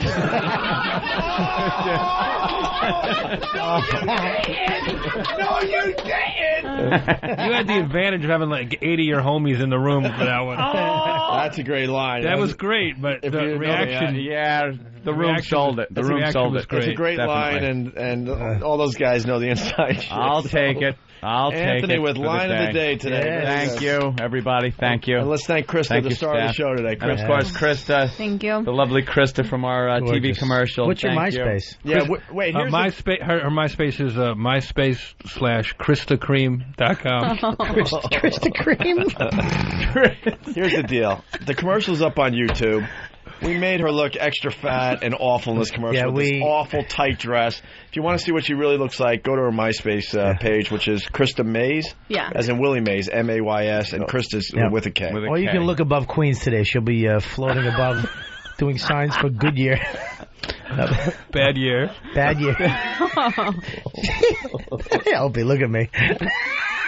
No, just look down and let him face it.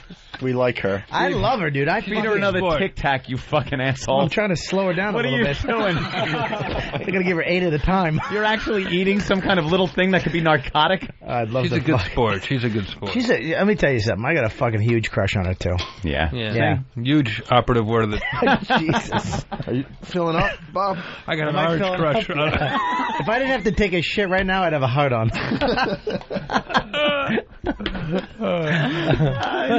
Watch your heart on. She'll put it on a bun with some relish. You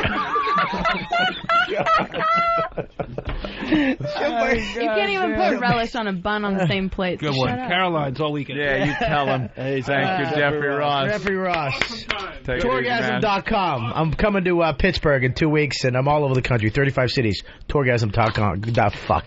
Oh, wow. Suck it. Just go. Tourgasm.com. Whatever. And, what a fun show. Yeah, it's been a great fun week. Yep. It is now Friday, so we're gonna do the copy thing. I don't. Jimmy at Cobb's. Jimmy San Norden. Francisco. Cobb's, San Francisco. Check it out. Cobb's Comedy Club, San Gotta Francisco. love the Jimmy Norden. Yes. All right, we've said our thank yous. Thank you, staff. Thank you for another fine week. Another fine week. Wow. I think we pawned the other shows. What happened? Pawned them. We're still on the air? No. I don't know. Yeah. Yeah. All right. See you Monday, gentlemen. Who do you have a crush on? See you Monday.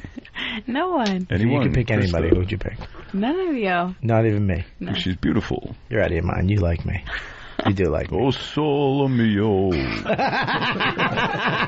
But I just sing to it. And when the moon hits your eye like a big pizza pie. That's amore. Bob, you're giving How could her I resist look, that? Huh? You're giving her that look. I am, right? You're working those eyes. I really am. My cheekbones are hurting from smiling. Really? Oh. Not because Not because of what? Not because of you. Not you. Not you. Just gave you the not you. So you want some more Tic Tacs? No. Yeah. I'm full. Want some more roofie packs? She said I'm full. How long everyone hangs out. Have a good weekend. We'll see you Monday.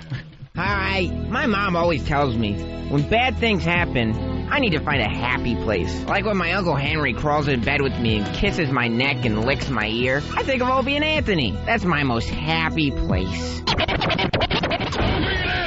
Line of the Day is brought to you by Bodog. If you want to vote for Line of the Week, go to iliketolisten.com.